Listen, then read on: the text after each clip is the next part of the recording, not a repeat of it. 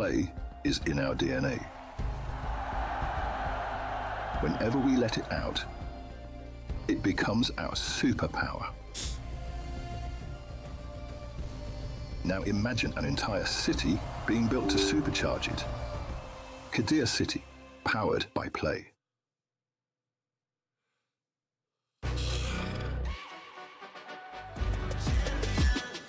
This ain't no regular thing. I came for the ring, you know what I mean. You see my name in the lights, better get right, I'm champion.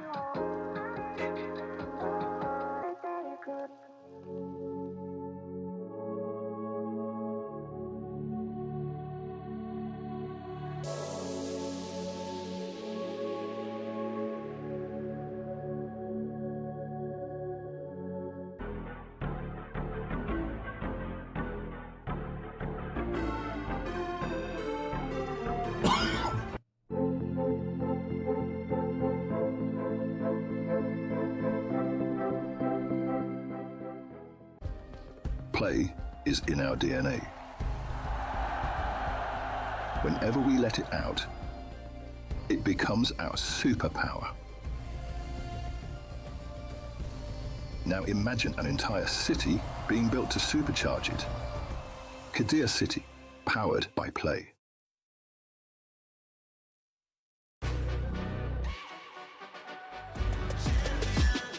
This ain't no regular thing. I came for the ring, you know what I mean. You see my name in the lights, better get right, I'm champion.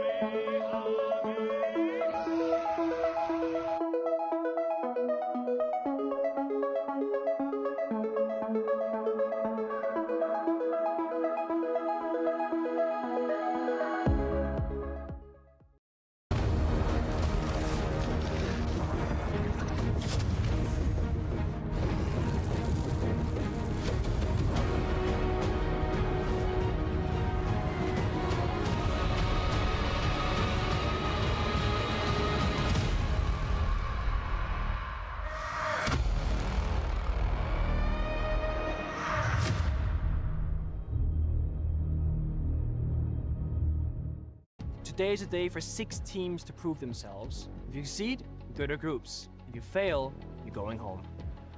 I think we do have what it takes to win the whole thing, just off practice alone and how we did as a team 1 month together. So I think our chances are high to go the whole way. We're confident every single tournament we're going to win, and obviously EWC is a cool event. And yeah, I mean, I think we can win it. A lot of players, they treat the EWC as like the place they want to go to, the place they want to be at. I think for a lot of teams going here, it is the dream. There's 2 spots left to go to groups. Everyone's got a shot, but only one. And one mistake, you'll be going home instead of going to groups.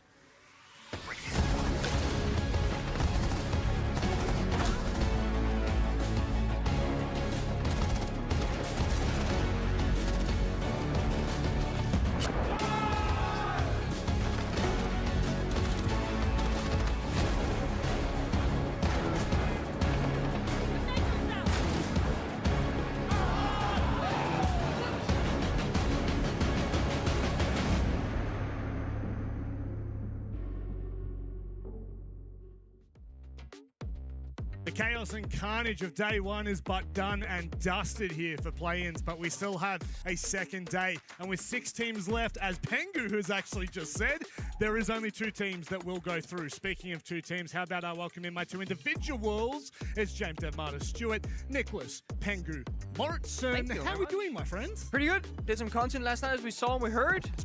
Didn't expect to hear my own voice this morning, but here we are. Always a pleasant surprise to hear your voice. Also, you got his name right for the first time. Look, the problem is it's been so much piss-taking, Nick, but we have love. 30 seconds left on the clock. What are you going to do? Okay, there, it's gone, right? Just like that. No, I mean, the thing is, Rob, sometimes we dilly-dally. Sometimes we lock in.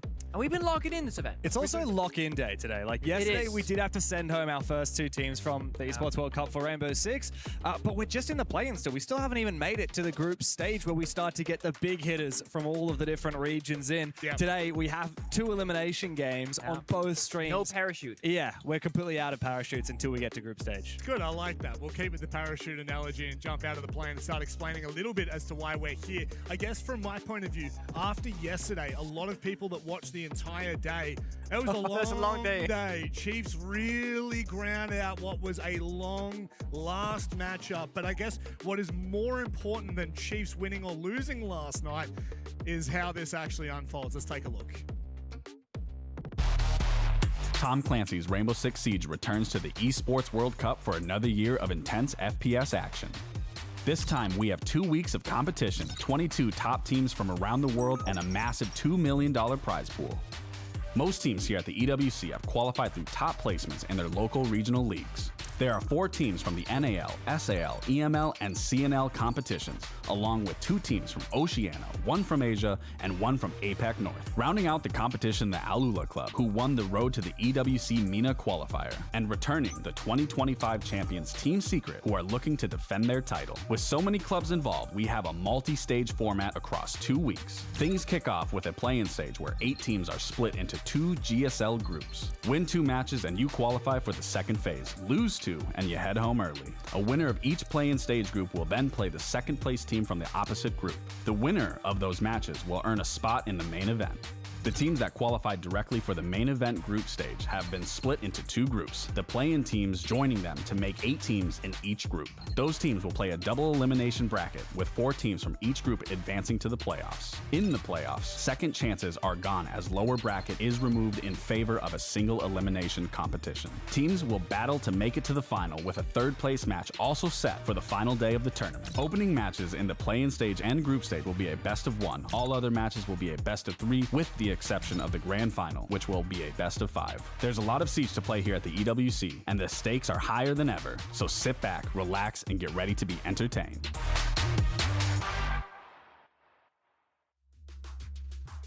Thank you for that, Giga Chad Lax. What a deep voice he has. Yeah. What a mighty good explainer that was for how big this event is. To be honest, Deb, this has actually changed phenomenally over the last 2 years that we've had it at EWC. Yeah. This is now like a fully fledged tournament. We have 3 phases to get through. Like it's quite in depth. Yeah, of course, for Rainbow Six as well, we added a new region to our esports competition at the start of this year after the Six Invitational. CNL has come on in, and we've already seen some pretty big upsets in their favor. King Zero, unfortunately, one of our first teams to depart, That was a bad segue, wasn't it? Well, No, it's not. on the flip side, we do have a chance with Tai Lu as well. Plus, we've got 2 other CNL teams who have already seeded into the group stage. But yeah, as someone from the APAC region with the APL, you know, we do have to look over our shoulder because CNL are really on the rise. They certainly are, and so is the prize pool, of course. $2 million across the course of only 2 weeks. Pretty good. It's pretty damn good. Lion's share of 750K. What would you do with 750K? Buy a house. Yeah, that's actually Did pretty Did you just buy a house? Buy another house. Buy another In this house. economy, Very you cannot have nice. too many houses. Come on. You know now. what? No, I actually this question came up the other day when I was out with out for lunch with a group Where of is this friends. going? No. If you had $1 million, so let's say you won this, a single player won Okay. this, and it was you, Nick. Okay. You couldn't invest it and you couldn't buy a house. Then what are you doing? A lot of pizza. Okay. A lot of pizza. That's I mean, a that's lot the of app. pizza. Come on now. Valid, and to be fair as well, the pizza here is actually pretty nuts. So Okay. I will 100% back that in. But as we look forward, I guess having a look at how these groups have been panning out for EWC in these play-ins, it's super important to remember that already 2 teams have gone home. That's Chiefs Esports Club and King Zero Esports. Unfortunately for both of those 2 teams, no matter how good they may have shown here, not good enough. And that is ultimately the story that we have. But Nick, when we're looking at both of these groups, just specifically the groups, Yeah. who are the 2 standouts and one from either side? I mean, you gotta look at Group A with Shopify Rebellion, right? They're supposed to go to top 4 positions internationally, maybe grand final sometimes. They just came off a grand final at Salt Lake City only a few months ago, so they're gonna be an obvious choice. And in Group B, it's gotta be Fnatic. Yeah. I think some people maybe would have said it might be our lows before watching both the regions play here, but after seeing them play, we gotta back Fnatic there. For sure. I do think that while we are looking at this and thinking, is there a top 2? There's clearly a top 1. Like, let's be Yeah. real. Shopify Rebellion just went to a grand By final far. in Salt Lake City, and they have a tendency to perform actually better internationally than they do in North America. Yeah. Actually, 2 stages in a row in NA where they've been seeded 4th. That didn't stop them from going to the grand final in Salt Lake City. They're an obvious first choice, but then from the other group, it was a bit of a toss-up between Fnatic and MIBR Lows, both of which are teams that haven't performed historically that well in recent months. But Fnatic are looking like very much a different kettle of fish to what we've seen from them over the last couple of years. For the first time in 6 years, and for the first time with their European roster, they qualified for an international tournament, and they've really shown up here so far. They're through to phase 2, but that's still of just the play-ins. It means they'll play later today. Well, you're kind of alluding to the fact that they're already through to what would be the phase 2 of the play-ins. As we look back on yesterday's action, there were a lot of games, there were a lot of highlight moments, but I think from me, Nick, a couple of the big storylines were probably around MIBR Los and how they performed and what we could come to expect, because I think is it fair to say we might have expected a bit more from them? We would, yeah, for sure we expected more, and that was kind of the thing, right? We're setting up, they're probably going to be the favorites going into that match, they're going to be doing quite well for themselves, they're from Brazil after all, but after watching a couple of rounds, I ended up with the term characterless. Yes. I'm watching them play, I'm not feeling like the meta operators, the lack of a solid snake, the operator band selection wasn't super decisive, we had 2 players maybe playing an offensive play, and 2 other teammates playing a defensive play. So they're splitting how they want to play the game in the middle, and that's not going to go well. So I want to see a bit more conviction and more character today from MIBR Lows. Yeah, for sure. And with the Rebellion Alula game, I think in particular we were talking about, you know, the #1 favored team out of the entire play-ins in Rebellion going up against, in theory, the underdog of all underdogs. Alula Club is the only non-tier 1 team here at this event. Of course, every other team competing plays in the BR6 ecosystem for one of the 5 regions. Alula are fully a tier 2 team. The fact that they lost to Shopify Rebellion but then came back and beat Chiefs later in the day to stay alive is huge. But of course, this was was our upper bracket match that we saw in Group B, and Fnatic might be our lowest, and we've talked plenty about them. Let's flip onto the Fnatic side for a minute, because as we've said, you know, once upon a time, this roster was called Rogue, then they were called Koi, then they got picked up by the organization Fnatic, and they have been a mainstay of Europe for many years, but not a mainstay at international events. In fact, they have struggled massively ever since their victory at the Berlin Major 4 years ago. This is the first time they've qualified for an international event since then, and thankfully for them, I mean, it's like a whole new life has been breathed into them. They have performed incredibly, and they are through to phase 2, which means later today they will get to face off against, I believe it'll be either Tyloo or I can't remember off the top of my head. They'll be playing one BO3 game, and if they win it, they're through to group stage. It's pretty nice. That's pretty good. I guess on the CNL train a little bit, Tyloo unfortunately going up against what is by far, it's not even close, it's just a clear favorite in play-ins. And I think that that's the important note to make here, Pengu, is that when we're looking at how Tyloo performed yesterday, I think the best way, I don't know if it was you two that was casting or Guz and Xenox, but it felt like they were good, but good is not enough to beat Shopify Rebellious. Yeah, but also it's the second ever international tournament for the entire CNL, right? They're in Salt Lake City and they're here. How much can we realistically expect from them? I would say that regardless of the results from today and forward, right? I think they've beaten expectations. Yeah. When we look at APAC, you know, O's, Asia, APAC North, etc., it's like they took a while to get going. Yeah. CNL hit the ground running. They have LAN League. They have imported coaches. They're doing quite good for themselves. Now this we is still the have big Network one. Gaming. Yeah, no, I haven't seen them yet. Yeah, well, that's the beauty, isn't it? Yeah. That is the beauty of it all. However, I guess for us, one of the big storylines coming into yesterday, CAG by Varel. Yeah.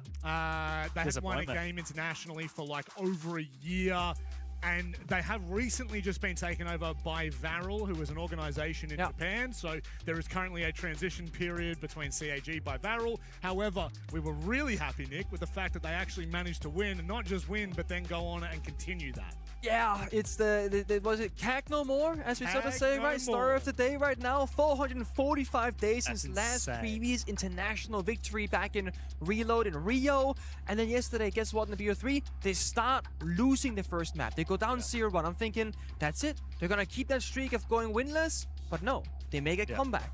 Of course, CAG have a bit of a reputation on the international stage for being the team that always overpromises and underdelivers. You know, they've never made it out of the group stage in all of the years that they've been playing. I believe their debut event would have been 2018, the Raleigh Major. A long time ago. 8 years ago now, and it's been a hell of a long time. They've been coming to these international events. They always do extremely well in Japan and Korea and in their home region, but they do not perform at the international stage. The exception being Reload in Rio 400 so days ago. They made it to the grand final, the first APAC team to ever do so, but there's a bit of an asterisk over that event because the format was different. It wasn't a major, it wasn't an esports World Cup, wasn't a Six Invitational, but of course coming into this stage, you know, we've been casting the APL, and CAG by Varel have been looking better than ever. Didi, who we see on stream right now, this is a clip from yesterday when they crushed King Zero's emblem after defeating them and knocking them from the tournament. Didi, the former coach, now turned player, has been an instrumental part of CAG upgrading, becoming a better team. We've been talking about the playstyle changes,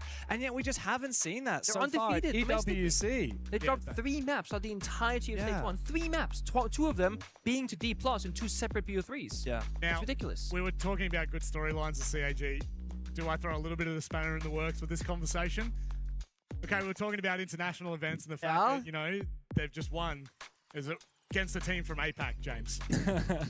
Maybe not APL, but wider APAC. So, CAG right now, look, they had I'll say this, they had a good game against Fnatic. Now, whether that was good enough to beat them, obviously it wasn't. However, when you look at this matchup, they are going to have to bring their best, because I don't think, Dev, that a limping CAG from what we've seen in the past is going to be good enough for a Brazilian roster. 100%. Look, CAG are a team that we've seen them domestically playing against good teams like D+, and they are phenomenal. They really have invented this new play style of Siege that mixes in the CAG of old with the aggression from players like Sharip and Chibisu, the spice from players like Anaton, but also the methodicalness of players like Didi. They are a very well-rounded roster and capable of great things, but here at international events, they drop the ball what seems like every time. Clearly, the biggest enemy for CAG by Varel is themselves. It's the mental warfare that they have to play when they're up against opposition, and they did not win that battle against Fnatic. They almost lost that battle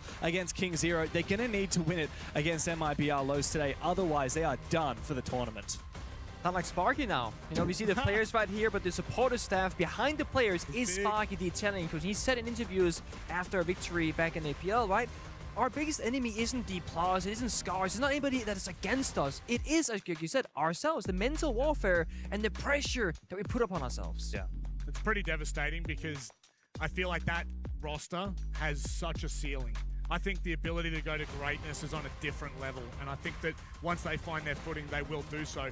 If we were to take that same storyline and carry it across to MIBR Los, do you think that their ceiling is as high, higher than? Where do you find this? Oh, it's a hard one, right? I really feel like yesterday they just let me down, and I lost so much faith in them, and I hate to be like overly negative about it, but I want to see just more today. We're talking from the get-go, whether it's going to be the map veto, the operator bans, the conviction, the server, playing the meta operators, getting on the shield, the Solid Snake, the Deimos, the Dokkaebi, playing Brazilian Siege. I need to see it from them today, because it is, like we said, no parachutes. Yeah, I think one thing to remember for MIBR Los is, unlike CAG, who have made one roster change in the last year, MIBR Los actually changed most of their roster a few months ago, and they now have 5 players that were on 5 different teams 6 months ago. It's kind of nuts. They are still rebuilding, and they got to give it everything they can, because Gag by Varel is not going to be an easy game. No, they certainly aren't. So we kickstart on Nighthaven Labs. We move over to Chalet.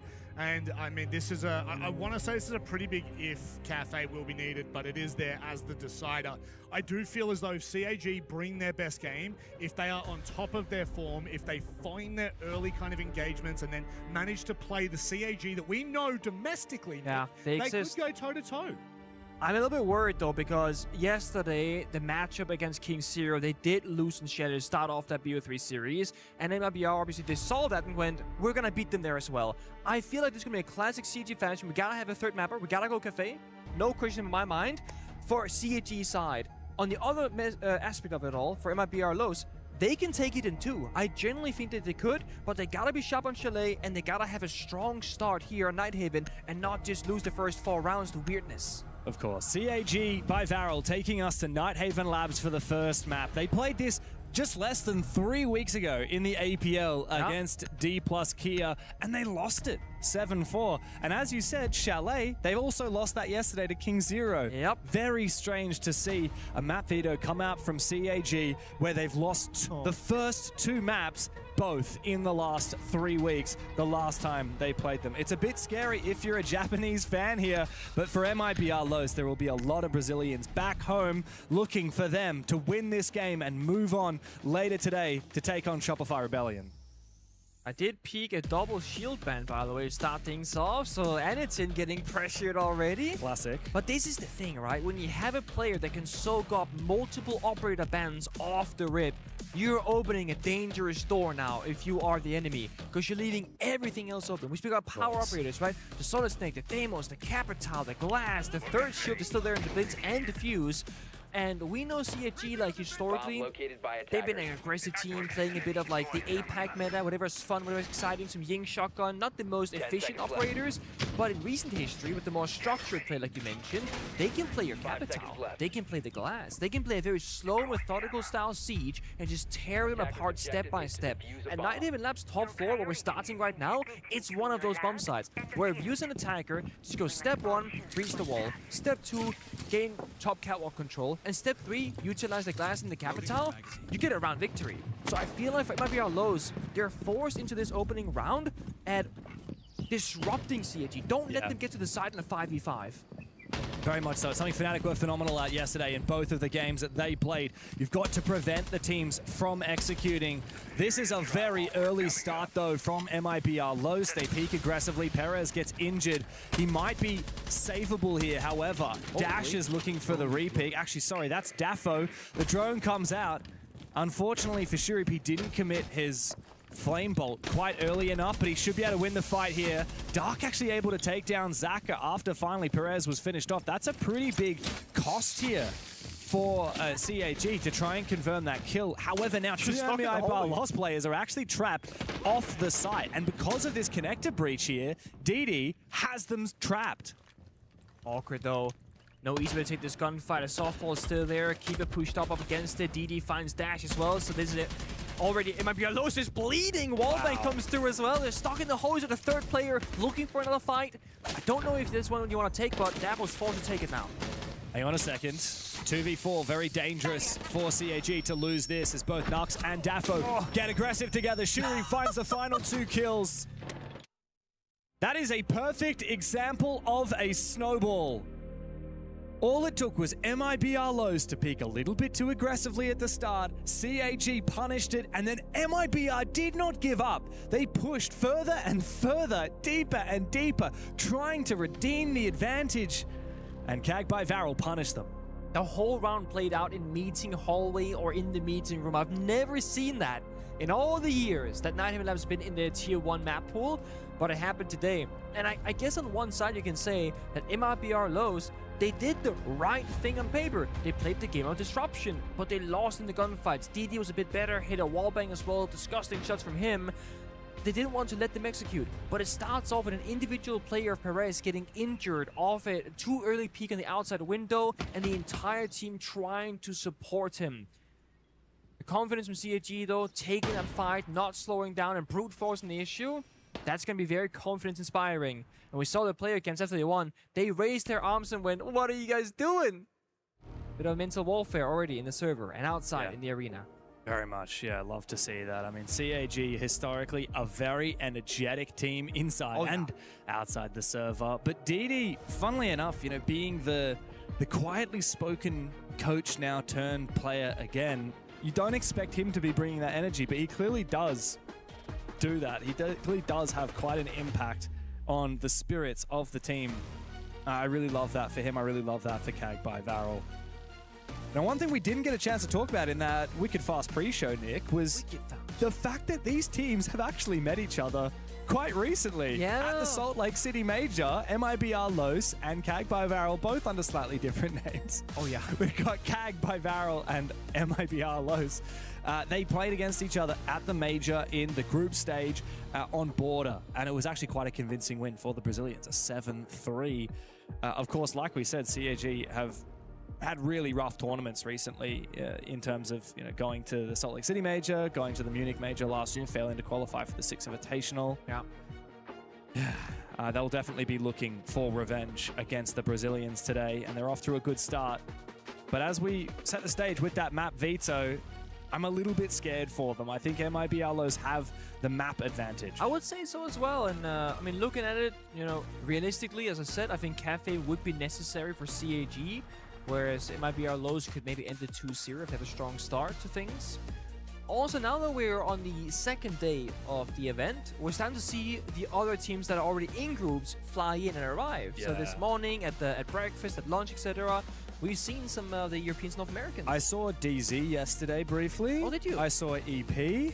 Yeah, EP I saw as well. I saw Secret Noah this morning. Yes. I spoke to Noah, who mentioned that Fabian is here, so MAT is right. I saw Savage from MAT walking around. Yeah. Yeah, no. So the band is getting together. It's been a bit lonely the first day because only a couple of teams that are here. Yeah, the high rollers have been rocking up, that's for sure. Which of these teams will join those high rollers to form our top 16 for the group stage? It is such a savage format here at the Esports World Cup. We've been talking about that ever since it was announced. Like, I personally love having play-ins. I think it's such a great idea because, especially when we add new regions like the CNL, especially when, people love to criticize the APL because the teams haven't performed to the standard of Europe, or EML, I should say, not just Europe, because Twisted Minds have performed very well. EML, NAL, and Latin America. Yeah, of course, we do need a chance for these teams that maybe can't quite hack it. They're not necessarily championship contenders, but they deserve to be at the event, to face each other to decide who makes it into the top 16. Yeah, and look, actually, I spoke to the Chiefs guys today. They've been eliminated. I saw a few of them around the venue. They're spending all day scrimming. They're spending all of tomorrow scrimming before they fly home. Yeah. Fantastic It's so valuable for teams that go from overseas. Even if you've been eliminated. And I think, that really resonated with me way back many years ago with Fnatic, because being from OS, like myself, it's very hard to get good quality scrims because even if you want to scrim the rest of APAC, you're still playing on over 100 ping. Yeah. Like, if you're in OS and you want to play against Southeast Asian teams like Weibo, it's 100+ ping. Yeah. Right? So your scrim quality is terrible back home. if you want to scrim some of the best teams in the world, you've got to do that at these major events. And Fnatic did that. That's what set them apart from every other OS team. There were actually other good OS teams back in the Fnatic era, but they didn't have the funding to get those teams to boot camp. Funnily enough, the same thing happened this time. Chiefs didn't have a boot camp before this, but EP did. Right, and that's the case with a lot of these organizations and a lot of the teams here. Thankfully, it looks like CAG and MIBR Lows have warmed up a little bit after yesterday. We're back into the server. Got a clash in the board as well for Daffodil. Meanwhile, CAG is kind of poking, prodding, not doing too much just yet.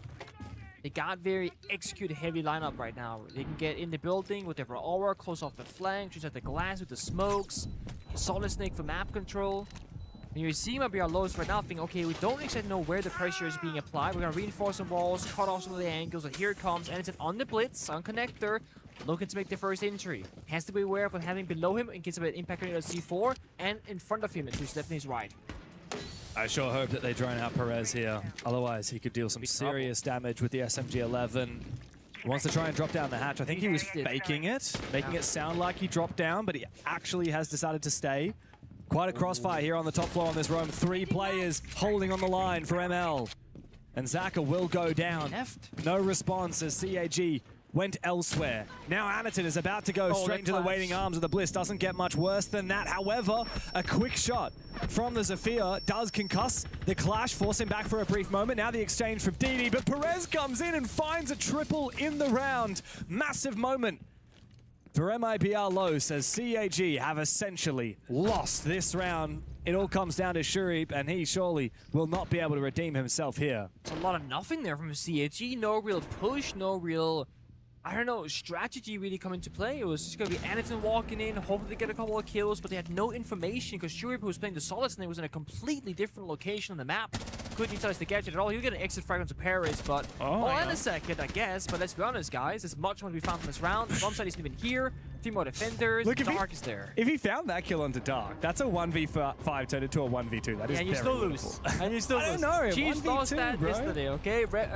Relays in a 1v5, made it a 1v2 also playing Solid Snake, and lost.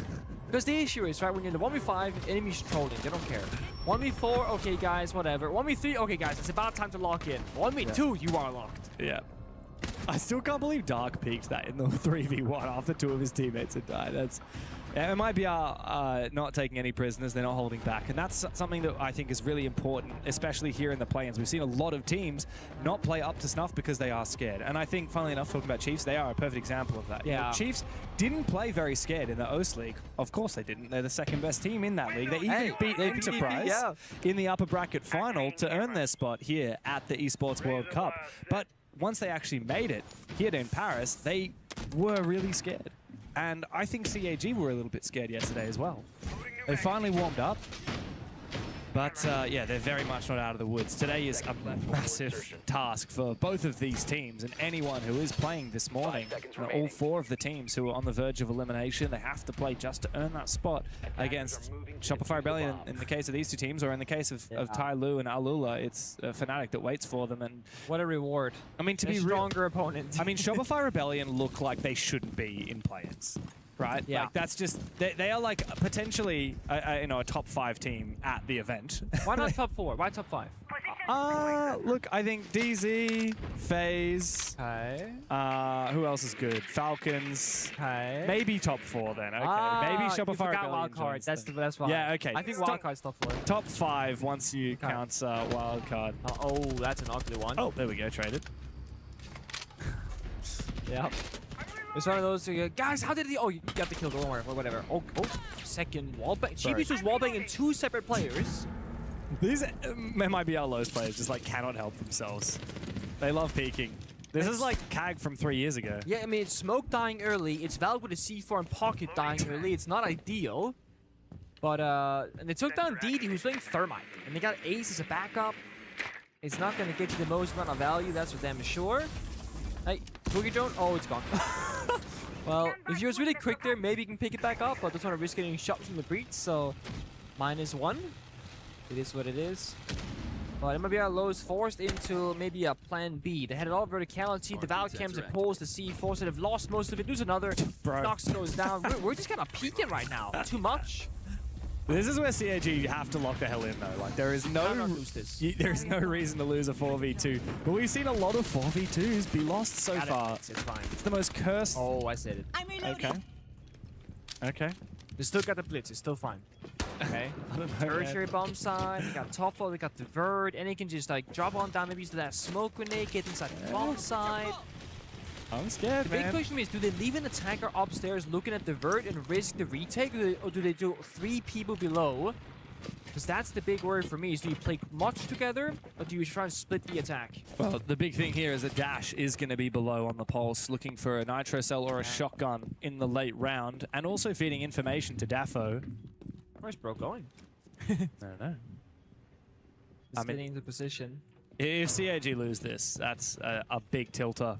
They really should not. Surely not. They're tunnel visioning way too much on this plant. They are tunnel visioning way too much right now. They need to go for kills. Daffo gets flashed. Here comes the kill from Aniton. Now Dash has to clutch up all by himself, but they know exactly where he is. Zaka looks to try and contest him, while Aniton forces down this plant. Out comes the nitro cell. This might indeed deny the plant. It gets shot out in midair, and Chibisu will go hunting down below. That is a perfect way to play that 3v2. It's very, very smart. And again, faking the plan to get the information, gets off it, flashes the assignment, takes down the pig, and then they watch the C4, and he gets off the plant. In case, you know, you miss it, playing it super safe, super smart. CAG soaked up 2 shield bans already. Could it be a third? Probably not worth it. But it might be a low stit ban Mossy yesterday on Cafe, so anything is possible. Wouldn't hate a Solid Snake ban or a Capitao or a Glass. I think they'll ban Blitz. I think they'll just do the Blitz. No, Thermite! Okay. Bro. Again, it's that third ban. That's a spanner in the works, just like Cafe. That's very strange. I do think that Thermite is worth banning on 2 maps in particular. Nighthaven is one of them in my mind. Okay, what's the other one? Clubhouse. Where top floor, you can pop the CC wall, connect the wall, Jacuzzi wall single-handedly, circumvent the mute jammers for the wall denial with the Bandikaid ban, and you get smoke grenades, secondary shotgun for the hatches. Like, you get so much value. You know what you can do on Clubhouse? There's this operator called Maverick, and he's actually pretty damn good. I don't think we've seen Maverick this event. I don't think he exists. I don't think people have forgotten that Maverick exists in the last 2 years, and he is just insanely good. Like, he's still good. Bandikaid ban? Just play Maverick. Yeah, I mean, don't worry about the Bandikaid ban. In fact, we were talking a little bit about the double shield ban at the start of this game. I personally am so sick of seeing the Kaid bandit bans. I think it's a massive missed opportunity. I think there are so many better bans that we could have seen from CAG here, and the Azami is certainly one of them. I think there are certain teams where it makes sense. Like, I think back, there's a bit of a throwback to the PSG Talent days, right? Yeah. The first ever time that PSG Talent played M80 after Fabian left to join M80, M80 banned all the Heartbreachers. They banned like Thermite, Hibana, Ace on Nighthaven. And PSG Talent, as a Korean team from APL, they did not breach because they have never been in that position before. I think there are teams where they will struggle against Bandikaid, and then there are teams that it will not matter. Like, think about FaceTime, right? They're not going to struggle against Banditry. They got 5 different ways of dealing with it. But I think you're right. I think there is some value to be gained there for sure. And some matchups.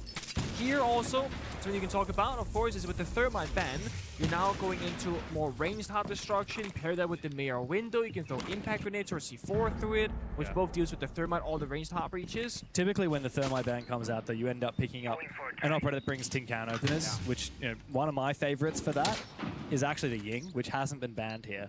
And CAG, funnily enough, haven't brought it as of yet. A little bit of a surprise to me. They do love their Ying. I don't think they're going to be expecting to push a lot against MIBR lows. I think that's why they haven't played the Yings. If I'm holding the angles, less execute focused. Getting another early pick. Yeah, exactly. The Ying is great when you're getting in there, but I don't think that's going to work because they bring the fight to CAG. Like, they're peeking the breach again. Yeah. I mean, honestly, that's why you bring operators like the Nomad. That was a great usage of the Flores, by the way. Like, really impressive that he managed to get into that position, dodging the mute jammers. Yeah, I'm a big fan of Lion as well when teams are being really, really aggressive. But I think Lion, just because he doesn't bring as good secondary gadgets, doesn't bring. If he brought tin can openers, I think he would have been a better pick than the Nook here. But at the moment, it's Didi who's on the floor and going to get finished off there by Dark. But he was pushing solo, and MIBR Los have actually lost a lot of bodies on the bomb side. So I don't think CAG are going to be too worried about that loss. However, Dark is actually still down below.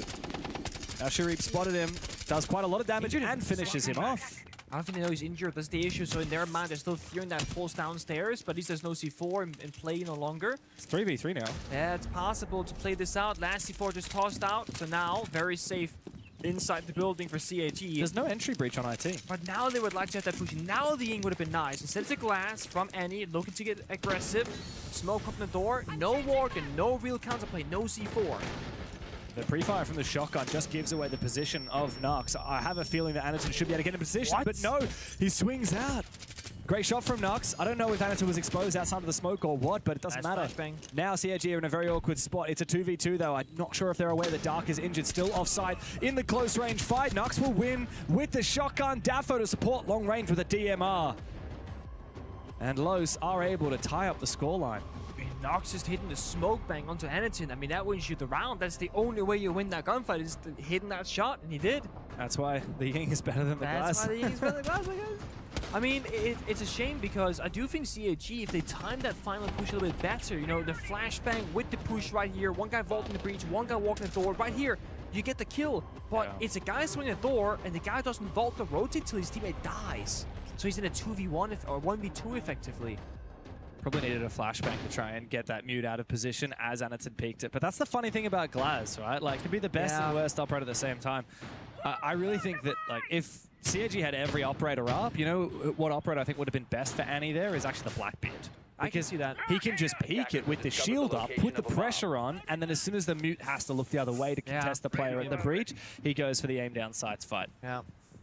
But of course, that's why MRBR Lowe's banned out two of Anaton's favorite operators and most powerful. And I think if you look at CAG's performance yesterday, I mean, Annie didn't have the greatest time individually. And I think if you want to try and target his comfort operators to, like, really play into that, that could also be a way for MRBR Lowe's to get an upset there. For sure. I mean, I was actually looking at the stats this morning. Yeah. Of course, CAG played 2 games yesterday. They played against Fnatic and lost, and they played against King Zero and won. Yes. The most notable thing by looking at the player stats comparatively between those 2 games, Anaton, in the game that they lost, he got 9 kills and 10 deaths, which is fine for his role. Like, that's not the end of the world. What was very notable was he got 4 kills and 9 deaths. Yeah, I was getting him confused with Zaka, which is not great, but still, like, not the end of the world if he's playing shields. But we know he wasn't playing a lot of shields, and in fact, the real scary thing for Anaton was his opening kill rate. Yeah. 1 kill and 5 deaths. He died for so often. You compare that to when he played against King Zero, he's got 18 kills, 13 deaths,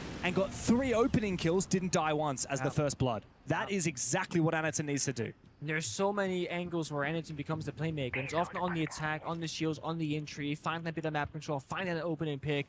And it's why when MRBR Lowe's, they aren't another wallbang. It was like the 4th one for Somebody check Kag's Moss files, bro. Like, is DD good, dude? He's got 3 kills and 3 wallbangs. Like, come on now.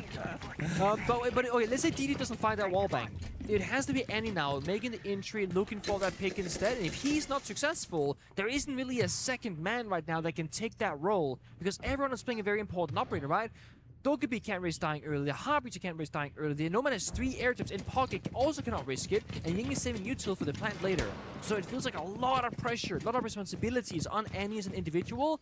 Thankfully though, they did find the wallbang kill, they have the 5v4, and MRBR Lowe's have surrendered the entirety of top 4. It's just about the primary 4 right now, and of course, any potential players in the basement. That's the big question that's left. Vertability, though, is very weak here for CAG, so actually eliminating players on site would be quite a challenge. Ooh. That's funny, though, because MIBR Lows aren't as much sitting on the bomb site. They're looking to try and contest. Do not peek this, Anderson.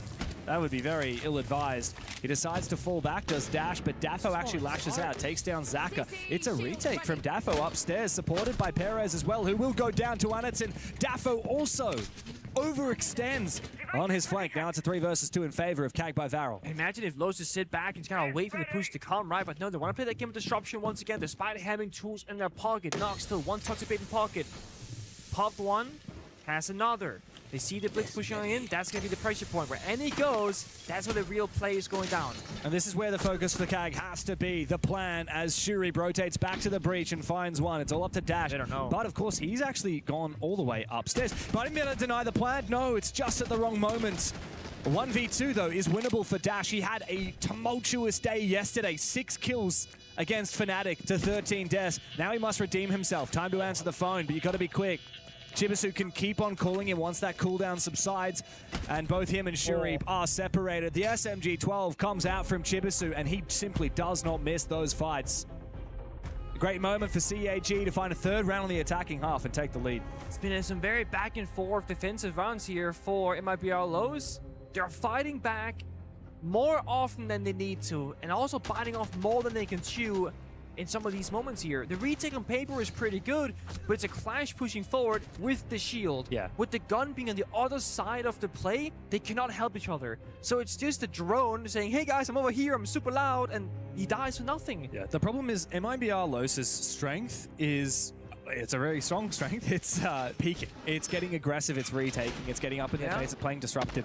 It's a very good skill to have, especially against execute-heavy teams like CAG. However, it's also the kind of playstyle that can get read into, which means that the longer this game goes on, the more CAG are going to counter MIBR Los. Which means that if MIBR Los are going to win this, they've got to win it in two. You know, so it's also a matter of like, if they're going to do it right, I'm all for it if you do it together.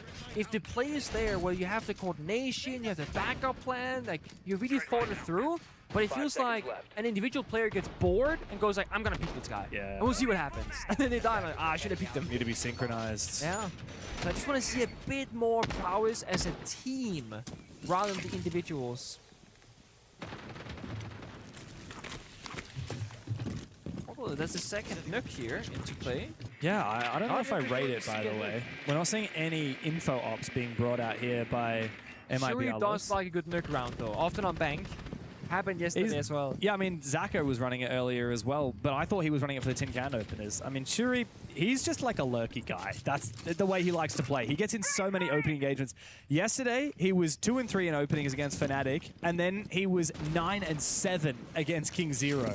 Oh, okay. He dies a lot, but he gets a lot of kills, and more often than not, he does have a positive opening KD. But that's his role. It's to play aggressively, it's to get in the face early, often to do a bit of lurking. And to be honest, like at that point, I kind of say just play whatever operator you want, because you're not going to be using your util for the push anyway. Yeah, that's a fair point. We've seen the 3 big booms here from Chibisu, using it for a barricade, for a bit of distraction, a bit of chaos, stuns, doesn't connect. Very strange. Downstairs play on the Barber instead, go into the cargo hallway. Oh, Chibisu though actually contests dash as Shuri comes up from behind. He's about to get met though from the drop of Perez. Out comes a shotty from Nux. Big kill on the Chibi.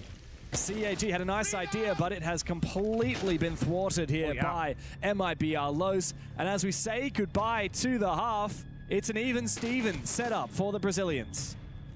I like that mini play from CAG.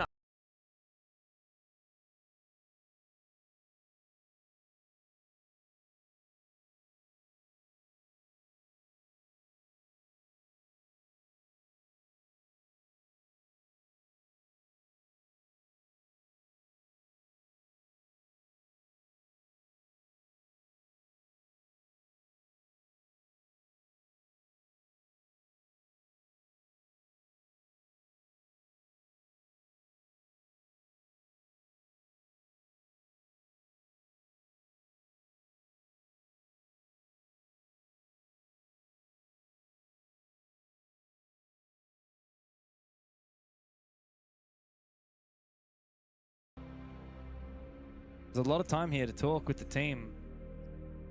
I'm interested to see who's doing most of the talking. At the moment, it is Sparky here for CAG. And as we talked about before, obviously Zaka on the far left, he is fluent in English. His English is impeccable. It's really good. My knowledge is that Didi also has very good English. I haven't spoken to him personally. Is that? No, same actually. Is that true? But Didi has quite good English. DD often. Sparky. Okay, pretty good, says Rob. So yeah, I mean, it's the classic thing where you have to translate all of the analysis, because Sparky's first language is Italian. He's speaking English to Zaka, who then translates for the rest of the team. Definitely a disadvantage compared to Hugzor just talking in Portuguese to his entire roster. Yeah. Well, it's always a very delicate thing to navigate when it comes to language barriers, but there's like, you know, common English, like what we speak in everyday life, and there's Siege English. Yeah. And that's the thing, like when you Singlish. No, that's different. That's Singaporean English. Oh, okay, fair enough. They talk that sometimes on Weibo. And it's something that once you play for like 6 months together, maybe a little bit longer, you start getting a feel for how you communicate about Siege. Yeah. You couldn't hold down a conversation maybe together necessarily, but you can talk about the game theory to a certain point. Did you feel that back in the day? Because some of the Penta guys, like their English wasn't perfect, was it? Like It wasn't great, but Junis? Junis' English was pretty good. Okay. But it was more like his pronunciation. He couldn't say like drawer or Right. dresser. Yeah, It was like okay. the R, I guess, or whatever. Right. So he'd say thingamajig. or the thing over there. He's in the thing, he's in the thing. And he's like, I know what that is, I know what that is. The old Penta G2 comms was so funny because you guys had so many Scandinavians on that roster, and Yeah. when you're talking fast, there's all the different like the Finnish and the like Danish accent, they get so It gets funny. a lot. It gets a lot. And the Swedish accent, like in Fabian. The thing is, like, if you have never played, and I guess it only really goes for European teams mostly, if you ever played on a 5 different nationality kind of team, Yeah. with different accents and cultures, it's a wild ride. But it's fun. But it's messy. I love that. Yeah, very different case for both of these teams, Yeah. of course. Full Brazilian roster versus full Japanese roster. A little bit of a language barrier for CAG. Just with their coach, though. They kind of multi-band here. Again, I think against like half the teams at the EWC, you may as well just ban Monty off the rip because they will play it if you don't. Yeah. And there's very few reliable counters to the Monty as opposed to all the other shields. He's also just a much easier shield to play. Like, of Yeah, all it the is, shields, in sure. fact, of all the operators in the game, Monty obviously has a very high skill ceiling, Yes, but but the skill floor is pretty high. Like, it's hard to mess up just holding out your shield. Isn't it Even to it. technically that the floor is low? Because it's a very Yes. small step. Sorry, yeah. So it's a high ceiling and a low floor. Yeah. Yeah. Just want to make sure. I often think about this with like musical instruments as well. For example, like the piano has a very low floor because anyone can just walk up to a piano and click a key. Guitar's a bit higher because you need the calluses on your You fingers. do need to count. Violin and any of those classical string instruments, incredibly high floor. You can play for 5 years and still sound like a cat is getting stepped on. But the ceiling is extremely high as Yeah. well. Exhale, release. It's like chess, you know? Oh man. Chess is funny because How many both. queens do you need to beat Magnus Carlsen? That is the question, isn't it? Now we should get Magnus for our content piece on the Siege desk because I think chess is next week. Yeah, I would love to. If we explain the bit to him, I'm sure he would happily play along. How many R4Cs does Magnus Carlsen need to beat you at Siege? All or nothing.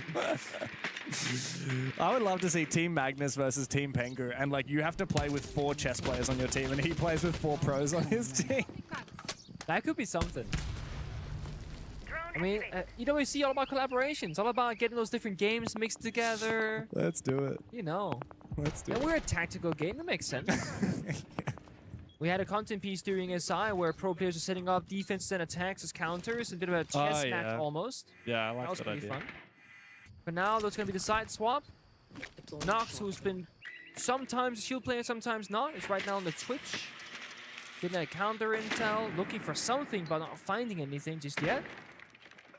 Of course, it's a mirror Oh, window. no! Oh, this is the canister. Mate. Unlucky. Didn't spend enough time in the shooting range. Missed the Twitch drones. Those Twitch drones, they work different than any other aim mechanic in this game, I swear. C4 goes out, doesn't find much. Kairos, he'll just swing. Bro, lots of that ways. is very ambitious from you, Annie. That's not going to work out. He does lose his mirror window eventually, but And he has no fear, I'm telling you. I love that though. That's exactly how CAG need to play. It's how they play in their own region. They understand the win conditions. They don't throw away advantages like CAG used to. But they're falling apart right now, right? They've lost meeting control. Let's look at any connectors. It's, okay, hello? they have no idea. Oh my God! He finds everybody! You gotta check your corners. Oh, it's beautiful from CAG. MIBR Los not realizing how exposed they are as they jump in. CAG, Lash, straight back out. Now it's Daffo in a 1v5.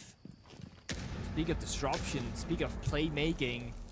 I mean, it looked good. They were taking meeting control, connector, they had the IT breach, they were applying pressure on Catwalk, but then Saka and Anderton together, they find all 5 kills, and they will take back the entire map into their own control, and they get a comfortable, dominant first round on defense.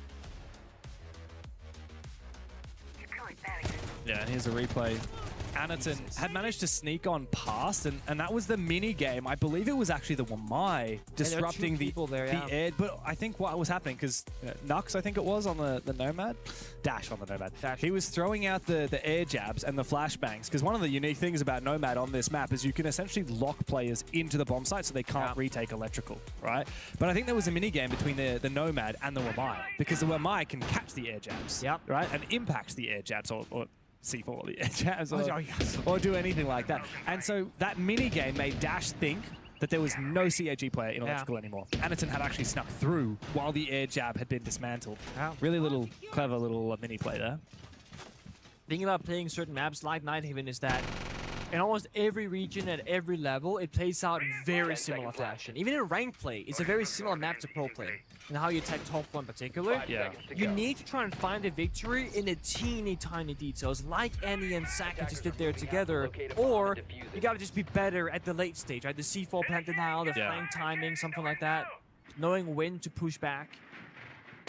Whereas on Clubhouse, I mean, you can win rounds just in operator phase selection, the counters, understanding where the plant should be going down, etc. Nighthaven is a little bit more finicky and much more small detail oriented.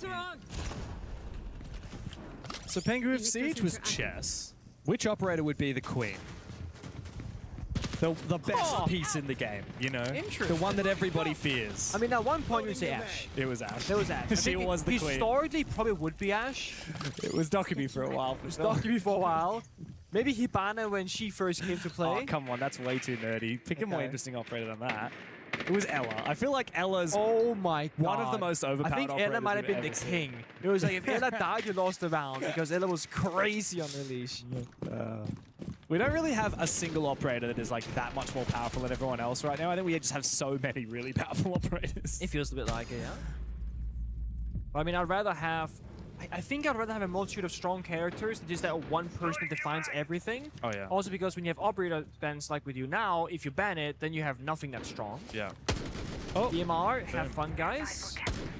Swing it, yeah. Has the issue out the Sami fallback, you have to swing it. Yeah. I'll find a different avenue. Maybe don't make the same mistake that Chibisu did there. See, a second player was tempted to go for that swing. I like this from MIBR Los. They're playing slow and steady. Zaka actually goes for a re-roam, gets spotted, takes a hell of a lot of damage. He's not likely to get back safely now, as the buck from up above can catch his rotation through the vert. Zaka's just hoping that he can find a kill before he retreats, before they find him first. But his teammates have been pushed on back. Anaton's still roaming in cafeteria. Shurif not too far from him in lounge.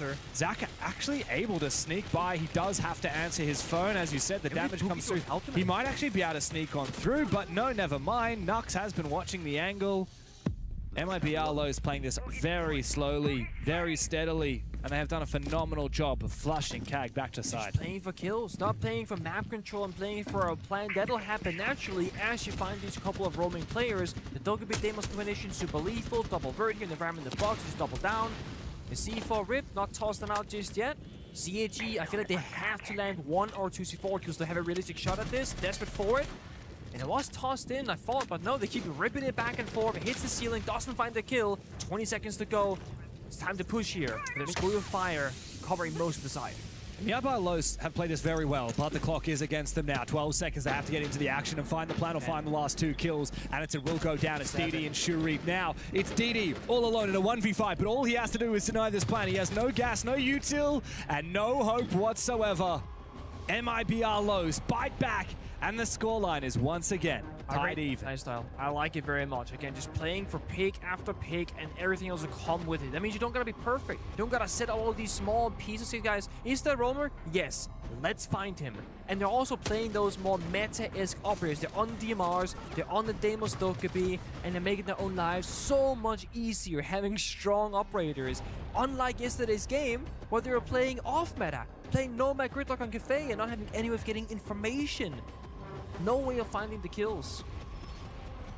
I also like the way that MIBR Los had a lot of redundancy there. They had the ram, but they also had the buck, right? If you lose one of your vert operators, you can always flip onto the second one. Such an important and underrated thing, especially in ranked. I will say, I think redundancy in your lineup is more important in ranked than anything else. Things are bound to go wrong in ranked very often. Like, if you're solo queuing ranked and you see that your team has, you know, a thermite and a ram, and maybe a Sledge as well. Maybe just play the Hibana, play the Ace. Like, just add a second Play the one. Striker. Play this. Can opener, soft Dude. reach charge. You Oh. could both. Chef's kiss. Chef's kiss. Striker is one of my favorite operators. Also, there's I think Striker one is the... team that's here to play Striker and recruit Sentry more than anybody else in the world. And who is it? You don't like have this a... is ringing a bell. This is from Paris with SI. Yeah, Sorry. which means... Is it FaZe? Yes, FaZe. Yeah. FaZe play by far. Is it Handy? Handy is like I a think it is striker Handy, man. yeah. I think he's one of the most played operators. And it's funny because if you talk about the most Maestro team, you would know this one, right? Oh yeah, it's Kinotrope. Kinotrope. Yeah, I know that you know it because we passed them so much. They play more Maestro than anybody else by far. Yeah. So I love when teams have that little niche little characteristic saying, oh, we do this differently than everybody else.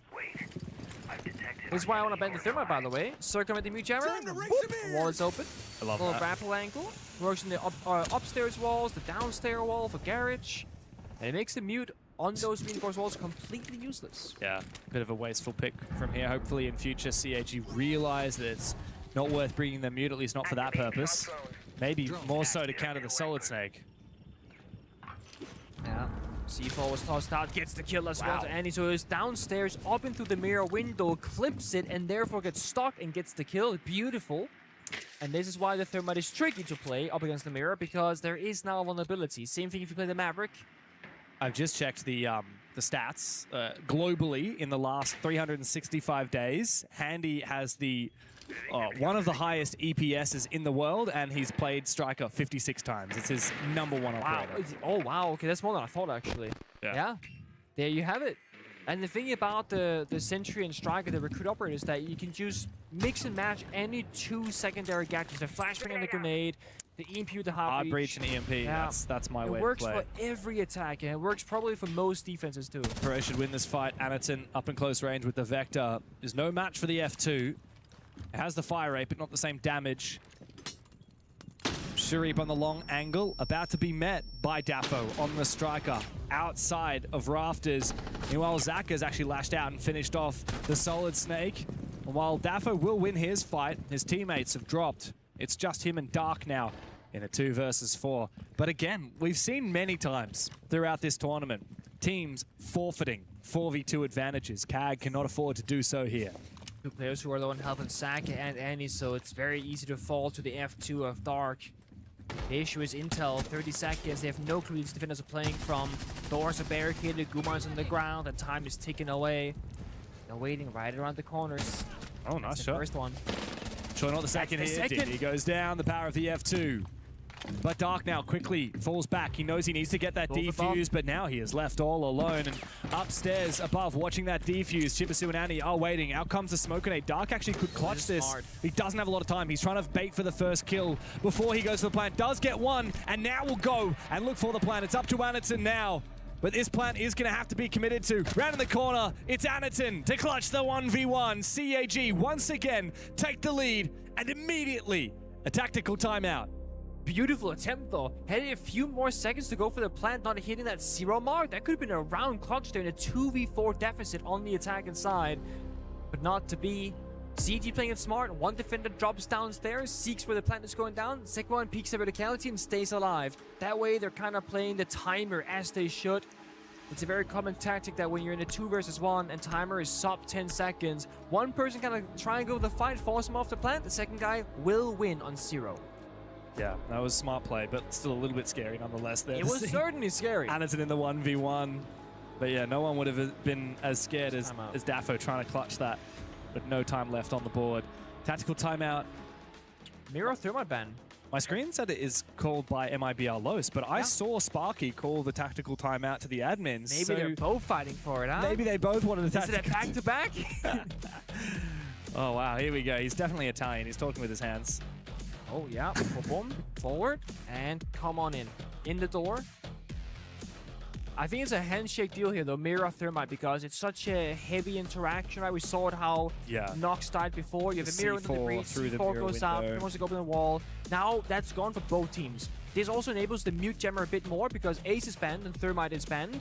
Hibana doesn't work with interaction. You have you get jammed obviously. So can opener is the last thing you have open now. Can openers no longer get affected by mute jammers though, because you don't have to detonate them. Yeah. Same with Ace. Internal mechanisms. Yeah. So that does mean, of course, that the mute jammer won't counter the tin can openers, but We'll stop your ban if they want to go for it. yeah, and you have to make a choice for the tin can opener. Do we want a crouchable breach or a vaultable breach? You cannot make a sprintable breach. No. Which means you can't play as aggressively around it.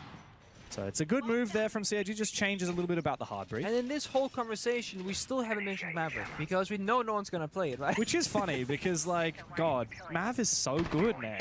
Like, I'm telling you, he is so good. He also has a DMR, if you prefer DMR over Assault Rifle. Also, the M4, I think, is like I a know top, you stand top by it. 3 Assault Rifle and in the that's not game. true. That's just the Lulu. No, M4, R4, not R4C, M4, AK-12, and F2. Like, what else? That's your top 3? What else is there for ARs? I would put SMG. It's not an AR, but SMG-11? That's a good gun. Yeah, That's a great okay, gun. Pengu.Penta. It works like an AR. You go.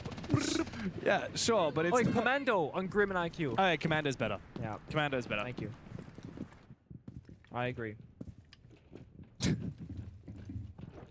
I know it's gonna also actually M4's faster than Commando, by the way. faster as in fire rate. Or? Faster fire rate. Okay. Good same recoil. I would say like 0 recoil. Trying to find a counter argument. F2, sorry, 552 Commando is more damage, Yeah.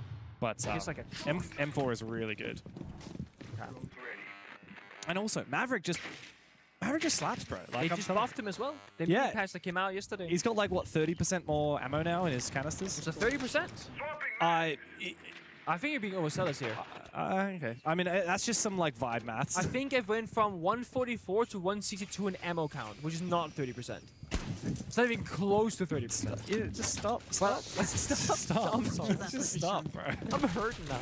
Yeah, you're not digging my vibe maths, and I don't sorry, appreciate man, it. I'm sorry. You know what? 35%. Screw it. They put Ain't above the nobody ball using than all of their ammo in Maverick in 2026. Ain't nobody even playing the operator. So That's the why they buff buffed doesn't him. matter. Nice knife, C4. boom. Wait, he actually killed him. He was in the rappel. And that is why you ban out that thermite. It forces MIBR Los into these narrow positions where you only have a small breach on the wall, and it enables C4s like that. Dark's also taking a hell of a lot of damage, but Shirip will go down. Anaton is roaming down below with your favorite assault rifle, the SMG-11, in hands, and he does indeed get his kill. Finish him off with a shotgun, why don't ya? As Perez finds one of his own onto Didi on the bomb site, getting weaker for CAG, but MIBR Los, meanwhile, are dropping like flies. Chiverson will shut down Dark, and Perez completely shut out of it. Nux now taking a hell of a lot of damage from the Smoke Babe, looks to take the fight with the Blackbeard. But he is surely not gonna win in the 1v3. With full info on his position, he takes the fight, and Chibisu, with that SMG-11, takes him down. It's a 2-round lead for the Japanese. You know why I knew that CG were gonna win that round? They had both SMG-11 on defense. The Mute and the Smoke, the C4 and the Toxic Babes. No way to win that if you Nox. So what you're telling me is MIBR Los just need to run Amaru with the SMG-11 and then they're gonna start winning some attacks. I do believe in a gunfight position it would help their case. Gadget-wise, not so much. You're capping. What they can also do, right, is get a time machine and go back to when Sledge had the SMG-11 and just play Sledge. Yeah, they could also go back in time and look for when the SMG-11 had an ACOG. Okay, that's too far back. Ain't I going to play the remember game that. back. I was watching Pro League when that happened, like when you were playing. And were you a Sledge player back then? I can't remember. I'm going to say I'm going to say Thatcher. Thatcher main back. Sure. Yeah. But yeah, I remember people used to run Sledge with the SMG-11 as their primary, and they would use the the SMG-11 and then switch to the L85 after. Because it's such a good gun. And nowadays we got SMG-12, and we have Warden players like Stumpin, who makes the gun look like a 0 recoil. And it's Chibis is the same. Earlier, yeah. Yeah, no, the SMG-12 is very good. I was a Dokubi main with the old Dokubi. I'm ashamed to admit it, yes, but you get to be a DMR clutch and an SMG-12 clutch and a global ability clutch. It's like, and you have stun grenades. Bro, it was a dream. And when they nerf it, you just start crying because you're going to D-rank 3 different ranks now. No, that unironically happened to me when they removed the 1.5. A lot of people thought I was a 1.5 crutch like crazy. Everybody was. they gave the 1.5 to like different like Thorn at one point, and Thorn's pick rate and win rate just skyrocketed. I was a Yana Ashe G36 1.5, and I was like, it was my best KD season. Gotta reload. I'm curious nowadays what that would be. We're talking about like a Solid Snake or the Deimos or It's the Shield F2, or F2. honestly, F2 and SMG12 are the two, like, all they and did, DMRs. They gave the vert grip back. That's the only change they made to the F2. They gave it a grip. You know, my least favorite thing about the F2 is that I still suck with it. It's really good, but I still It does cannot take handle the some recoil. time to get used to it. Same thing if you play the Clash, which is Enerton's favorite operator right now. You're sure they're finding to dash elsewhere on the map on top floor, and this is the thing. When MLBLOs can find that opening engagement, they kind of work it step by step. They actually just fall apart. Shuri does need to get escorted back by the Clash Shield. No, just take the gunfight himself. Yeah, this is really flipped on its head now. MIBR Lows really kept pace. This entire game, by the way, it has been 1-for-1. CAG won the first round, Lows won the second. CAG third, Lows fourth, all the way up until just last round. That's the first time either of these teams have won 2 rounds in a row. CAG got themselves that advantage, and now with it, they have match point. Slow and steady. Mind you, Chalet will be up next, and they struggled there yesterday for CAG. But if you want to make it a bit closer, stall out your opponent, make them a bit more tired. If you can push the OT right now, look for the 5th round to start that. Perhaps just then the Brazilians can conquer them later on. They drop down the hatch in single. They have limited verticality because the Boogie Drones got impact grenaded, I guess, early in the round. But they've almost not broken any of the floor. Yeah. Also, Nitro Cell still available for DD on the Wamai in the late round. By the way, not running the MP5K, but running the AUG. Oh, interesting. Very rare to see that happen. Out comes a smoke from Nux, but it does get caught by the Wamai's Magnet. He does see Zakar, but guess who wins the fight? It certainly ain't gonna be Nux. Now it's a 2v4, make it a 1v4 for Perez up against the might of CAG on their map pick. He needs to do everything he can. He will need to pull his weight. 1v4, he finds the first, but quickly, Sharip is there to trade, and CAG make it 3 in a row. And with that, cap off, Nighthaven Labs, 1-0 up in the series. Confident, they take their fights, they played well together, and it is a different look than how they started yesterday's tournament, or how they started yesterday in this tournament rather. And I saw a tweet from Shuri by Annie saying they came into this tournament just feeling very stiff in the server. Like just not playing very smooth together, not finding the solutions to the problems. It feels better so far. Yeah, this map. yeah. Definitely a big glow up for CAG compared to yesterday, but MIBR Los, of course, they put up a decent fight there on Labs. Next up is Chalet, and we saw CAG struggle on that map yesterday, so anything is possible. Anything might be possible. Who knows?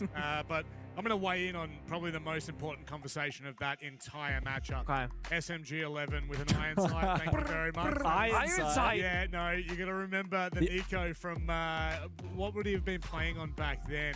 Meloncat, maybe? Yeah, probably. Yeah, a super most niche reference, by the way. Iron sight. Probably. I don't know. It sounds like the kind of thing you do. Like the only valid reason to play Iron Sight, aside from Aura, is for Blackbeard for the aim down sight speed buff. Yeah, sure. Hey, different counterpoint. If you play the Bandit, if you play Iron Sight, okay. you also don't get EMP'd. Unironically, Bandit and also the ARX, so Nomad and Yana, has the same Iron Sight as the Bandit does. And I know that back in the day on Penta, Eunice used to run that Iron Sight. did? I switched it because of it. I used to run Bandit. Iron Sight is iconic. What have I done? I literally just sat there shaking my head for like 2 minutes straight listening to that conversation. And I've only gone and made it worse. Hey, it was you who brought it up. It was 100% me, and I will take that and I will run away with it and never let you play with that ball ever again, because CAG had a phenomenal map this time around. Like you were saying, James, back and forth. It didn't look like anyone really had the momentum. That side swap, Nick, changed everything. It did, and that's the big question for me, right? Is CAG, if they can find consistency on both the attacks and the defenses like they had in APL, they'll be the team that we know and love. Right now, internationally, it feels like on certain maps, they're solid on their attacks, weak on their defenses, and vice versa. I will say though, from a team coordination perspective, there are a lot of mini plays happening from CAG with Anderton and Saga playing that offensive play together, a lot of C4 kills, finding victories in small moments, and that's exactly what they need to try and establish some consistency.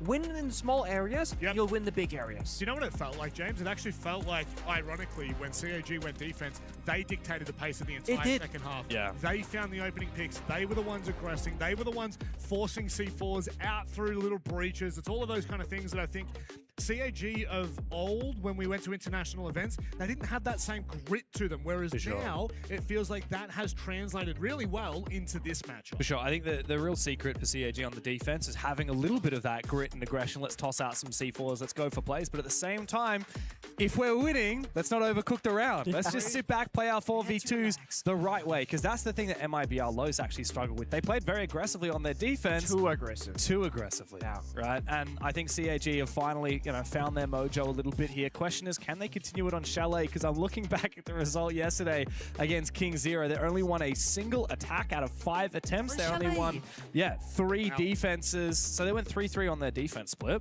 Switched to attack, won the first round, and then got completely shafted after that. That's kind of devastating considering where they were at. They were looking good. CAG, however, I think are really starting to take control of this series. But with Chalet up next, we have no idea what to expect. So we're going to go to a short break and we're going to try to collect our thoughts. We'll be back after this.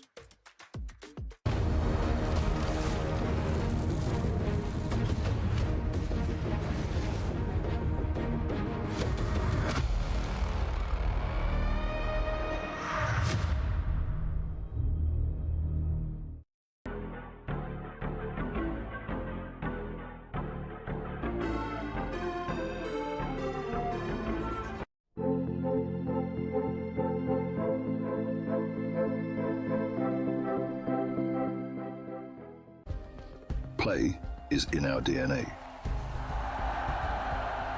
Whenever we let it out, it becomes our superpower. Now imagine an entire city being built to supercharge it. Kadir City, powered by play. We were there. For every click, every clutch, every respawn. We were there for the years of grind, and we're here. Now, the proud founding partner of EWC, powering the biggest event in gaming, shoulder to shoulder with the world's best, making history. Greatness deserves a stage. Lenovo Legion, reach your impossible.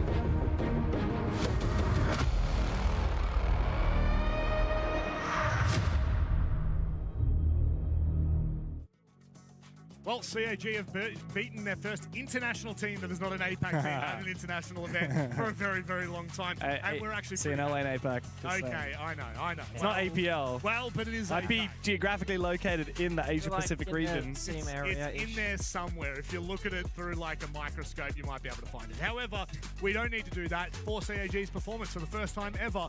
Nick, I feel like I'm really confident in where they're at right now. Yeah, it felt good to start things off, okay? But I'm not worried about 9 even laps, not worried about Cafe, the third map. I'm worried about the second. I'm worried about Chalet. Okay, historically, in recent times, it's been a struggle for them. It might be a different case once we move into today compared to yesterday, but yes, I mean, CAG yesterday against King Zero did not look very good. They only won a single round of attack out of 6 attempts, I think. It's just not good Usually enough. there's 6 rounds to a half. 6 or 7. No, there's 6 rounds to a half. I can tell, but also they might have. Wait. I think they only played There were only 5 rounds in that half because it was the end of the game. Oh, that did. Thank you. This guy thinks he knows things. This guy thinks he knows what he's talking about just because he won a hammer once or twice. Like, No, I'm just stupid. Or twice. You know, back to back. Yeah, very true. Look, between you've got 2 hammers. I know. Between the two of us, we've got 2 hammers, 2 Pro League finals, 3 League Pro. That's what I said.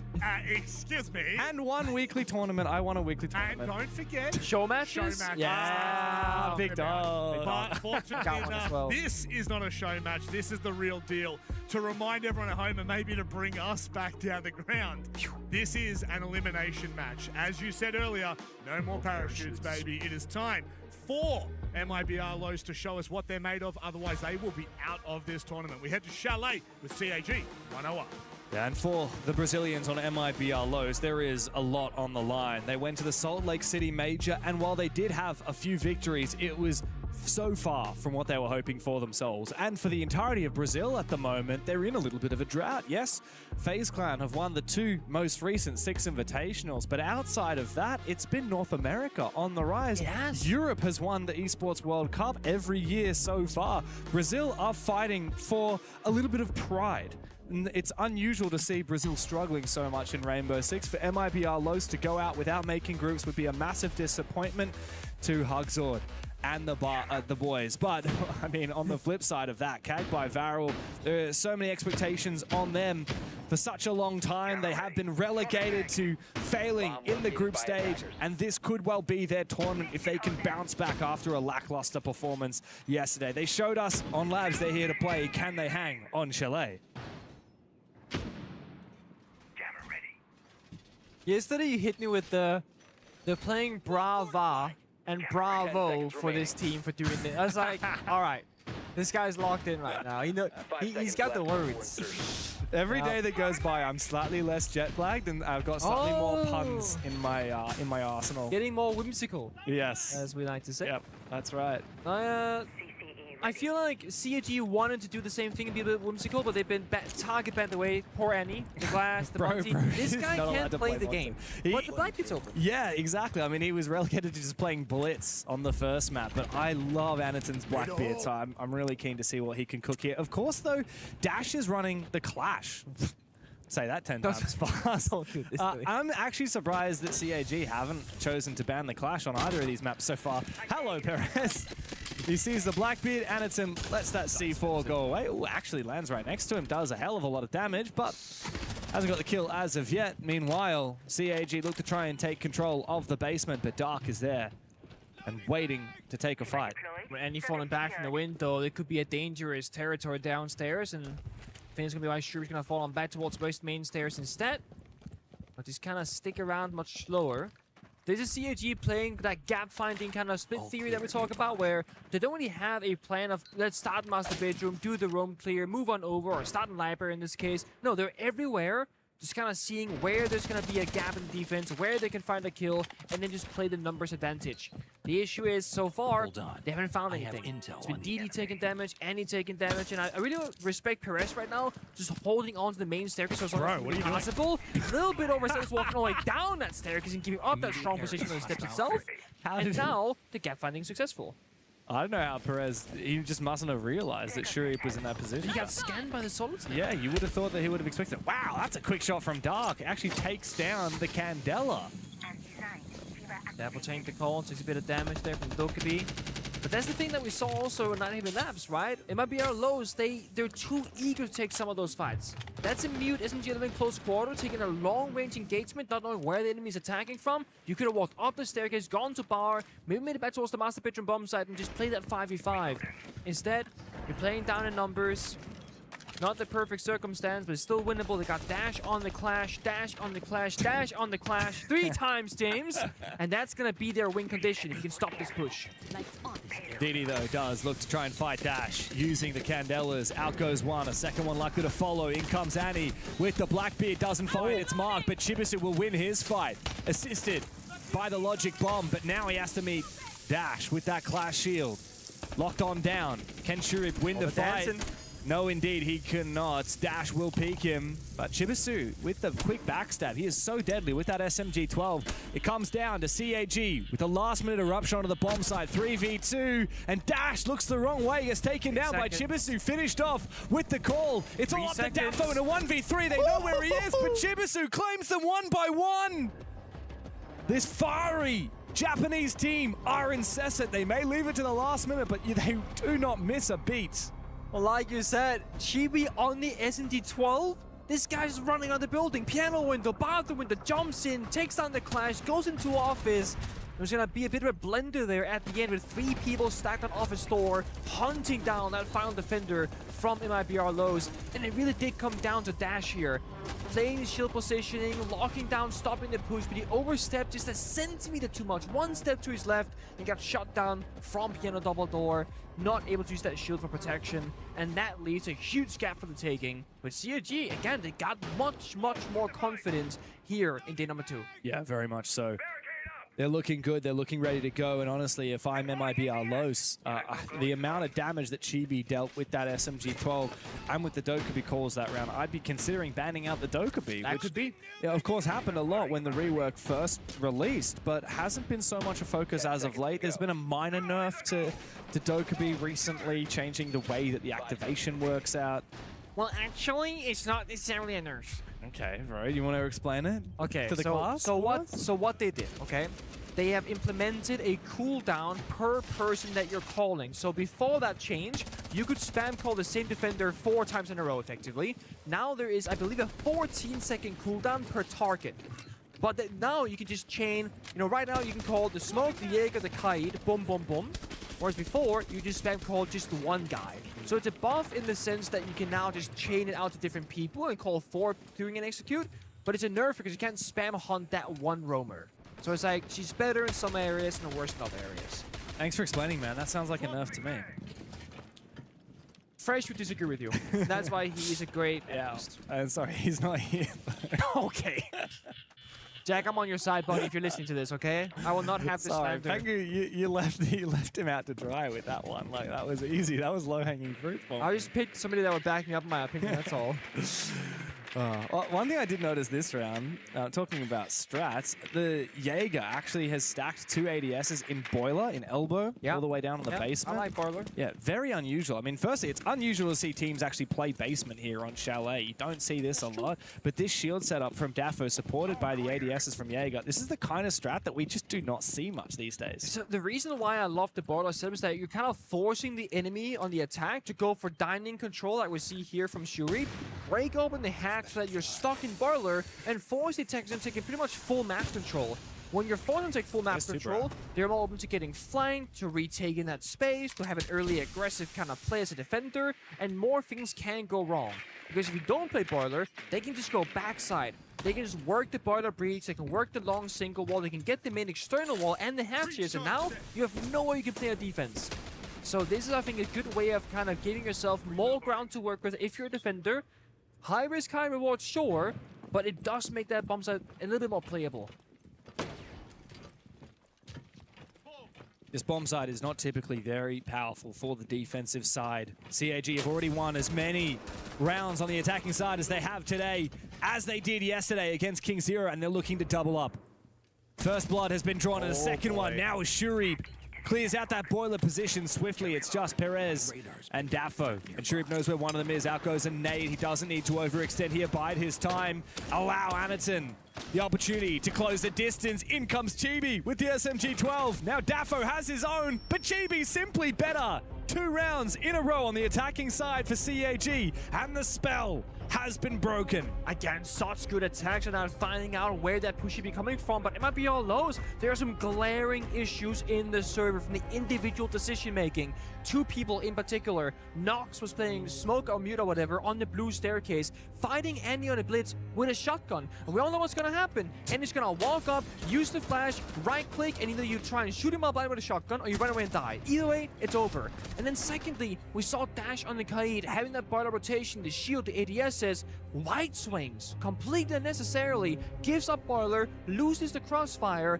and just sells his team essentially, right? Because now that middle chain is broken, the defense can't help each other anymore, and everyone's left on their own in a corner. Yeah. Stuck in blue, stuck by the breach, not ideal. A lot of things went wrong there for MIBR Los, and the first one that I noticed was actually the fact that the Tubarão was out of position when the exothermic charge came on. Yeah, also true. Kaid Tubarão, I mean, you're bringing those operators together to try and delay as much time on that external breach, and because they didn't use it well, they struggled in the latter part of that round. A tactical timeout has been called, I believe, by MIBR Los, so both teams are now having a little bit of a chit-chat about what to fix up. We've only seen 2 different bomb sites taken so far by the Brazilians, the top floor and the basement. None of the ground floor bomb sites, which these days tend to actually be the best bomb sites on Chalet. Yeah. And it works like a sandwich. You can play above it, beneath it, around it, and play a lot more map control.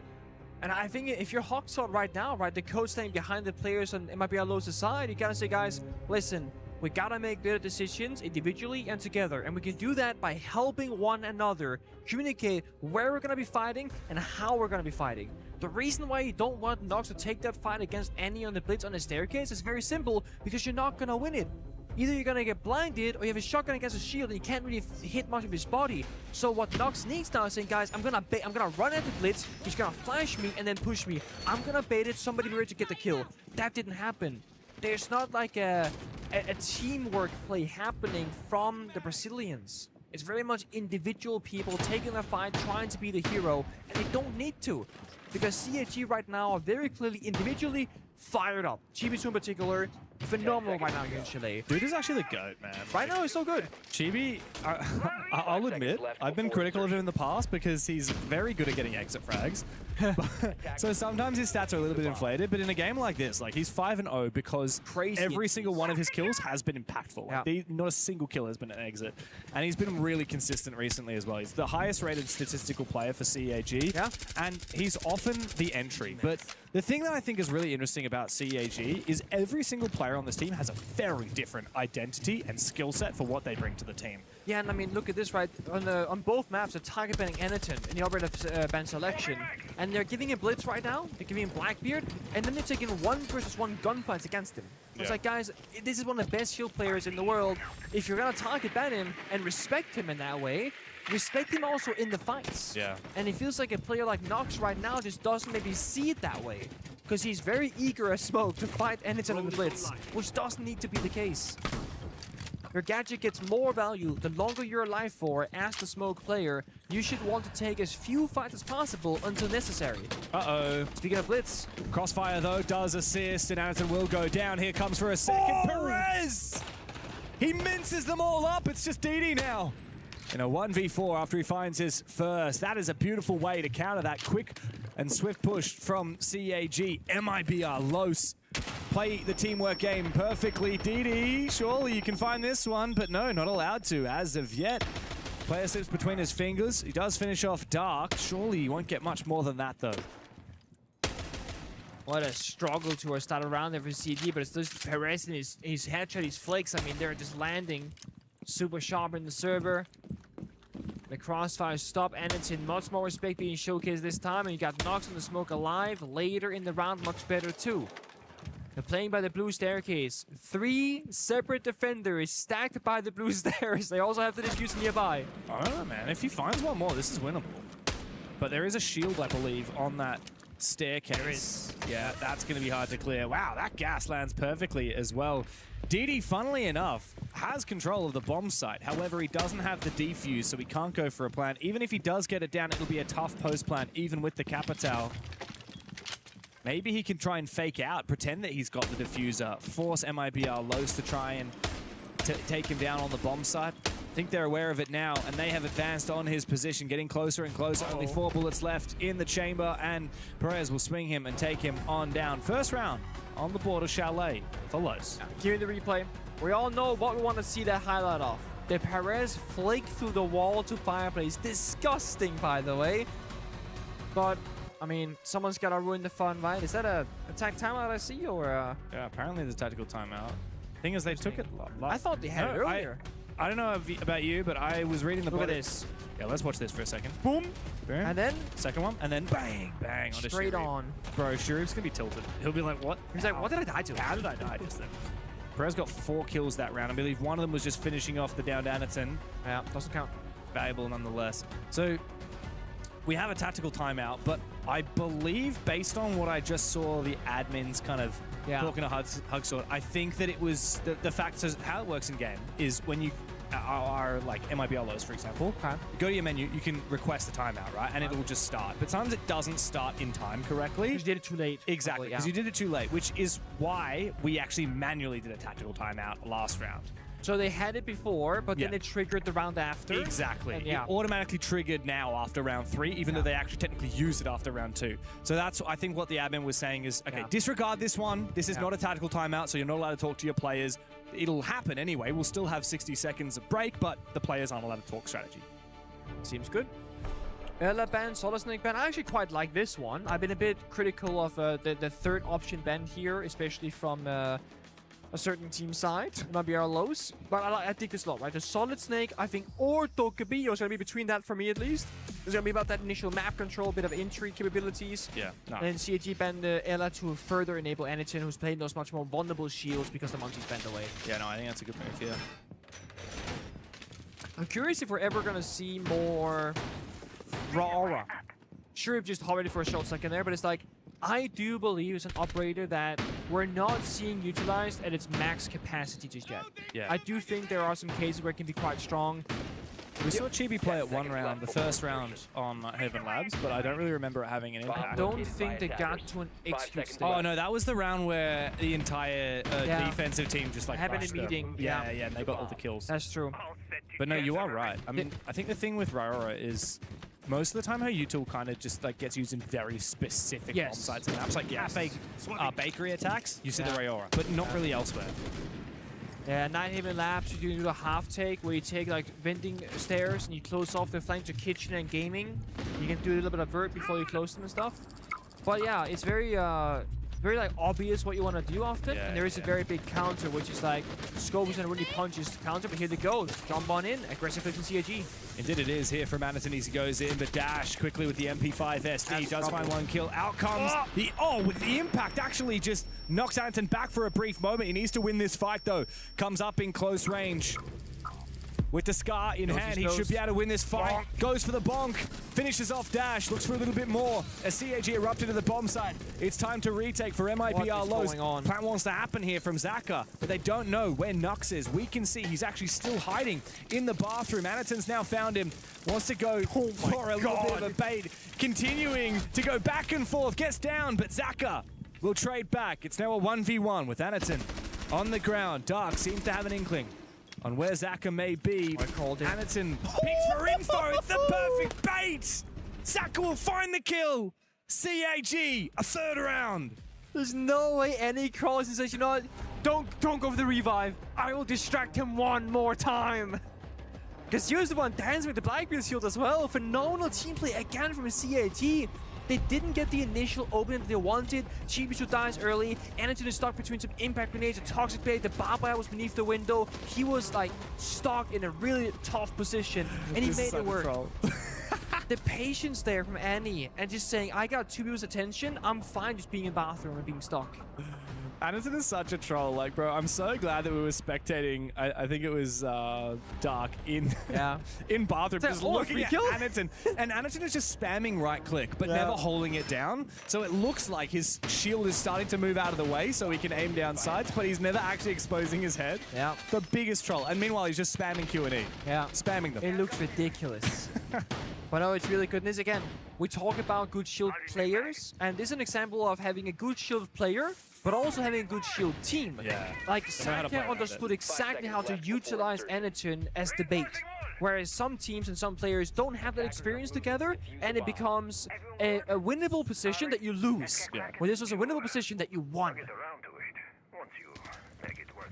So MIBR Los, they are on the unfavored side, but as we mentioned yesterday, CAG actually looked better on their defense than on their attack on Chalet. So I'd be pretty scared here if ML aren't able to find 2 to 3 rounds in this half. Ideally, the full 3, which means they need to flip it on right now. We're going to bar games for this defense, Penguin, and what I noticed is actually a fully reinforced hatch inside of Library. Typically, you'll play a player inside Library with that hatch open. They fall back. No, I was going to say the same thing. It's a very different approach here from... What? Bro. Just get door banged as well. This has been an issue for the Brazilians all day long. They've died like 6 times now through a door, window, or a barricade above a 90 lamps and here in Chalet. It is haunting them. Is Valkyrie dead early, which there is, I guess, a benefit to? You can now just sit on those cameras. Yeah, except Dokkaebi sacked them. Yeah, but that's only temporary with the rework, to be fair. Sure. But yes, the other issue is there is a Dokkaebi in play. Yeah, and you've got Nike in place. And with the hatches being opened, reinforced rather than Library, like we said earlier, it does give less playable positions for defense. Because like you said, you can play in Library and now fall back. You're going to be on an island, stuck in Library, like a box if you choose to go there. So the fighting is happening in Master Bedroom, in Bathroom Piano, right behind the player of Dash right now. And if these Romans die, that should just be the round for the great shot. Saka shuts down the first push. He should not get out alive. Oh, wow. What? Finds Anderson. Quick kill from him, but Chibisu will trade it on back. Chibisu, though, immediately dispatched with. Now it's CAG on the back foot as MIBR Los may be in the perfect position to flip things. They fall back towards the bomb site. Shurip and DD. Oh, wow, DD is very low HP after that Thorn Trap hit him. Really a lot of pressure now on Shurip to land these shots with the SMG-12. Yeah. One of those rounds where if you just wait a little bit more for Anderson to walk in with the Blackbeard, get the information, then start working those window repels, maybe the result will be different. Small mistiming though. They can do a bit of it, they got a little bit of time to work with, but now the has been reinforced with no hard destruction on the attacking side. This will heavily favor MIBR Los. They can play those corner positions, play inside of games, play inside of stock, and just not expose themselves to the hatch or the verticality. Reach charge is hot. Again, DD is so low on HP though. Like, he can't even afford to walk into this laser, for example. If he walks into that laser, he's dead. He can't walk through the barbed wire either. He'll be dead. Shurip's got to do a lot of the heavy lifting here in this round. DD, though, reveals his position by shooting that barbed wire. I think Shurip is actually going to go for a drop. Nux will catch him. DD, there's absolutely no way he can win this. MIBR Los, finally. A second round on the board. Time to finish off the half. Only 2 ways this can go. 3-3 or 2-4? That is the question. I'm trying to think, like, expectations-wise. Would it be unreasonable to be like, oh, MIBR Los should get 3 rounds? I don't think that's fair. I feel like it should be a 2-4 half favoring attack in a perfect world. Yeah. Oh, I think so. Look, if it is a 3-3, then CAG, they just need to replicate what they did yesterday against King Zero and find 3 defenses. Yeah. And then they'll be, you know, in for overtime at least. But I think if this slips to a 3-3 here, that is a disappointment for CAG because that means a momentum swap as well. That too. To go from a 3-1 advantage to a 3-3 is pretty hard press. You'd feel pretty cheated. And MIBR Los also may well be a lot better on the attacking side than King Zero were yesterday. So things to keep in mind. Let's think of it from the Brazilians' perspective right now, right? You've been given a lifeline. It's now time to double down, time to bring it back. 3-3. They're leaning more into the Valkyrie again, despite being countered with the IQ and Dokkaebi last round. Yeah.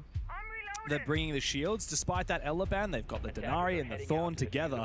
And the unique one here, even with Azami in, they're preferring the castle. Yeah. I do like it though. I mean, there's always a discussion of if the enemy brings DMRs, Asami's more or less ineffective, whereas as the castle does require soft destruction, which there is a Flores in play for that. And of course, heavily playing around the information game open traps and the cameras, TB great shot to Perez, and that is going to take away a little bit of that roaming presence. Perez often is one of those loose players that will do whatever he wants. Not to be for this round. I do think for CAG though, you just play out the round as you intended. Step by step, nice and slow. Utilize the Grim Beast information. Try and look for a big boom kill, just feed it downstairs. Get Anakin as a Blackbeard inside the building and start working it. He's got the booms ready. He's waiting for the Grim Beast red ping. He's surely right downstairs. Nux is toast any second now. As soon as Shurip has the info on where he is, he's currently watching his flank. Team kill to Annie. Anakin gets TK on the window by repels. Didi. That is a very rare mistake for CAG. It's not often that they will team kill their shield. Here come the 3 big booms from Shurip. Actually went all the way down into the basement to catch Dash. Interesting. That's a huge kill though. Now CAG retain their advantage. Imagine they had Annie though. 5 versus 3, got the shield. They can easily go for a plant in like 20 seconds from now, but we got the shield. It is time for a plan B. Gotta figure out where those defenders are and where they can enter the building, because trophy window looks super scary unless you know it's clear for a fact. Well, they know one's in closet here. Zaka needs to try and use his Grim Beast to support. I'm not sure if CAG are aware that there is a player inside a bathroom as well. They would have just heard Daffo rattle out a few shots with the UMP. The smokes will slow down Zaka here. No need to rush. Shuri brings out his concussions from the Zoth. Wants to make an entry with DD. Nobody's try and repel inside. You're right, there is no one in kitchen, which means DD can get inside for free. He does go for it. They pre-fire through the head holes. They look to make a breach on the bomb side. Dark to find a flank. He finds his first. DD will trade it back. 3v2 as the plant poised and ready to go here for CAG. Daffo wants to go for a flank. Both him and Nux are still up above this bomb side. They only know for a fact that one guy was above. With the side being clear, they can deduct that it has to be a second player as well. Gotta worry about the staircases and of course the hatch being open. A plant technically possible, but both defenders have a secondary or primary shotgun, so verticality will be against CAG. Diddy will start forcing that plant down. RCAG ready enough to watch for it. Daffo tries to go into the hatch, tries to deny the plant, but he is far too late. DD's got it confirmed. CAG into the post as they look to lock up this half 4-2. All they need to do is sit outside on these repels to bide their time and wait for MIBR lows to surely, desperately make their way back to the bomb side. Almost unlosable position. A play on the pick on the repel and 2 guys by the side playing together. Daffo takes a bit of damage, so does Saka. Perfect kill. Patience, pre-fires, and all it takes now is just a waiting game. Daffo needs to get back onto the bomb site. He's got 4 seconds to do so, and he won't even try. CAG say, come on, give us your best shot. Shuri will claim the final kill. It's a 4-round half. The CAG, they are well on their road to redemption. You see what happened there? The second they won the round, DD looked down the table towards Annie and said, I'm sorry for team killing you. Hands together, right? And I think that's really important, taking responsibility. It was a good outcome. They got the round. They're having a laugh about it, but they recognize, I'm so sorry, I messed up. That's on me. Let's focus on the next upcoming half. I think those very small things, obviously a big sign of maturity and trusting each other as a team, but also just making sure that there's no bad vibes. Yeah. Because if Anitun's, I think he's looking, he's 2-6. He's having a great game. He's having a good impact, but on the scoreboard, he hasn't found the kills. Some players will feel a bit tilted by that. Then you get team killed on a round that should be a 5v3 free victory. Yeah. It's like, don't worry about it. That's my bad. You're doing great. We talked about this with Fnatic. In the post-match interview, Citizen was really hyping up Smiths for his shield play, saying, guys, you're not ready for this guy. He's a new player who's at his first ever event. He's getting gassed up by a Pro League champion. Like, it means something, right? Yeah, it does. Have your teammates supporting you, even when you're bottom fragging. And that is what... Especially when you're bottom fragging. Well, yeah, I mean, more so than ever, right? Like, it's easy to gas up the player that's top fragging on your team. It's harder to admit, look, you know, you played so well and you helped us win that, even though you didn't get any kills. Because Siege is not all about the kills, right? You can have a big impact to help your teammates. We're seeing it here, like, 3 of these highlight rounds is Annie on the shield is doing disgusting things in the server, but not being the one to get the kill. And sadly, there's no way to count the values there. Annie has 2 assists, but he's been in way more assisted fights than just 2. That's right. I mean, the Siege is a much less of a quantitative game than people realize, and that's why the stats don't always tell the whole story.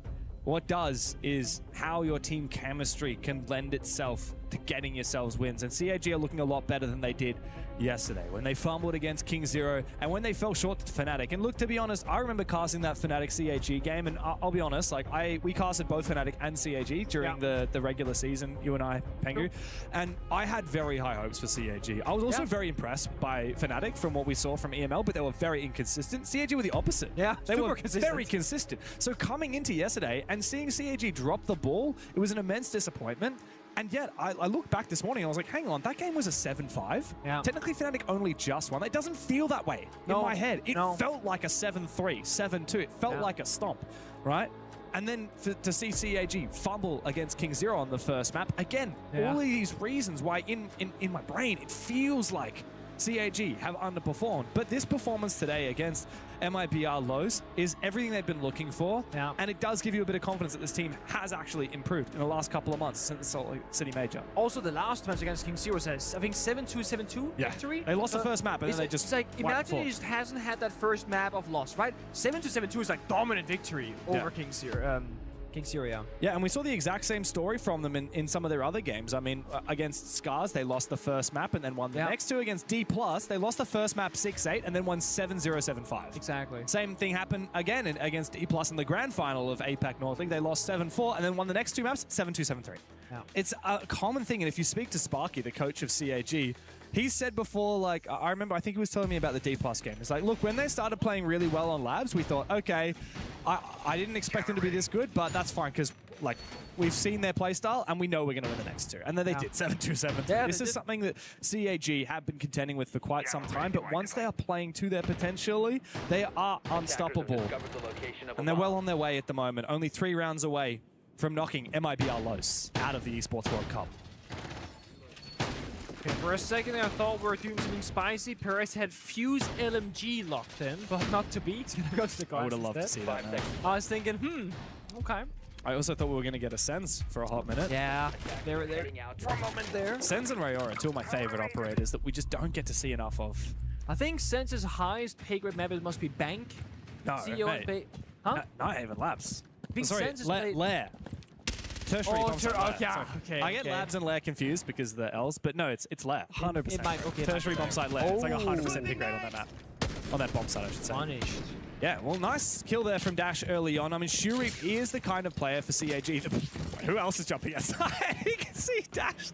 Double down. He can probably cack his pants as soon as he sees that detected outside notification right after he gets one kill outside.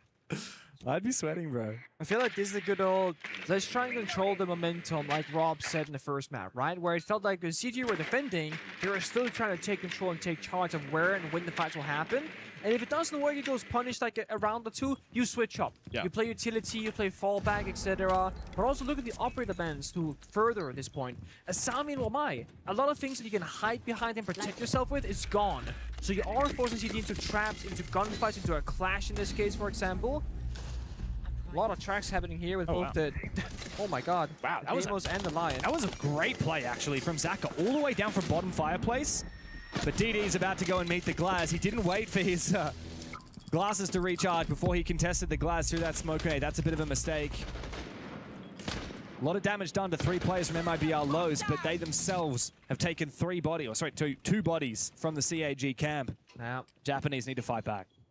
And New Saga was in the basement a few seconds ago. They know exactly where enemies on the clash. And now Chibi as well as out of Piano is exposed. And he finds Person on the glass to ease in the blow here from CAG. Remember, one important operator from the equation.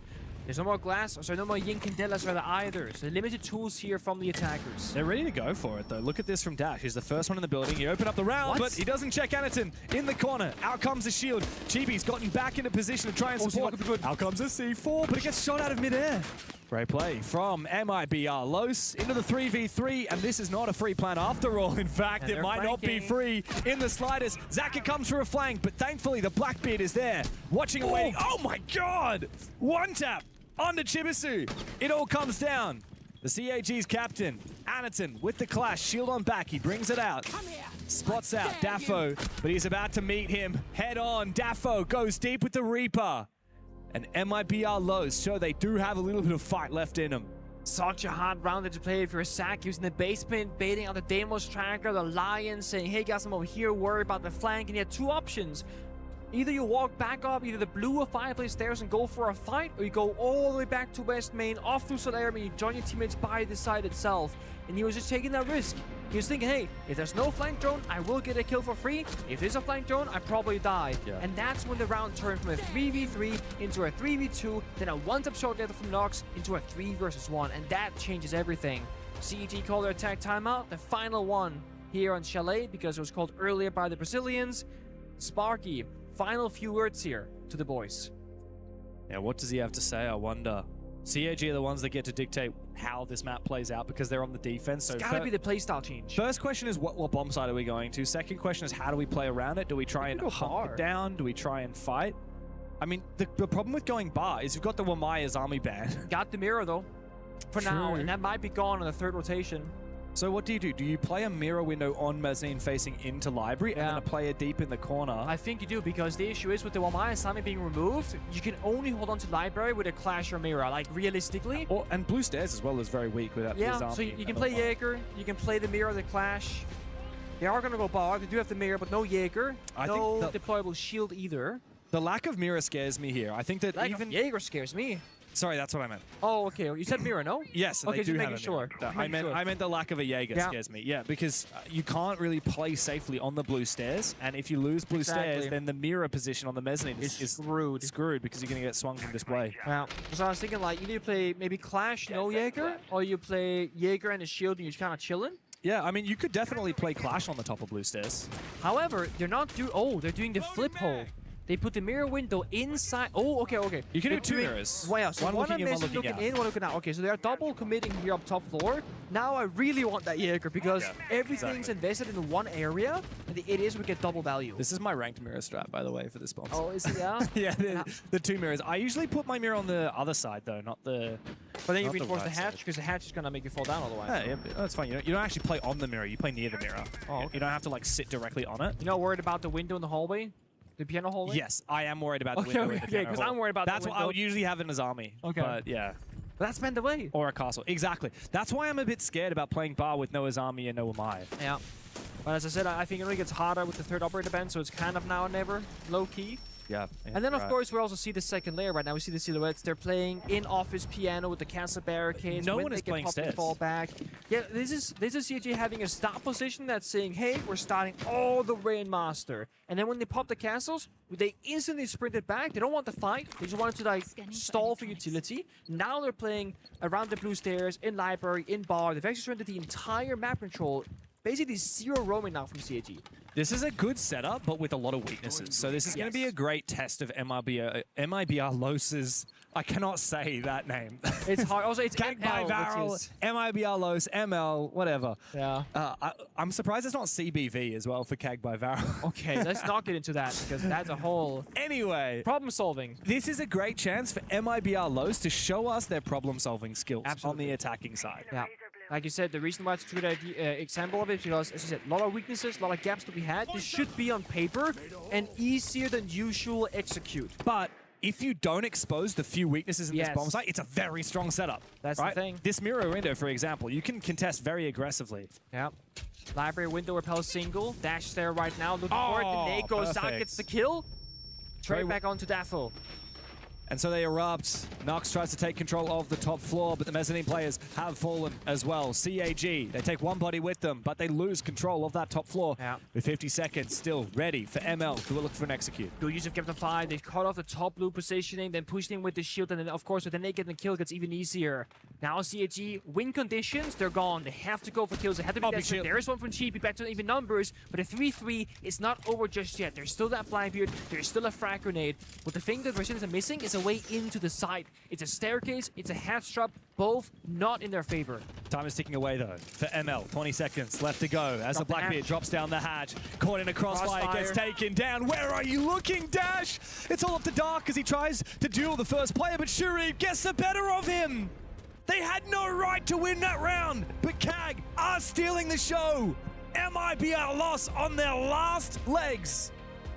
They had the problem-solving skills, they got library, they picked apart the setup, they got the opening, and yet they still lose the round in the tiny details. Losing a fight on blue staircase, a 50-50 gunfight, that's all it takes. C4 response to the grenade was a nice attempt there from CAG. When it comes down to the gun skill instead, this is a much better CAG today compared to what we saw yesterday. They are starting to believe, and it might get them a 2-0 win over the Brazilians here in the play-ins. very possible. Quite likely at this point, and it really does seem like since the tag time has been a stylistic change here, right? They played full fallback, full turtle. I'm sure Sparky was saying stuff like, these guys are great shots, they don't know how to problem solve. They can't pick you guys apart. We got good strategies, use them instead, don't give them any opening. So rather fall back early than overstay and die. I really expect you to continue with this kind of trend until it stops working. And then you adapt one more time. You're challenging MIBL's ability to adapt on the fly, because mind you, there's no tag timeout for their coach of Hawksword. So the players are completely on their own. The last time that we saw CAG beat a Brazilian team that wasn't D+, because we don't count D+. Was it Reload? It was at Reload. Okay. And they took down Team Liquid.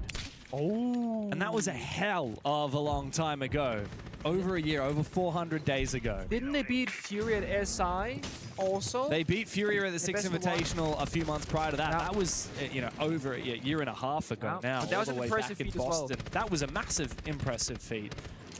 It's been a very long time since they've shown that they've got what it takes to take down one of these Brazilian rosters that actually competes in the South American League, that is. No offense, D+. Elevate D+, you know, yeah. ED goes down early though, that's not gonna bode well for the Japanese, but I would say to lose anybody individually is very good at his DD. He can watch the cameras, he can call his shots, and he can guide his teammates with his voice instead. Yeah, and it wasn't really an important operator here in terms of util in the mid-round either. Yeah, he has. He set the util. Big aggressive play though from Zaka. Oh. Finds a second! Big double kill here with the UMP. It's Dark and Daffo now to pick up the pieces. They get in the building. You fall back until you stay. The hatch is open and available to Saka. And he's in master bedroom. He must have heard that laser going off. He sees a laser on the wall as well. Yeah. And now he's sticking around. Shuri in piano hallway. Saka by the master bed just proning on the ground, making no noise. And he finds a third in the round. Jumps up with the UMP and actually decides to fall on back. Played safe. Very smart move. Now Dark, Shuri. 9 bullets in the magazine. Don't like that. He takes down Shuri, 1v2. Potentially Daffo revivable, never mind it's not. Zaka will go down and take Daffo. Dropping down below, answering his phone quickly. 1v2 for Dark to prevent CAG from claiming match point. That's such a smart play though. Shuri overstays and dies and Sek goes, I'm gonna go confirm the kill instead to make it a 2v1 instead of that 2v2 potential. So they make a bad play into a good one. And Dark has to fish on the vertical. He has to find that kill, make it a 1v1. Then the gadget becomes his win condition. Has to shoot the cameras. Dokubi calls is temporary, no longer permanent. You go for a Dokubi call here, and that'll give him the sound cue of where Zaka is. He can hear him. Zaka has to choose between taking the damage and being forced to move when the phone explodes, or answering the phone right now. Times it. But I don't think Dark knows. Chibisu is waiting in the corner. He does see the laser for a brief moment. CAG are playing this perfectly. Holding that crossfire, forcing Dark to make the first move. Chibi first contact. Zaka will swing as well. The two of them together take the round and project CAG onto series point. Closer and closer they will go. Almost victorious, but not there just yet. But this is CAG playing disciplined in the 2v1, where sometimes in the past, they would falter. One guy swings too early, they don't have the synergy, somebody's nervous and makes the wrong play. But again, with DD, with this new look to the organization and the roster, they got much more discipline, much more consistency in the server. Operator bans coming out, and I'm not exactly sure what it's gonna be. Mirror originally was gonna be my thing, but Castle gets target banned the way being played every round since. Peeling back the layers, you can't hide behind anything but the Mirror and the Clash now. And the Clash is a movable character, the Mirror much more stuck. They both have different counters, verticality being one of them in particular, and then Ying as a response. Those Candelas, no more. For MIBR Los, it will need to be 3 rounds in a row to survive another day in the tournament, and even then it's not a given. Because the winner of this match is going to play later today in a knockout match against Shopify Rebellion, finalists from the Salt Lake City Major. Yeah, looking like the best team right now in play-ins. Yeah, and not by a small margin, that's for sure. Look, CAG have really made a strong case for themselves of actually being a decent team, decent enough to make it into the group stage maybe, but it could just be a little bit unlucky for them who their opposition is in this next match. Don't worry about that yet. All you need to focus up on is one more round here. 7-4, 7-3 over MIBR loss. That's a bit of a statement. The first time they've beaten a team that's not from APAC or CNL in over a year. And changing their chalet around from yesterday, having a brutal loss to a convincing victory if they were to close it out here. Losing to the bottom-seeded CNL team, by the way, on this map. It's gonna give them a bit more map pool power for the games to come, because again, BO3s, they require you to dig deeper and deeper as you progress the tournament. In a BO1, you can kind of crouch a few maps and that's it, and ban all your weaknesses. That doesn't work in a BO3. You gotta let something open that your opponent will be better than you at, typically. I think CAG are actually better at BO3s than they are at best of ones. Oh, it's a rush. Indeed it is. Oh, it's a quick rappel inside for Dark, but he is found. It's a desperate, throwing everything at the wall moment for MIBR Los. Anaton, though, does die, funnily enough, to Dash. Thanks for that Dokubi call, but a C4 from Chibisu puts an end to Nux. It's Perez and Dafo now to try and win the 2v4, but CAG have not been making mistakes. They have not been giving them any chances. Dafo just waiting for his moment. Chibi lies in wait with the shotgun at the ready. Will Dafo make the first move? Indeed he will. Chibi finds 13 kills. Perez up against the world, but it is the end of the road for MIBR Los. CAG, for the first time in over a year, have taken down an opposition from outside of APAC and CNL. And they stay alive for yet one more game here at the Esports World Cup. A revival, much better performance, much sharper on the server, the coordination, the synergy, the confidence, and also strategically having that switch up, starting off super aggressive on Chile, jumping out windows, trying to play the game of disruption, to then playing utility, fall back, play the castle, force the castle ban by the way, and then still find a third way of playing it and come out victorious. A great way to do it for CAG. It's a shame it took them a whole day to warm up into it, but they are finally here. And I think with that result for CAG by Varel, it does recontextualize the tournament results so far. They're not done yet. Sadly, that's not the case for MIBR Los, and you can see it is a very frustrating moment, a sad moment for the Brazilians who flew all the way here just to play 2 days of Siege and then fly home again. But for CAG by Varel, they're well and truly back on the world stage, and they're looking to make an impact. I'll tell you this much. They looked so impressive today. So much better. Those two matches, and I think it's really important to talk about this here. We said earlier in the first map that they were dictating the pace, they were controlling things. You said that. That was all you. Well, and it was analysis Rob over here. I heard Pengu agree with me, and I thought, hang on a second, we're on to something. But I also think as well, they followed that into their second half on Chalet there. However, this time it didn't work, but what they did incredibly well was decision-making. They peeled back slowly. They didn't just force back to site. They were happy to re-engage mid-round. They were happy to re-engage late round. And they seem to always find small little openings, Nick. And I think, look, as much as we want to give our commiserations to MIBR Los, because obviously this is not the performance they would have wanted. No. We do look on the other side of that flip coin and say that after, you know, what, I want to say 2 years there, we're finally getting to see the traction slowly get back into their favor. Yeah, another thing to say about CAG as well, right? Like we talk about, oh, it's been since Reload that they've beaten a team on the international stage. Actually, Reload was with a different roster. Like DD wasn't playing for them yet. So technically this is like the first time here at Esports World Cup that we've actually seen them win matches on the international stage with this new roster. And as we've talked about, CAG are a completely different team to what they were at Reload now. Like not just making that roster change, but bringing DD in from coach to player.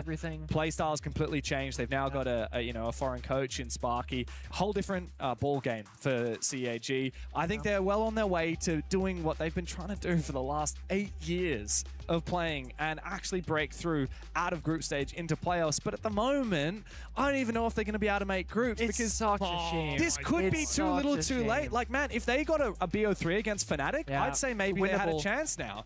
But a BO3 against Shopify Rebellion, I don't know. Nah, it's doable. Don't worry about it. I love my Japanese roster. But I will say, look, when you look at MIBR Los, we do have to talk about them because this is unfortunately the end of the road for them. I think, Nick, it's fair to say they weren't impressive enough. they weren't where they needed to be, and I'm sure that they know that themselves. Yeah, and I will say they were better today than they were yesterday as well, just like CAG. But their improvement was not as significant as CAG, and therefore the results also worse. Yeah.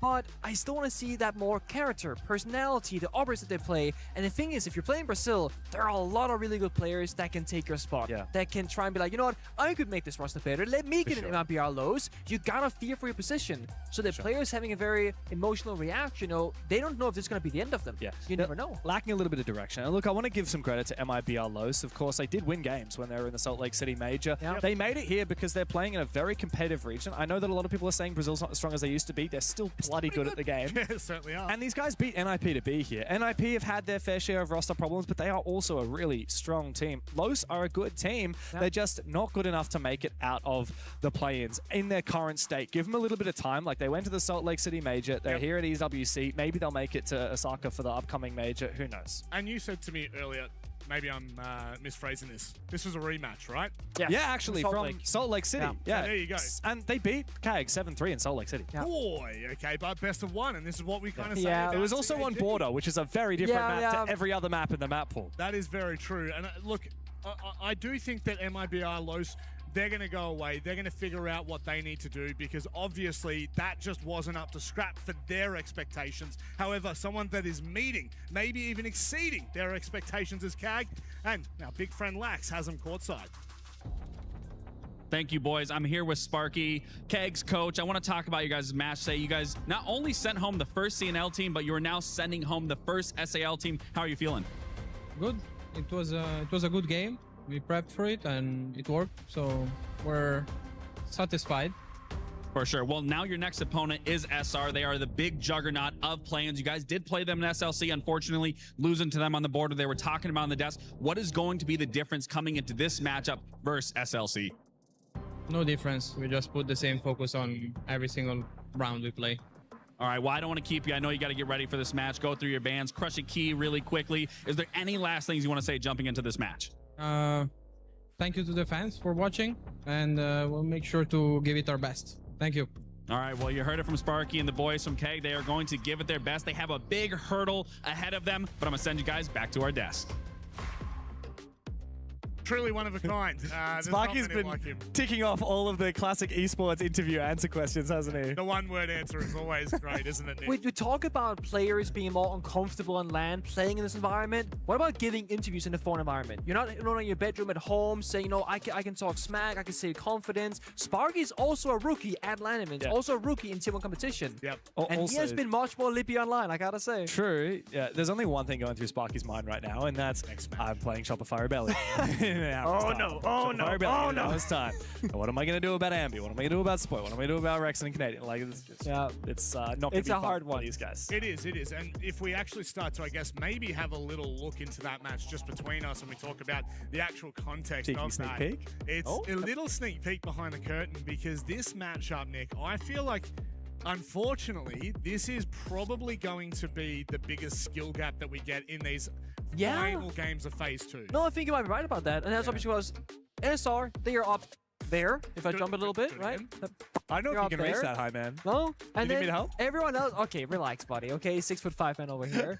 I'm just 6 foot flat.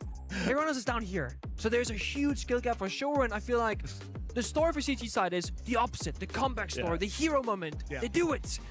But the other side is like, SR, they need to show us just how good they are. Because they've been making easy work of the competition so far, and doing that also to CG to go all the way to groups, that would be the final message that we are ready to go as far as we humanly can, and hopefully aim for a top 4, top 5 position. For sure. And look, Shopify Rebellion haven't truly been tested as of yet. The two games they played so far were like pretty comfortable wins. And of course, they do play in what people are saying is the strongest region right now, which is North America. That's pains me to say probably it, true, but it is probably true at the moment. Remains to be seen if it's actually the case. Of course, we'll have to get into the playoffs to see that. But look, Shopify Rebellion are looking really good right now. And funnily enough, I look back into the history books. These two teams have played together, CAG and Shopify Rebellion, in Boston at the Six Invitational a year and a half ago. I think it would have been the same 5 squad on Shopify Rebellion, but just one player different on CAG. It was a 2-0, but 2 very close maps that Shopify Rebellion won. So I don't know. I don't know. Just a little history to it. I don't know if that really pertains much to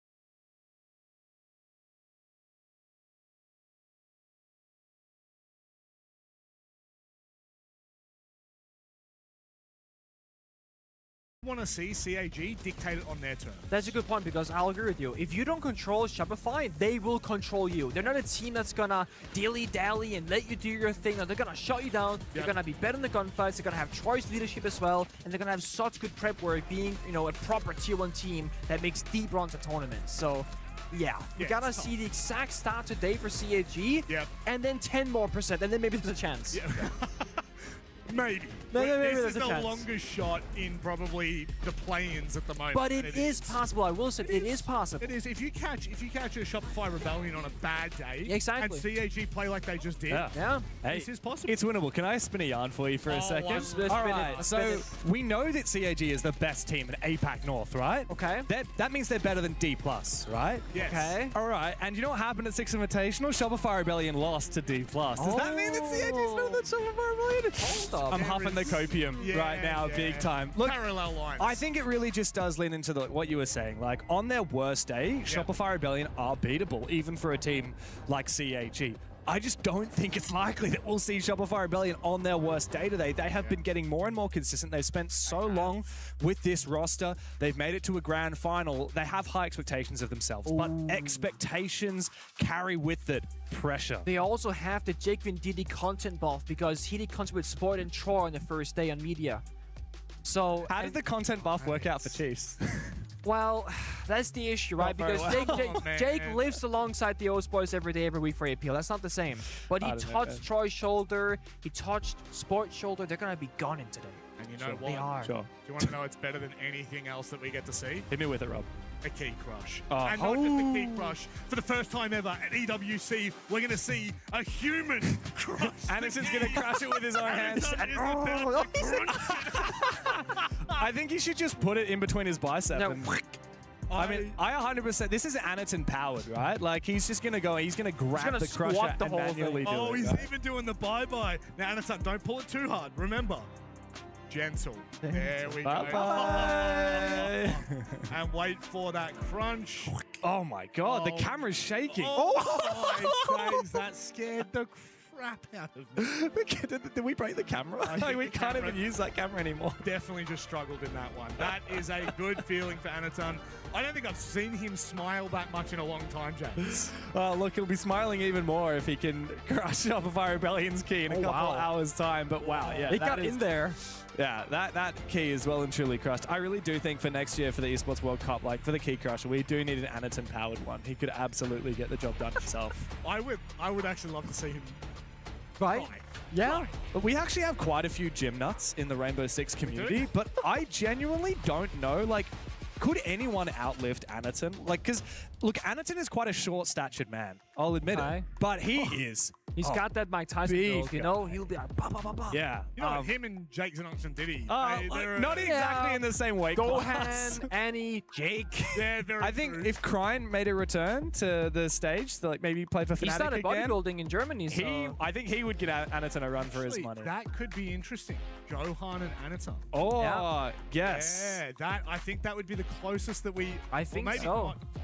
Gohan is also quite a bit taller than Anaton. Gohan is twice as tall, but I think Anaton is twice as wide. He is absolutely stalling. Look, got legs like tree trunks. He can crush him for 20. That thing is just getting smushed into a ball. But that is a really good feeling for CAG. That's now 2 keys that they've crushed. Huge. And I think even just the takeaway of that, Nick, is something in it of itself. And this next step, I think this is just the free shot. I think they're going to go in with a clear mind, clear conscience, and enjoy this matchup. I think they have to. I think you have to find that position where you say, guys, let's enjoy that we're here, playing big tournament, playing on stage. This is like everyone's dream as a player. Win or lose, let's take it in and let's do our very best. Because if you go into thinking Shopify Rebellion, they're so much better than us. Oh my God, we had a slow start the tournament. That's not a good feeling. Yeah. Expectations are the enemy as well. For the best of teams. And we've seen it before. I mean, it happened for Weibo in Salt Lake City, for example, when they lost to EP.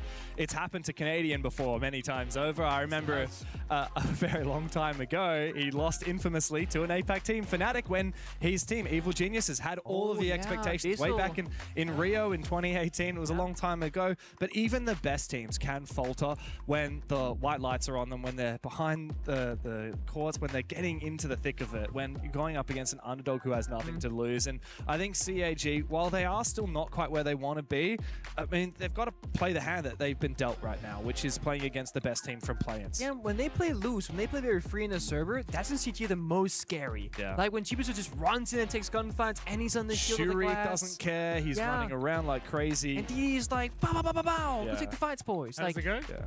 bow, bow, bow, bow, bow. Thank you, I'm so glad. DD does that sometimes. I always you know? like it when someone actually leans into that bit and isn't awkward about it. Thank you, Nick. You should wait until we see a Zofia 3 big booms. This guy gets crazy. Dude, earlier today it happened, but we weren't ready. I know, It happened we too weren't. quickly. Because you went, oh, he's ready for it, and then, oh! I need the did it. Pengu 3 big booms. Yeah.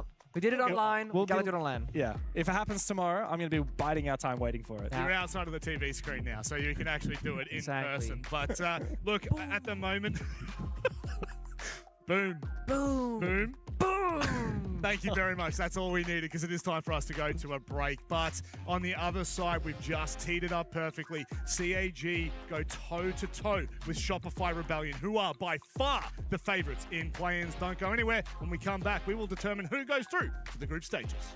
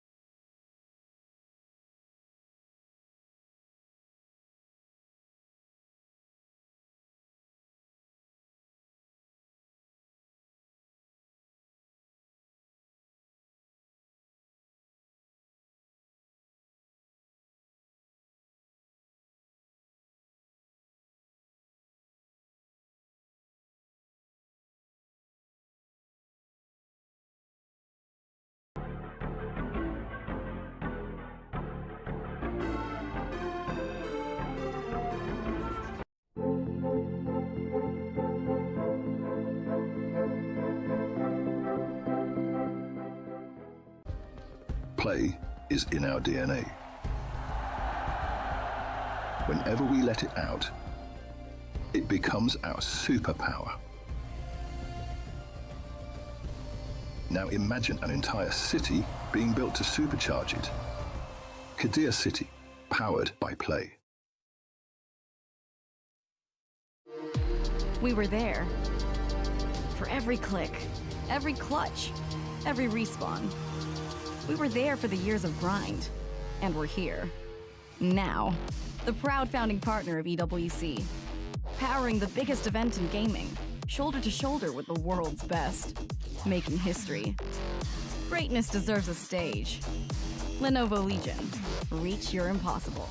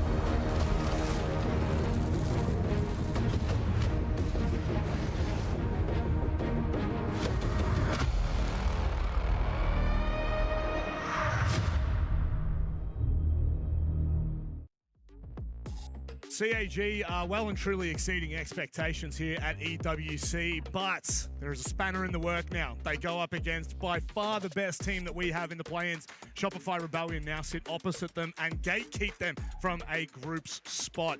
Welcoming back to the desk. Gentlemen, it is lovely to have you back with me. Guz and Xenox Reed. Good to be back.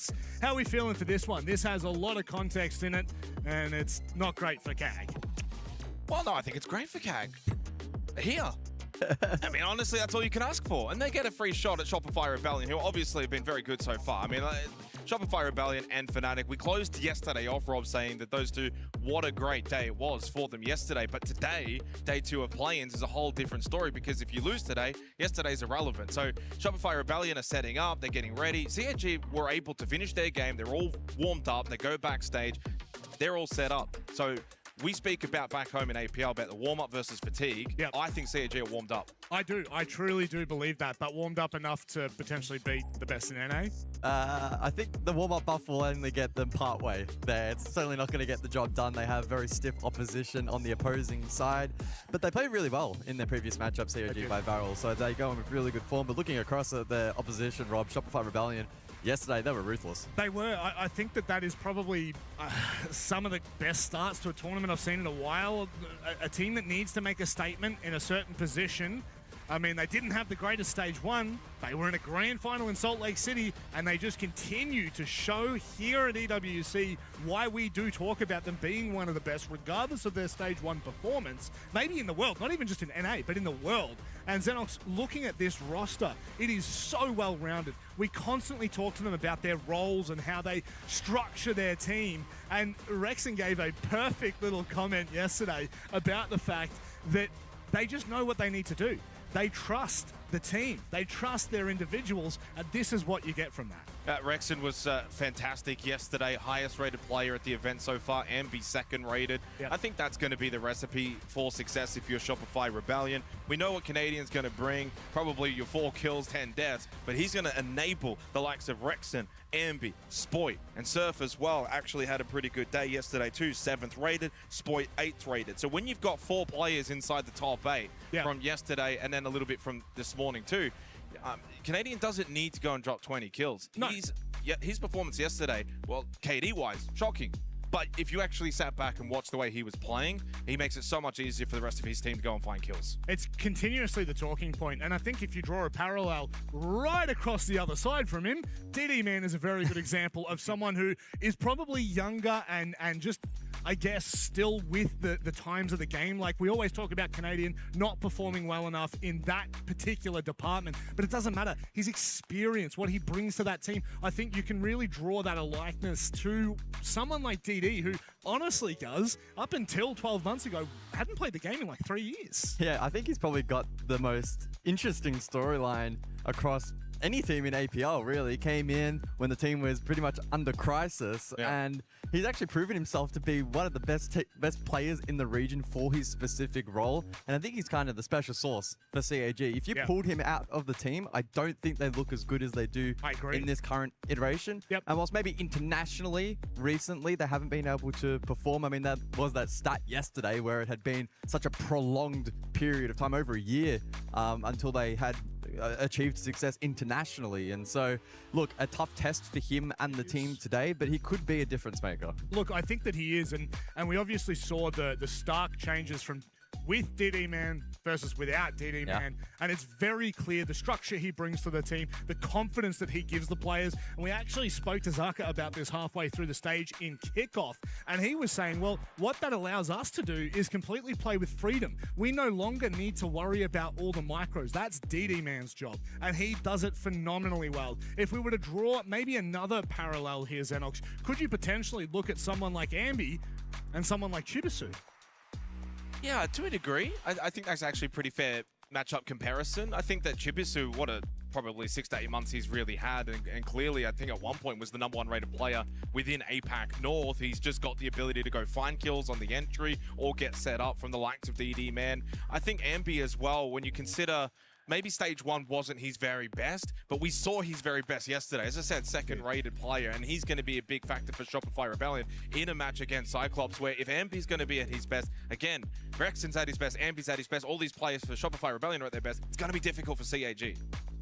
Yes, look, it is... There's no other way to put it. It's going to be difficult, but I think CAG in their current form, this may be the best team, I think, and the best form we've seen out of them in the last 12 months, in the last 24 months, Guz. I think that if there was ever a time for a roster like this out of APAC North that has so much history to do something insane, to break records, to completely rewrite the script, this is the team to do it. Look, I don't know if this is a hot take, but I feel as if of the 4 teams that have made it through to Phase 2 here of play-ins, second day at EWC, they're probably the second-rated team behind Shopify Rebellion. You could maybe make an argument that Fnatic filled that slot. I think it's pretty close. I'm probably basing that largely on how they played earlier today, right? CAG earlier today were phenomenal. Yeah. And so it's kind of unfortunate that they now have to take on by far the strongest Is team. it easier to say that of the 4 teams that are remaining, and obviously as we know, we've got another game on the B stream still happening, but Tyloo, Eula Club, whoever wins that isn't going to be as strong as CAG.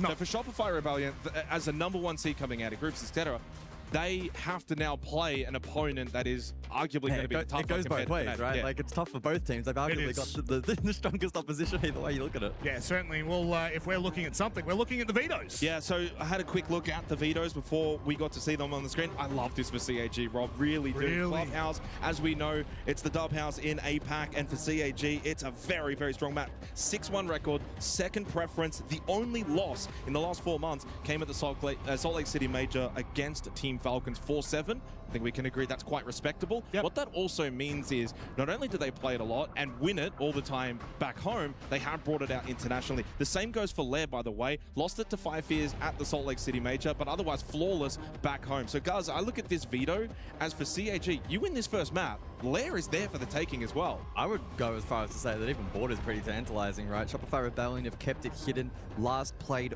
47 days ago, Rob, and the numbers across their plays, 7 total, it's pretty mixed.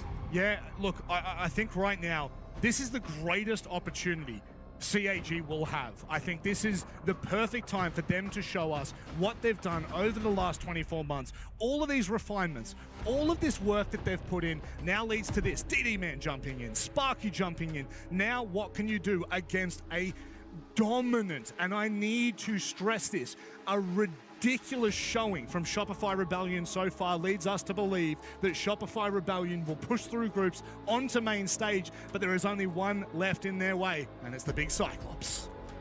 Thank you, Rob. Let's get underway. Big match for play-ins. This is both qualification and elimination for Shopify Rebellion. Must win. Let's be real, cuz. Regardless of opponent, regardless of all the storylines, if you lose today, Shopify Rebellion not making it out of play-ins, it's a disaster. It'll be all over social media. For CAG, a win against Shopify Rebellion on land into then qualifying for group stage, it would be also all over social media as CAG would break the international curse. It's a big one. Strap yourselves in. We're going to Clubhouse. Yeah, as I was alluding to before, in some ways unfortunate for these respective teams how they've been seeded and have a tough matchup. But for us and for the fans watching as neutral observers or even fans of the respective teams, I think we've got it a perfect matchup. It should be competitive. It should be fast-paced, and it should be a lot of fun. Club would go basement first. SR on defense. Double hard breach banned from them, so trying to limit some of the playmaking potential on Club, where hard breach is so fundamental to every single site. CAG have neutralized that a little bit by taking out the Kite and the Bandit, meaning that the remaining hard breach, being the secondaries and the Thermite, can still be effective. I love context. It helps a lot for viewers at home. So the last time that CAG by Varel played this map internationally, Salt Lake City Major against Falcons, as I referenced before in that first half of that match, CAG actually got 3 attacking rounds. So something to kind of maybe look at as a benchmark in this first half, them being on the attack. The bans being Habana, Ace, along with the Kaid and the Bandit. Unfortunately for CAG in that particular match, they only got 1 defensive round, so something to consider. But as we get underway for Cyclops, they are already warmed up from their earlier match win against MIBR Los, won that 2-0, and straight away back into the server, and also straight into the building. Basement to begin. Shopify Rebellion not really showing too much on this top floor. Little towards bar, little towards stock, but they can play these fallback positions.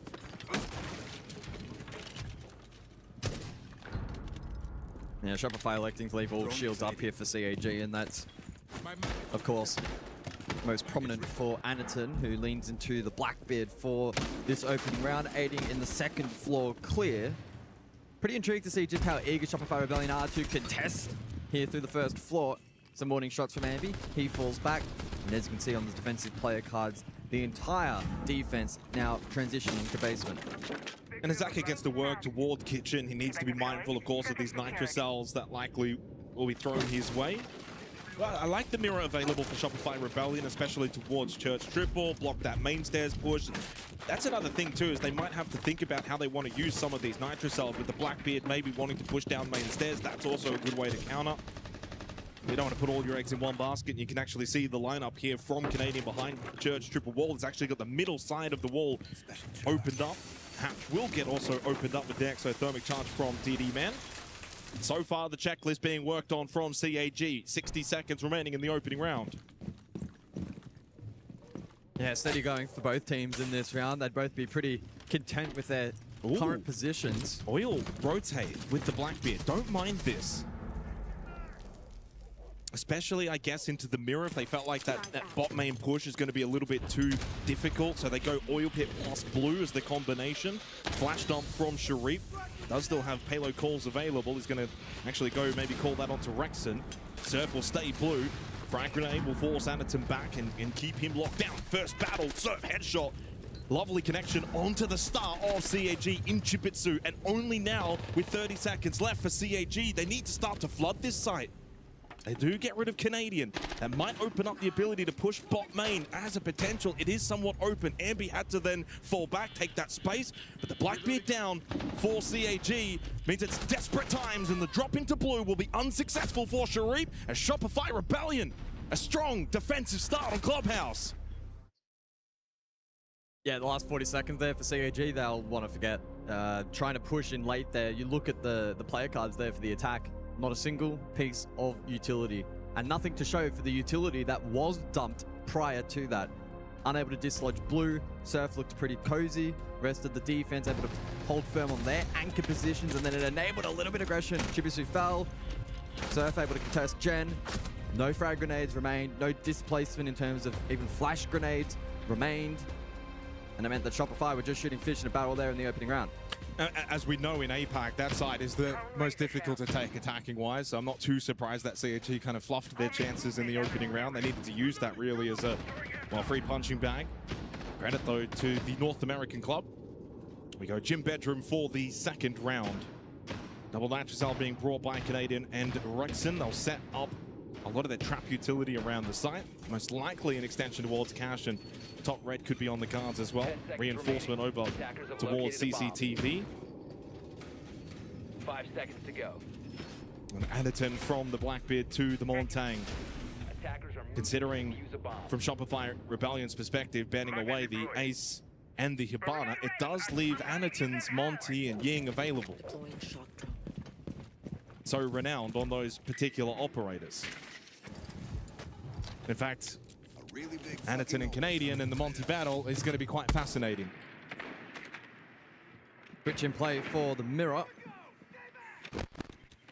Sharif unsuccessful with that opening shock drone. One Mirror placed exterior jacuzzi to aid on potentially denying that wall, but no impacts of note for the defense. And then the second play is a little more deep in towards the objective, or close to, on the bathroom wall. Does free up a little more hard breach potential then on the CC side of the map. And Anderton with diffuser in hand, likely to play the front line here with the Monty. We'll need to be mindful of double nitro on the side of this defense from Shopify Rebellion, alongside the Razor Blooms from Ambi. Yeah, I like this from Canadian and Shopify Rebellion. Just the early positioning, and while that doesn't net a kill, it's showing early on that Shopify Rebellion aren't just going to fall back, play default. There's a little bit of aggressiveness in some of their playstyle. That does come, though, with the ramifications when you lose a player. Chipisu opening kill, and a bit of trouble towards Top Red, but no trouble for Ambi. Even with the Monty in his face pushing up, but eventually caught from Cash. Numbers prevail for the attack. And Anderton with the double pistol kill from the Monty means he's not just a passive shield threat. He's active. And there goes DD shutting down Rexon, and CAG showing what they can be capable of. And poor old Spoit by himself. Little bit of damage. Vault out of the window. Gets one, but not the second. No highlight reel play from Spoit as CAG tie it up, one apiece. Well, we alluded to it before. What kind of impact can Anderton have on the shields in this opening half with them all being available? And he showed some really good composure and maturity there on the push over towards Breadstead. Didn't get sucked into finding an immediate trade onto Ambi right here. Would have been very easy to drop that shield, would have died. If that happens, a lot of the rest of the push through Cash would have been far more challenging, where we saw him get the double 8 on the pinch CC. So shout out to Anderton there. It wasn't just the 2 kills lighting up the kill feed, it was the maturity prior to that to allow that to take place. So Cash and CCTV, we will rotate through the opening 3 sites. 1 for 1, both landing a blow. And both relatively comfortable round wins. 4 alive in the first round for Shopify Rebellion, 3 alive for CAG by Varel. The good news as well for CAG, Anderton getting to work early on that Monty, but the bad news would be if it is successful again here, does it just get banned away? Realistically, for Shopify Rebellion, when you go Ace Hibana, it's not like you're going to then ban a 3rd hard breach. You've kind of just left that 3rd slot as a flexible ban based on maybe something you don't want to have to deal with.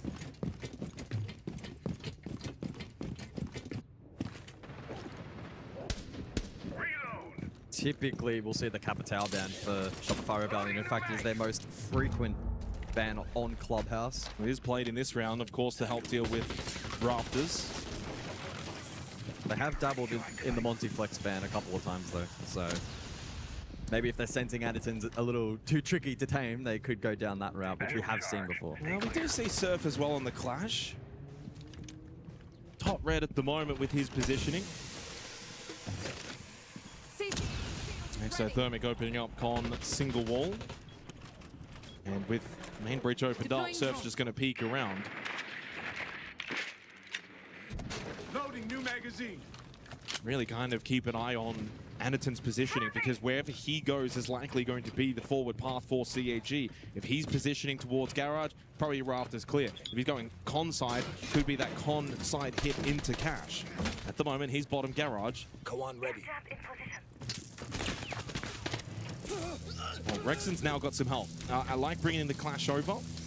They're sensing a lot of bodies now positioning towards Garage, and this is going to be where the main fight will be had in this round. Surf's going all the way to the stairs. Yeah, this is preemptive. In anticipation for the Capital clear, Sharif still with 2 flame bolts. There's 4 players contesting this, and as you said, with Sharif, he's going to have to be the one to cut them off, and indeed, the flame bolt and then Zaka follow-up headshot onto Rexon. If they can deal with Surf now as well, which they do, Anaton wins the shield battle, and with that, they win Rafters control. That was nice. That was really nice from CAG.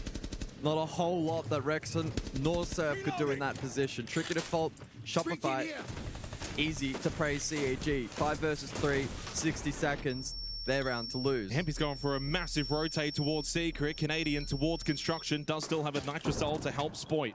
Holding his own towards top red, but it means this server rack side is now vulnerable. Nitrosol from Canadian needs to hit and connect, and it does. That's a way to make an impact, but they lose Spoit top red. Big headshot from Sharif, and Chipisu immediately then gets onto the kit. Here comes Ambi. It's not Secret. It's up Oil Pit, but it's too late. Even with the ping, the reinforced wall means he can't spray it down. Although they're not aware of his positioning. Never mind, Chipisu back down bottom Garage, and it's going to be surely 2-1 in favor of CAG. Canadian gets 1, but 3 more required. In a very difficult post-plant position. 1 on the rappel. DD man, bullet to the head. CAG, they take the lead. Yeah, pretty clinical there from the attack. Great clear. Rafters. I don't know what DD Man's laughing about. That was a good commit. Oh, Benz, do you get rid of the Monty? Well, the Capital was problematic in that round. Do you put emphasis on Rafters, or do you want the Monty for the overall flexibility that that operator is going to offer? I mean, I'm inclined to say in the context of this match, Monty, but clearly Capital has been a far more comfortable ban for Shopify historically. Oh my and they actually go neither, so they do go for the triple down thermite. Now this is the first time. Maverick. This is the first time this year Shopify Rebellion have gone for the triple heart breach ban. Well, I wonder if this is something that they've looked at. Timeout as well, by the way. So not only do they get the half time, well, not half ban swap, whatever it is, you get to talk then. So you're doubling down on that from Super's perspective, really wanting to talk things over in this first half.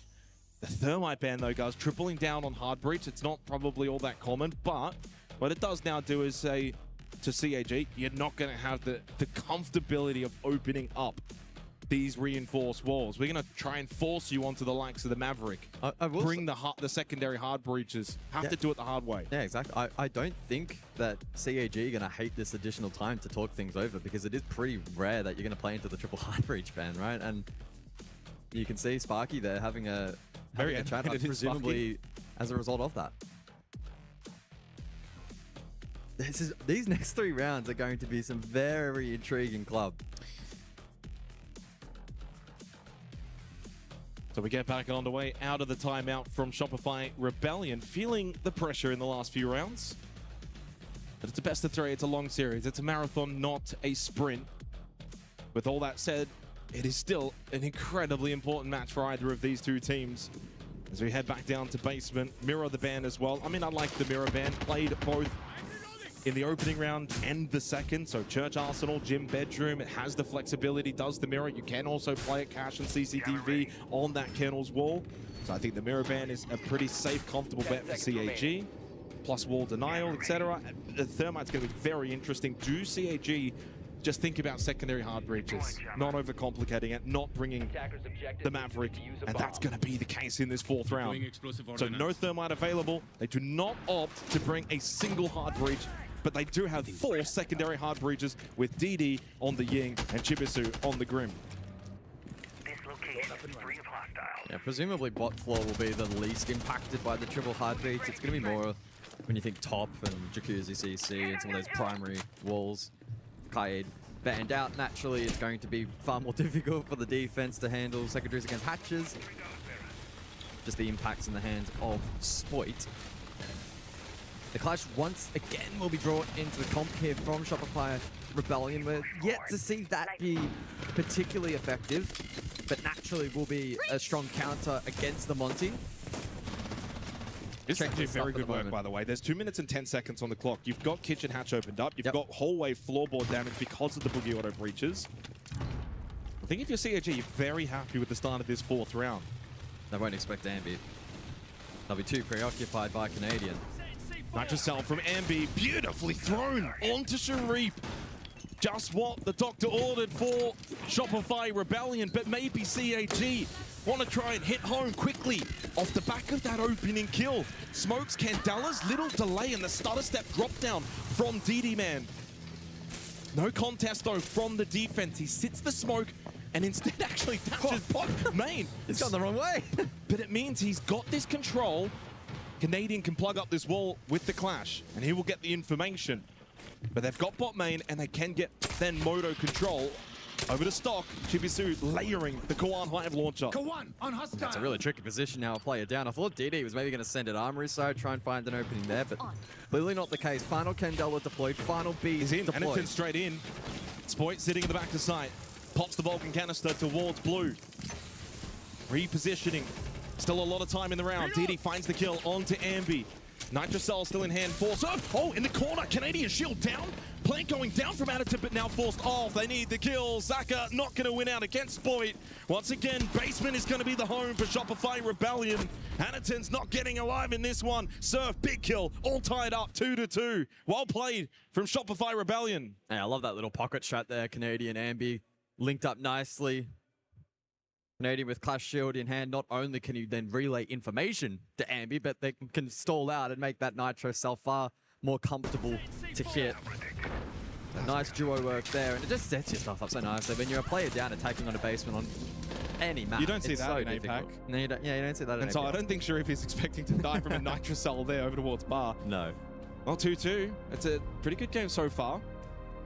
I do want to quickly go back, though, to that reference I made. Falcons, CAG, Salt Lake City. This map.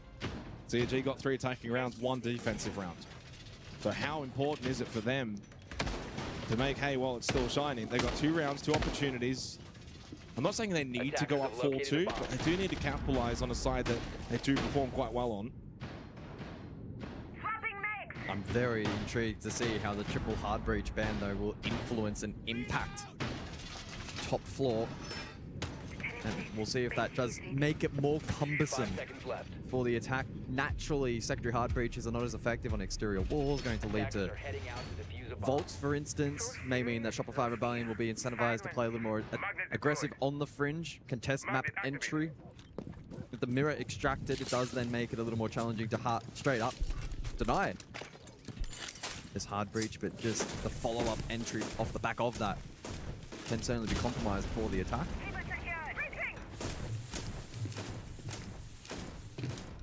Intriguingly, the Kali in play for the attack here, round 5. There's one thing, though, when you've got 3 different players bringing secondary hard breaches, you actually can get wall pressure around the map a little quicker. Again, the wall pressure is not the problem, it's getting in.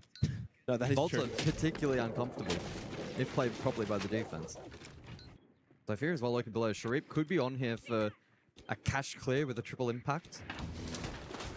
Could be a formulation here to deal with Canadian on the clash. And if he can, boy, that would open up this side of the map for CAG, then for Anderson to be able to flood through, not have to deal with the clash.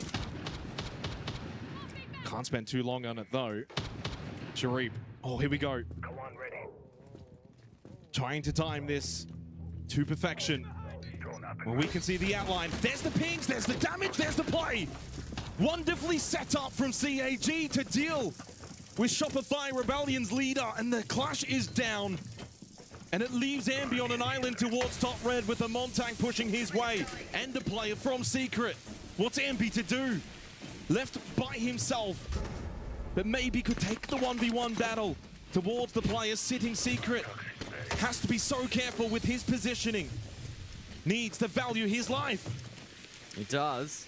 The pressure mounting on his position. Spoit falls elsewhere. CAG are breaking down this defense. DD is in gym. They've got site control. And they've got Ambi locked over to top red. He's put it on a barrier. Surf does get the kill onto Chibisu as Ambi just holding on for dear life and hoping that others can step up. Surf got one. Where's Raxon? He's towards main stairs, but he gets caught out by Zaka, the SMG from the Kali. Ambi able to escape, but luckily then gets the headshot. Thought Sharif maybe got away. Surf gets rid of DD Man. 2 versus 2. Suddenly, the round has flipped. Shopify Rebellion, a fighting tooth and nail And credit to Ambi for just staying alive and valuing his life. And because of that, they may now just win this round. Surf has anchored it down the site. They've got the BPC, and it's Surf's map at the moment. A huge quad kill from Surf. Steals the round for Shopify Rebellion. That is a tilter for CAG and a massive confidence builder for Shopify Rebellion. Ambi wasn't dealt with. CAG were like, okay, well, we've got DD in sight. Let's just give this up, rotate over. Didn't account for Surf. On site, perfect anchor work. Prior to that, the gameplay and the clear, especially onto Canadian, spot on from CAG. But Ambi retained life, Surf did his job on site, and foiled the rotate from CAG by Varel. Shopify Rebellion now back in the lead 3-2. I mean, what a round. Two huge moments really being Surf and Ambi. Surf and Ambi won that round for Shopify Rebellion. Surf's play on site, Ambi's ability to stay alive, keeping control of top red, eventually then slipping out, finding a kill towards server. Credit to those two in particular. Bomb located by attacker. And a much needed round win, honestly, for Shopify Rebellion. Don't forget, they've already called their tactical timeout. They've already had to have a little talk over. That could have been a 3-1 lead, sorry, a 3-2 lead for CAG. Now it's the other way. Final round of this opening half. Adding some protection from grenades. Remember, by the way, for those maybe just tuning in, this is the map pick of CAG by Varel. And a very, very good record as well to boot on this map. Only losing it once over the last 4 months. That being back at SLC against Team Falcons. Flawless back home in APAC North.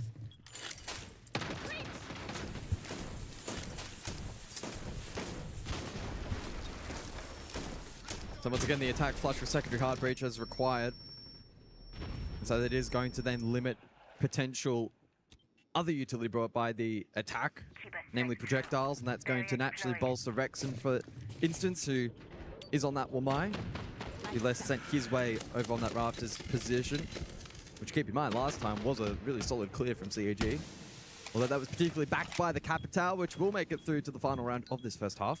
And in combination with the Grim and the Monty, we'll see how the defense looks to shape up this time around. Shopify Rebellion dropped the clash. So a different approach here. And Rexon left on a little bit of an island to see how much time and utility he can stall out. Instead of the Thermite for CAG, they have the Ying, so that's also pretty good for the on-site push later on, or even potentially 1 or 2 towards Rafters. Heard one in the background. 2 now have been expended by DD. I think Shopify Rebellion will know, though, and especially with the early positioning from CAG, this is going to be another Rafters hit. Rexon needs to be so cautious. So far, just the Grim Beast. There's the bolts. Vault him back over. Love this Nitro Cell. Oh, lovely play from Rexon. Heads up. Yeah, he loses his life, but he gets rid of the Monty. That's a big win for SR. Oh, you take that trade every day of the week. How much will that now compromise the final push from CAG? Rafters control is theirs, but at what cost? 60 seconds on the clock. And looking across at the defensive denial potential here, it is just Canadian with Nitro, but played that really well last time from that con-rotate position, and currently posturing for a similar play here on the reattempt. The positive, though, for CAG, didn't have to expend all their utility just to get Rafters, so you've still got an air jab, you've still got a decent belt on the Capital, and also 1 Candela remaining. And here it is. In hand, DD throws it out. 30 seconds. This may have to be their push into CCTV. Chibisu, default plant, Canadian, lovely Nitrocell. Easy read. Sharif to collect and go for the plant. But where's the cover? It's DD, man, at the breach. Does get the down onto Canadian. At the window, Surf makes a big swing. Gets the kill onto Sharif before the plant could go down. And now a 2 versus 2. Surf again. The man is riding the high waves. Zaka stopped by the barbed wire to make his way up top red stairs. Time expires. Sorry, son, but this one is going the way of Shopify Rebellion because Surf is on an absolute heater. Wow. That's 2 massive rounds from Surf. Given the platform by another great Nitro from Canadian, I love that con-rotate position, but there had to be follow-up. There had to be someone to go for that hero play on the vault outside. He executed that absolutely perfectly. CAG are formulating good plans at the moment. But on a couple of occasions, Shopify Rebellion have done a really good job in foiling those plans and have rightfully earned a 4-2 lead at the halftime break. Absolutely rightfully, but for CAG, you're thinking the overall macro play hasn't been necessarily bad, guys, but these highlight plays or clutch or individual plays, that's been the difference. You think about Ambient Surf back on Gym Bedroom, Surf again. Now, we didn't quite get to see it, but he basically hops out con, goes CC window, swings on Sharif, Plant then can't go down. That then creates a 2v2 where the attacking team has to be the aggressor. If that Plant had have been successful, same numbers up, it's a very different end to the round. Yeah, more than likely. Look, some good moments from CAG over the course of the half, but a tale as old as time when it comes from teams from APL. Good is not going to be good enough at this level. And need to be good for long enough as well. Exactly, which is probably their biggest concern. Yeah, I mean, to be fair, they go defense now. So we are at the halftime break, 40 seconds till we get back underway. Switch sides, 8-2. The KD ratio for Surf. There's the play at the end there. So even though DD Man found 2 kills, that's great. He did his job. He's able to block off that cash side cross. What he can't stop, though, is CC window. And that's where Surf was able to find the gap. And a huge play from him. And Rexon as well, prior to that, I don't know if that was noted in the post round, but clearly had impact earlier on, right? He hit that huge nitro cell, traded immediately, but you take that every day of the week, losing the Monty, that may have been a layer of protection that could have changed the complexion of the round. If you think about if the Monty's facing Kennels, shield on the back, Surf can't get the kill. Yeah. So halftime break coming to an end. By the way, DD Man fragging out. He's got 8 kills. You talk about your IGL ex-coach, and he is not shy on the main stage. And while that in itself is a positive, guys, technically you would rather Chibisu and Sharif being the ones leading the front line, 2 and 3 kills respectively as we head into the bans. Canadian will not get the afforded pleasure to play them on tanks, such as Anaton got in the opening half, nor the Blackbeard. And the Bandit and the Kaid will be banned away. Well, Hard Breach is not going to be Shopify Rebellion's concern over the next 6 rounds, that's for sure. It means the dynamic will be a little different to the first half. They won't have shield play. Blitz, I guess you can obviously bring on Clubhouse. I don't mind this if you're CAG. Get rid of the shields. Canadian actually does go the Blitz to begin with, but it is far more volatile. It's more of a, I guess, the Blitz is high risk, high reward compared to the Monty. Yeah, we don't typically see the Blackbeard banned out against Shopify Rebellion. The Monty, as expected, is most frequently banned against them, the largest portion of that data coming from domestic competition, but yeah, double down from CAG, and we'll have to wait and see what the ramifications of that may be as we go to basement for round 7. And Sharif, I'm not a big fan of the scope boss. Not a big fan. No, I'm not. I don't mind it for the strip side play. If you do it effectively, I think it can be quite good, but it's important that you value life. You need to stay alive for as long as possible. You do, but it's also very easy to drone out and then have an idea as to where that scope boss is playing. Drone ready.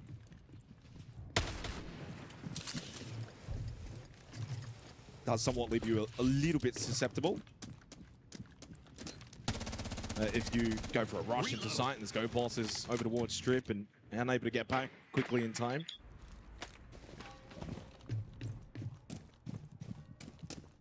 Surf, by the way, very aggressive through dirt to begin with. Yeah, we'll be kept at bay by the Goyo canister from Zaka. Oh, like this though, from Canadian, the roof into CCTV. Ever so quickly. Flash, guard break, pistol. Oh, well played from Canadian. That's one way to get an entry kill. Shuts down Jipitsu, who's having a bit of a struggle on Clubhouse. And Spoit getting rid of Zaka means for Shopify Rebellion a wonderful start in this second half. Yeah, Sharif now will activate over towards Kitchen as DD aggresses inside of Dirt. Going for a pinch now, it seems these two may go. Minute 45. Oh, Spoit doesn't know he's already tucked in left side of Locker. This could be a big play for Sharif. But Sharif himself doesn't quite know. Makes the cross and can get back to sight. Still not a very comfortable position now for the defense. Player down, DD low. Blitz still up for Shopify Rebellion. Will Sharif maybe go for the play here to shell above. Nope. Unlikely. Ambi could invest the nade for the clear, but elects not to. And may well now do that. As he remembers, he still has one.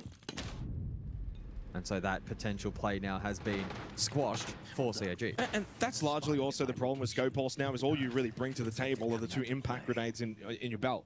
You don't really bring utility. Although, to be fair, right now, neither does DD, or even really Anaton. DD low. Pushing from Canadian, successful, but no, losing out to Sharif. Good clear onto DD from Ambi.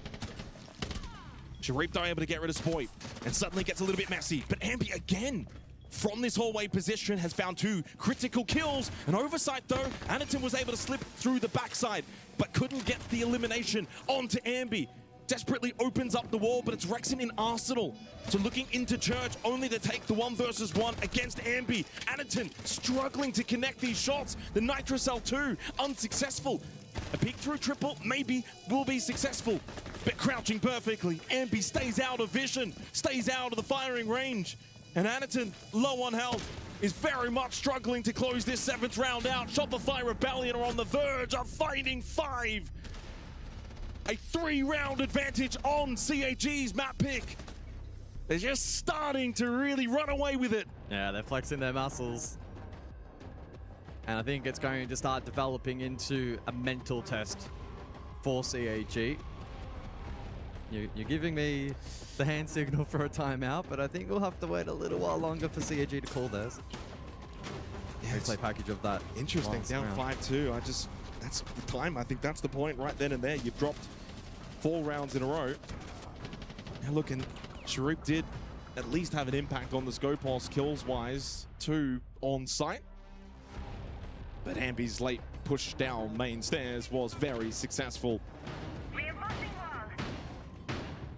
Well, it's been an all-round effort as well for the Rebellion. No one lagging behind. Canadian with 5, Spoit 4-5. So close to going even. Rexon +1, Ambi +3, Surf +5. As much as maybe some of the rounds themselves at times have looked close or looked a bit of a struggle, and certainly a power struggle between the 2 teams within the rounds, it's Shopify Rebellion that have always had the extra strength to close the round out. 3-round advantage as we go Jim Bedroom. Still no tactical timeout from CAG.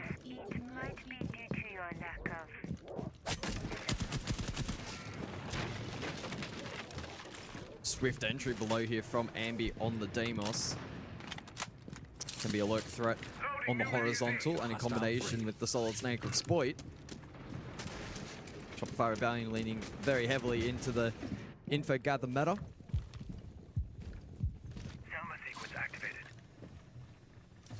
We'll see what they ultimately posture for. The Clash top red, that's going to be a tricky head-on push for Ambi.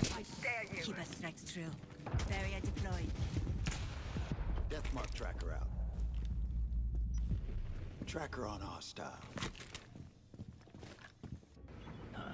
Looks like it's a very defensive formation from CAG. Anaton's the only one towards cash on the Clash. And so therefore, it suggests to me they're not wanting to overinvest on the extension, rather putting bodies towards the site. I don't necessarily mind that if you're CAG. It's been a big run. Oh, Ambi trying to push up, and he's caught by Anaton. That was a very risky push to go solo up red. Needed support, but Ambi unfortunately does get exposed. So CAG, advantageous position. Elected not to invest heavily on the extension, and so far they have been rewarded. So they can play 5-stack site. This is a round that needs to be won and to be converted. 7 rounds played into this 8th, and so far only a single round where the opening kill has not been converted. Unfortunately for CAG, it was them in the 5th round. This time need to convert. It's a must. Mirror window still needs to be dealt with over towards the Jacuzzi breach. Rexon has got control towards cash. Spoit just outside construction on the balcony. DD will sit pull with the Nitrocell ready for a gym entry. CAG is set up. Oh, that was an opportunity for Spoit. Just misses the mark. It doesn't feel like there'll be too many more opportunities in this round for the attack. Good setup from CAG. They just need to hold firm. Canadian wanting to flash out, flush out bathroom. It's not working. Oh, no. Sharif found a team kill onto Zaka, but fortunately he got rid of Rexon. DD's knocked herself from Pool also was able to connect onto Spoit just outside gym window. Well, this is much better from CAG. Defensively strong on gym bedroom. Stopping a run of 4 consecutive rounds from Shopify Rebellion. CAG finally back in the winner's side and keep this match still hopeful. Yeah, the hope is very much still there. As we look back at that previous round, the team kill certainly didn't aid CAG, but too good elsewhere. Didn't really matter. Clash still standing, made it tough, and the ankle work overall was pretty effective there. CAG not wanting to over-aggress on the horizontal.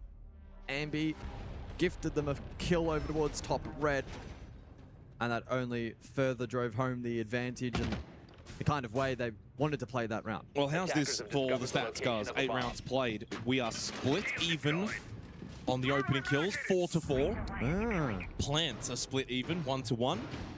The only separating major statistic, the multi-kills, served with that wonderful 4K back in the 5th round. That's it. So for a 5-3 game. That's probably why it's 5-3, not 4-4. Exactly, yeah, exactly. Yeah, I think that's been a pretty close match so far. Attackers are moving to defuse a bomb. Cash and CCTV in the APAC region can prove to be difficult to defend. So a big test now for CAG. Also, Benz after this round. What are we thinking? Do you just get rid of the blitz and force Canadian off shields altogether? Unless he wants to go the fuse.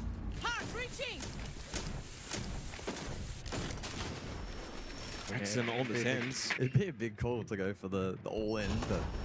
Oh, they went with the all-in on the hard breaches. Yeah. Did Shopify Rebellion.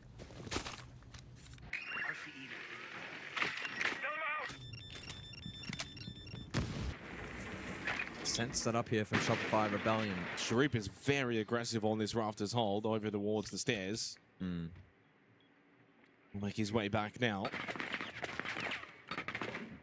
Not the greatest utility to deal with him. They might go direct and straight through secret. Canadian though, there is the barbed wire, but they are able to get Zaka caught backpedaling back up red stairs. Surf then is able to shut down Sharif over at the balcony. Wonderful play from Shopify Rebellion to catch CAG napping. Completely circumnavigating this clash as well. And with that, they're able to also now have this rafters control. You've got breach control. You can go back up red. They've got a lot of the map with 90 seconds still left to play with. Yeah, big window of opportunity now for the attack to reset. Love the reset. Yeah, recompose. A lot of utils still to play with. Spoit, final Watero deployed. Double ROU up for Rexon as well. This is a very tricky position for CAG, who have been outbrained in the first half of this round. Don't even have nitrosols either to throw over the server rack. Only real delay or even planted nail would be DD. And DD was over to Jim, but a lovely vault out headshot onto Spoit. That though might be the go button for Shopify Rebellion. Losing the man, but they've got the position. Rexon into the middle of LCCTV. Chipisu, wonderful clear onto Canadian, but Rexon's found 2 from this CC position. DD a little too late to get back to help out. Final gas babe will plume. 1 versus 3 required for the former coach, now turned pro again. Can't connect onto the headshot, neither on the second opportunity with the plant now successfully down. It's too much for DD man. Surf with the final dagger. 3 map point opportunities to the Rebellion. Yeah, beautiful set play there from Shopify Rebellion. Maybe one that CAG have just seen for the first time and caught out on. Stack secret, pressure lounge through red, while there was simultaneous pressure on that kennel's wall. They were crippled then for the remaining half of the round, and whilst there were some glimpses of heroics with the DD jump out and the clutch attempt to late, it was certainly not enough to get CAG across the line in that 9th round. And so 3 map points now for Shopify Rebellion as we enter the CAG timeout, a 60-second window for them to try and formulate a plan to push this one to OT. And again, a reminder, as Sparky calls the timeout for CAG, I don't believe the entirety of the team speaks English. There are a couple. Zach is certainly very good with his English and can relay the information from Sparky very, very well. Others can maybe pick up a little bit as it's being put down. But yeah, it does also mean for Seth and Shopify Rebellion, they too now have 3 rounds to close this out. He can formulate an attacking plan or two. Double-digit kills for Surf, double-digit as well for DD, 12 and 6. But 3 rounds now required for CAG by Varel as the timeout expires.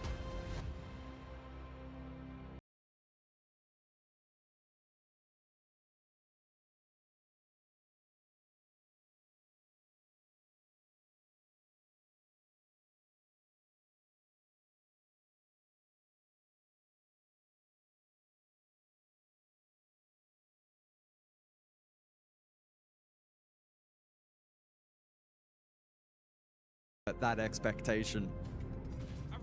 Down to basement, so a good opportunity for CAG to maybe fight back some ground. Should be a favorable objective for them. See how this one unravels. Of course, the triple commit from CAG. It's going to cripple any shield play from Canadian or the rest of Shopify Rebellion. Yet to be seen if that's going to be influential enough, though, to 5 seconds left. push this one to overtime. Based on the positioning and the util investment here from CAG offsite, expecting some action to take place a distance from the objective. Question remains, CAG looking to play for the early peel, or are they looking to commit and play offsite for a large portion of this round?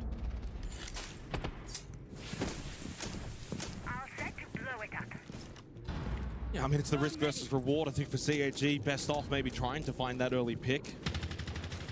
Oh, hang on, Ambi. Good information onto Sharif towards construction. Has the yellow ping. Forces Sharif to backpedal over towards bedroom, where he does have a bit of help from Chipitsu, so a double stack for these two. They can go back down main stairs, covered by Zaka, so it is a pathway back to safety. Zaka actually, funnily enough, finds a kill onto Surf from said safety position, but what that means is he's gone back down main stairs. That might mean Sharif and Chipitsu could be a little bit stuck here. And Chipitsu then caught from Canadian. Sharif still remains on this top floor, and while it is 4 versus 4, at the moment, his position is known.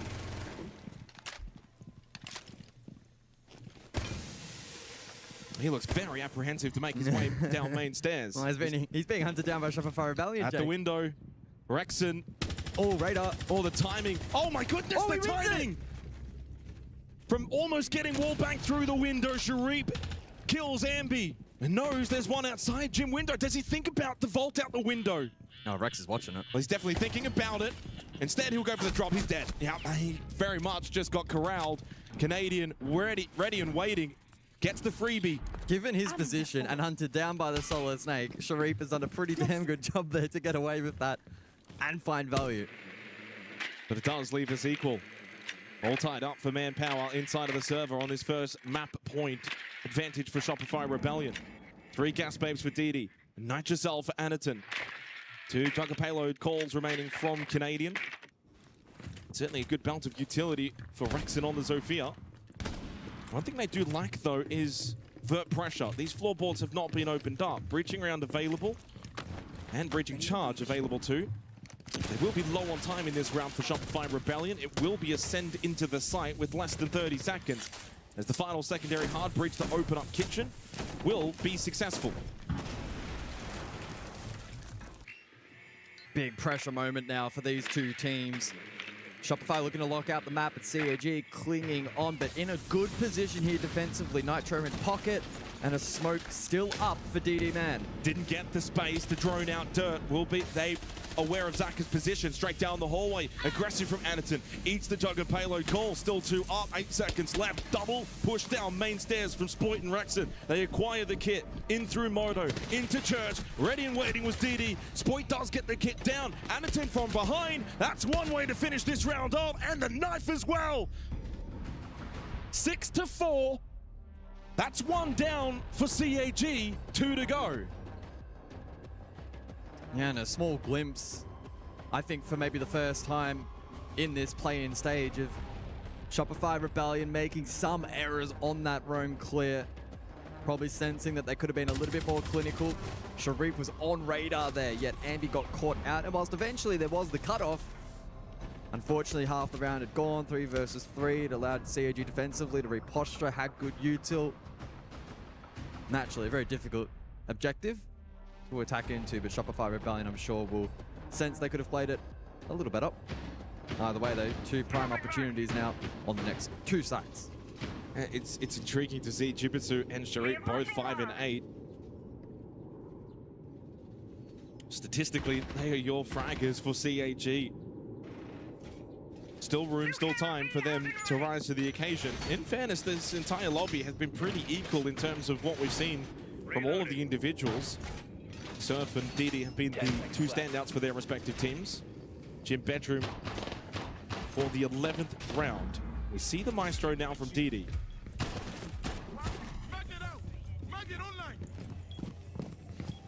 Yeah, not the most frequented defensive operator at the moment.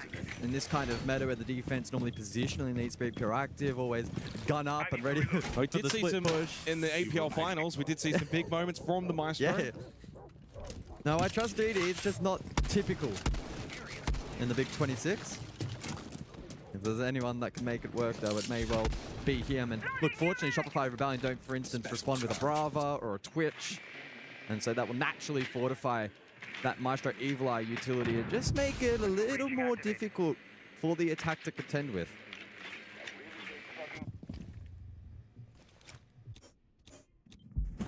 This is interesting from Anderton, the way that he's sitting in church.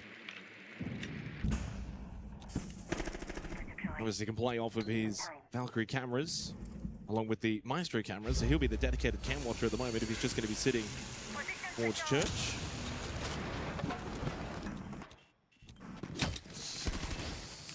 Keeper deployed. Zambi slips his way up top red stairs. On camera. Yeah, on camera.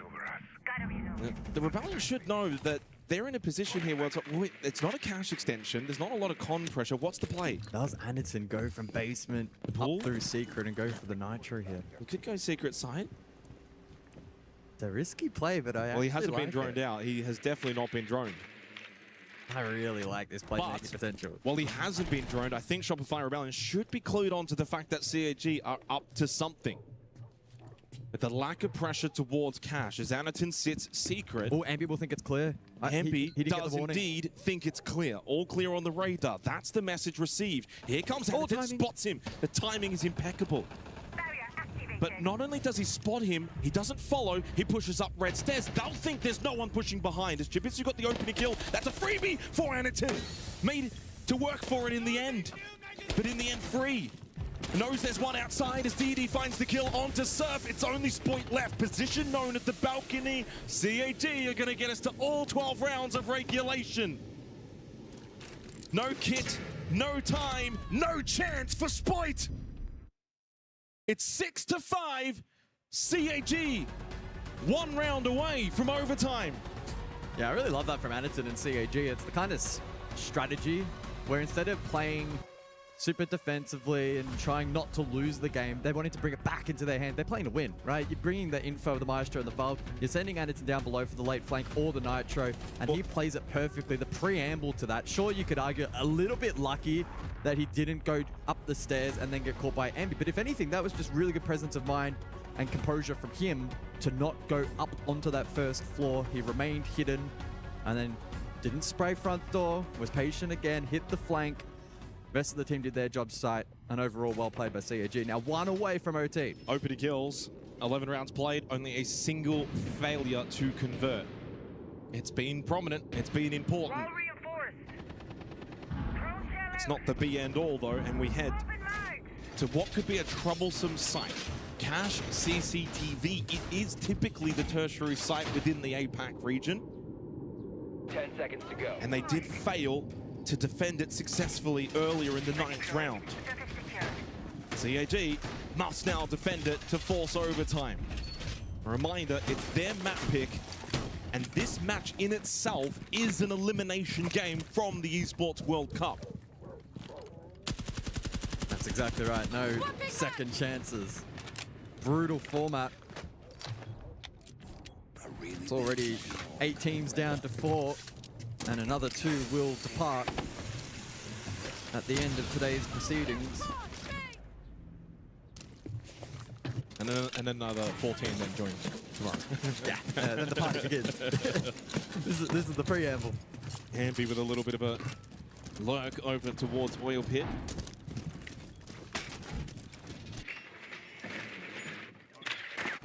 Last time out it was, if you recall, guys, that rush, the blitz, secret up red stairs. That's where Shopify Rebellion found 2 quick early kills on this side.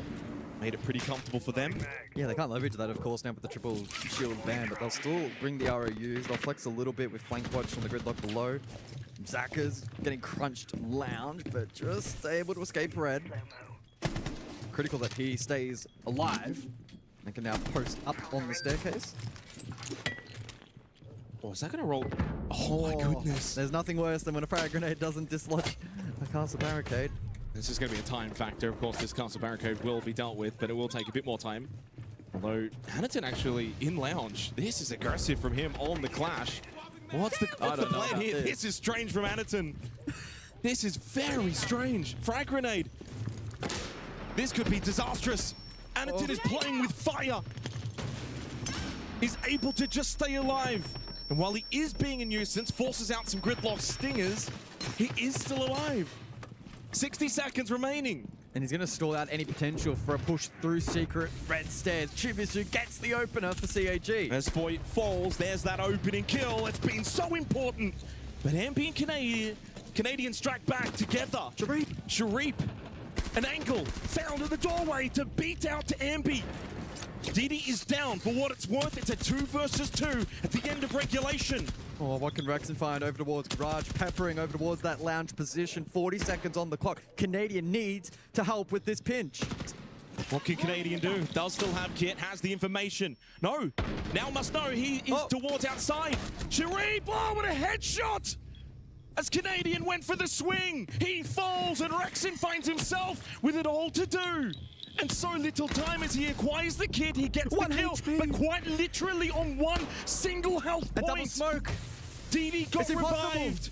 You say it's impossible. Some would say 99.99% chance that we will go to overtime. Rexon says, make it 100. Oh, wow. CAG. I don't know how Sharif has gotten away with that I don't know how Hannerton's gotten away with that lounge play. Skating on thin ice. But again, like I said, after the previous round, I love the way that CAG are playing. They are playing to win. They are aggressing. They're being proactive. They're not playing scared. They're not doing the classic CAG at an international LAN, giving up when all hope seems lost. They have fought their way back to overtime. And for the first time here at the Esports World Cup, Shopify Rebellion are under some pressure. Yeah.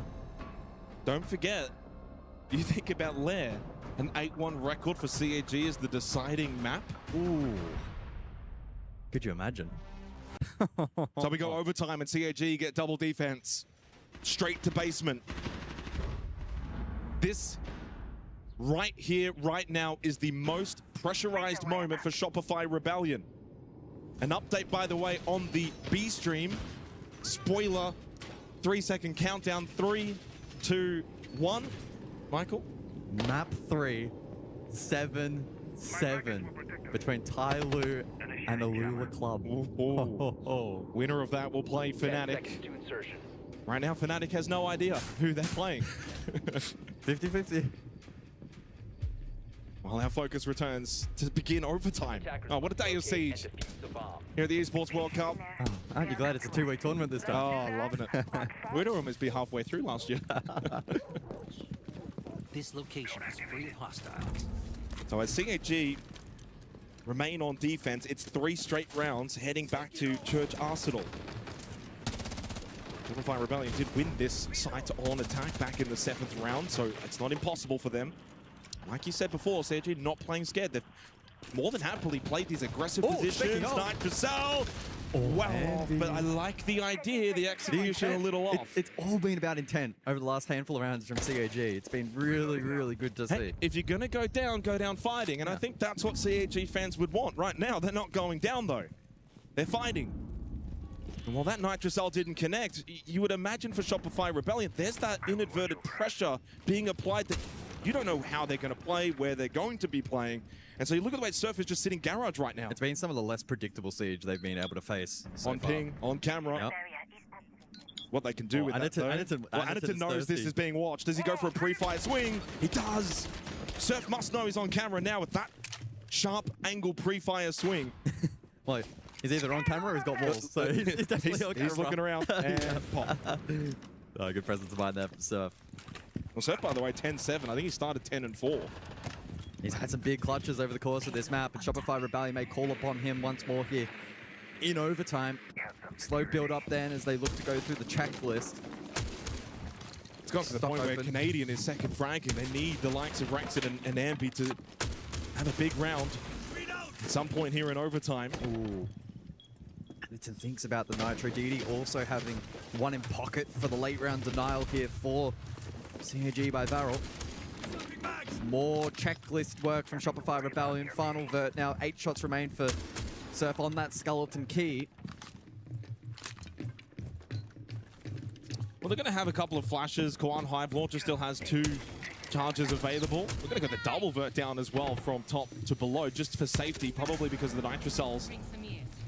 DD's got 1 torch, Aniton's got 1 arsenal. 40 seconds. Shopify Rebellion guys are going to leave not a lot of time on the clock in this round. Yeah, it needs to be clean from here. 30 seconds on the clock. Can Ambi and Rex and make this pinch work blue side? Information gain on the radar for Ambi, but you should preemptively know that blue's going to be stacked. Double, indeed. Jibitsu, 8 the Jugger payload call. Now spotted by the Grim Bees. 20 seconds remains. Lovely pick from Zaka as Canadian caught at the hatch, but they lose Jibitsu as Rexon then falls there after. So low on time. They need to be clean and clinical for both teams. Surf, big kill. Spoit as well. It's down to a 1 versus 1. Into 8 seconds left. Spoit does not have kit. Sharif can play the time. If he wants, he can hide, but he'll stand up and take the fight. But the smoke obscures the vision, and time will expire. Cyclops have got map point against Shopify Rebellion. Where has this come from? CAG fight back. 4 rounds in a row and a massive clutch there. Match point or map point for CAG. And Shopify Rebellion now well and truly under the pump. Well, maybe under the pump. They go defense. They had a very strong defensive half, but it now feels like it's been a long time between drinks where they've had a lot of success. CAG have now won 4 of the last 5 rounds, and there's no opportunity for Super to call a timeout, rally the troops, and even if you win this round, guys, defense then again is there for CAG. Likely then Gym Bedroom, difficult sight. Still, it's now must win. 2 straight for Shopify Rebellion is required.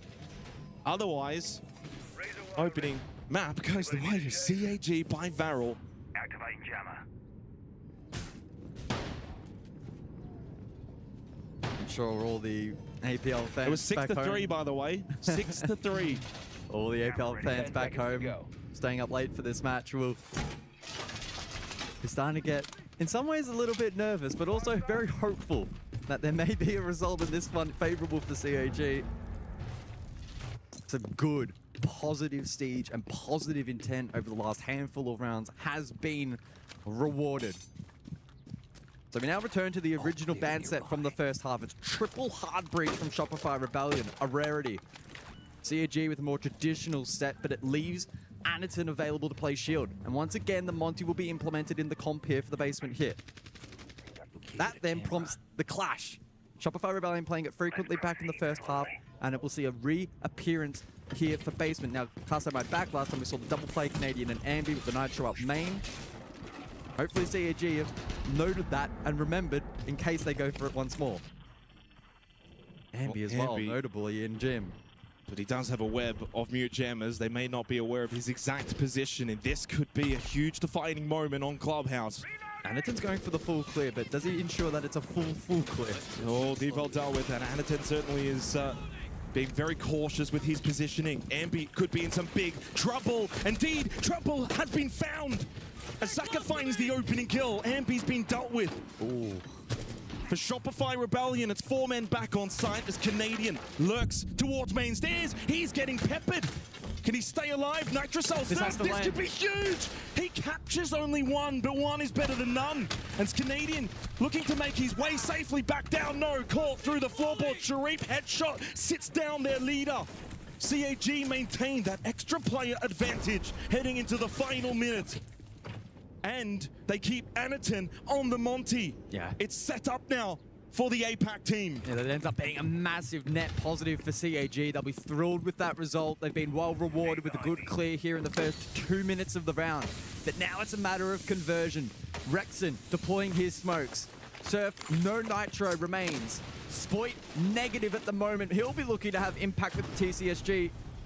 High pressure for both teams as we enter the final 50 seconds. And a lot of information or gathering available for CAG. The Grimbees from Chupitsu, the radar usage as well for Sharif. They do still have a smoke with Anaton. And most importantly, they do still have Anaton alive on that Monty. Full health. Sharif through dirt. The push now coming. Anaton looking for the plant. There are no nitrocells available to stop this Monty. And it's Boyd that cannot stop Sharif. DD2 collects the kill onto Rexon. It's all down to Surf. He got a 4K earlier. He gets 2 now and forces an intriguing position. The guard break onto Anaton, the best shield player in the APAC region. Surf will not get through this wall. APAC will get the map against Shopify Rebellion and put the sword to their throat. Oh my, what a result for CAG on club.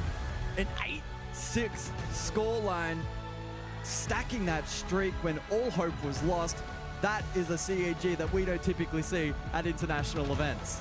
That is a CAG that continues to take fights on their own terms. They did it in their opening match, and they are once again doing it here against the best that NA has to offer. This is exactly what we are looking for from a CAG performance and something that we are incredibly impressed by. But we're going to talk about Shopify Rebellion for a second here, gentlemen. 6-3 up. They looked comfortable. They looked confident. And guys, it just slowly and surely chipped away at the armor. They were losing fights. They were losing ground. They were losing small mechanical fights. It just shifted completely. Yeah, I mean, certainly there were some errors on the side of Shopify Rebellion. I think it would be very unfair to say that there wasn't. But ultimately, I think it was really the positive intent, the aggression and the playmaking that we saw. Yeah, I think we saw a little bit more timid nature from Shopify Rebellion, where maybe against some of the lesser opponents, particularly yesterday, when there was glimpses of that aggression, they squatted it. And immediately the opposition kind of went into their shell. CAG did the exact opposite, which is really nice to see from them, and well rewarded by stacking rounds there at the end. And most critically, when they got to overtime, it was just more of the same. You mentioned 6-3. Well, so in the last 7 rounds that played, Rob, it was CAG that got 6 opening kills. So they switched the tempo up. They started winning the entry battles, and they also started performing a lot better in the end round scenarios too. I mean, they completely found momentum and just ran with it all the way through. But I would say, even though they were 6-3 down, it's not like we didn't see it coming. They were performing very, very well. I called it earlier. It was a bit of a power struggle in a lot of the rounds. Yeah. But even when it got to like 5-2, I'm thinking, yeah, the rounds have been close. But man, CAG have just been a little unfortunate in certain moments. In the end, once they finally got those moments to go their way, that's when the train just left the station. And it did, and it never came back. It did not. That train was on a one-way track, baby. It was not doing a U-turn. And I'll tell you this right now, for those of you that missed that MIBR match a little earlier against CAG, we praised CAG's ability on their defensive side of dictating gunfights, of dictating aggression, and they've done it again here on Clubhouse. They've looked so confident. Exactly what you were talking about there, Jake.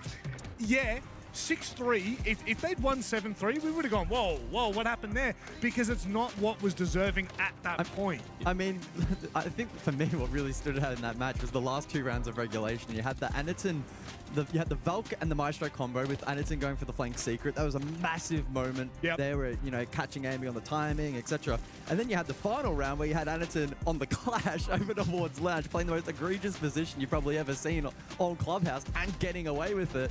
And Shopify Rebellion were just like, oh my god, we can't deal with this. It was super, super fun to watch, and CAG well rewarded. Look, shout out to Surf. I thought he was actually really, really good in this game. And I know the back half, it got tough for him, and the kills started to drop off, but that's a team thing. Because no one on the side of Shopify Rebellion could get anything to work. You look at the score, so the last 6 rounds played, 5-1 in favor of CAG. That's an absolute breakthrough. Yep. It is. And so you're not expecting Surf to go and drop 4 kills every single round there, but in a lot of the rounds, we said back in that 5th round when Surf did get the 4 kills, he won them that round. That was a big round swing, and then a couple of other moments being that CCTV swing to stop Sharif from getting the play. So he won them single-handedly 2 rounds. Yeah. So where's the rest of the team?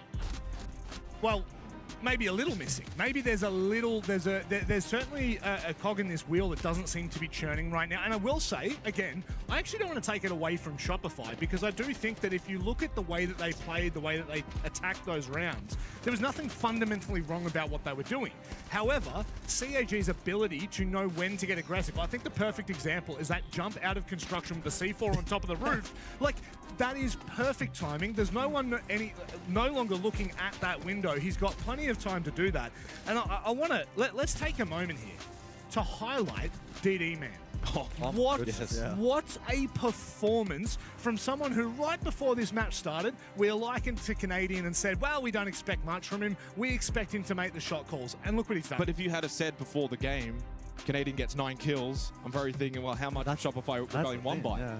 But yet then if you tell me, well, DD Man's got 13 kills and top frags for CAG, I probably said, well, they probably lost 7-0. But ultimately, they had others that followed. And I think, what needs to be known is DD was a player first. Of course. And a very top-level player. Retires, coaches, then comes back. So it's not as if he's just an actual analyst who didn't really play. He's got that experience. And as he's spent more time now on CAG being a player again, he's actually gotten better and better. His stocks just keep going up, right? We thought it was going to be a short-term temporary solution, but it's long-term. He's here to stay. The question now, though, is, and we being from APAC know, you can get excited because CAG won a map, and then we're probably going to be here in 2 hours wondering how did they lose the series. I think you know why we're celebrating so much right now. It's because we know exactly where this could potentially end. CAG are up 1-0 in Phase 2 of play-ins. Don't get it twisted.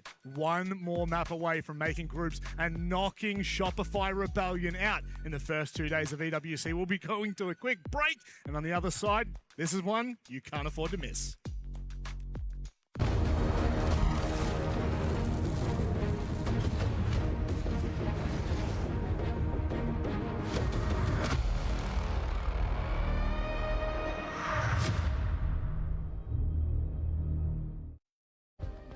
Play is in our DNA. Whenever we let it out, it becomes our superpower. Now imagine an entire city being built to supercharge it. Kadir City, powered by play.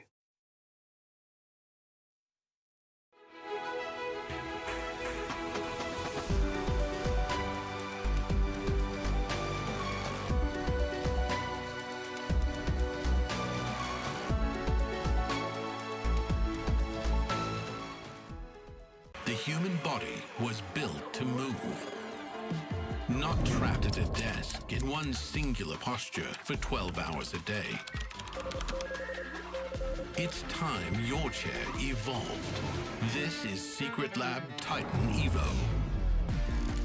Ergonomically engineered for you, gamers, hybrid workers, artists, backing your every move.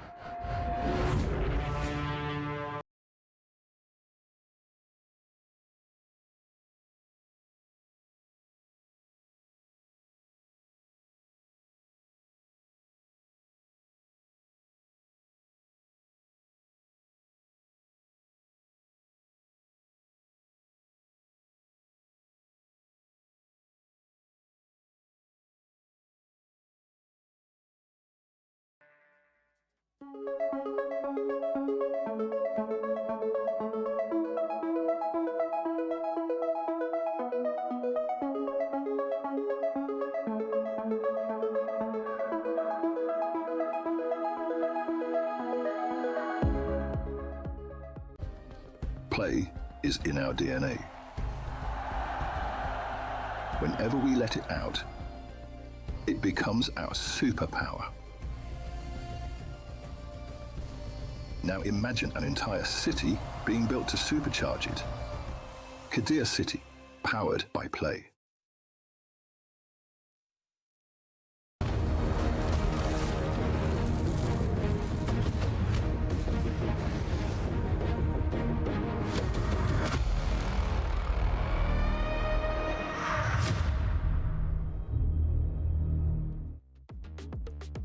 On one side of the stage, APAC, we're cheering for them, and on the other, unfortunately for the CNL team, Tyloo, they have been knocked out once again by Alula Club. What a run. Honest to God, now, if you haven't been watching what was going on over there, first map, look, we'll just throw that out the window. Alula Club win that, right? Then they go back-to-back overtimes again, and Alula Club pull it out. That's 4 overtimes straight. And on that second map, Alula Club were up 5-1. So Tyloo brought it back, win the second map, and then go 7-7 on the third map. Heartbreak. But also for Alula Club, they were playing at midnight last night in a third map 7-7.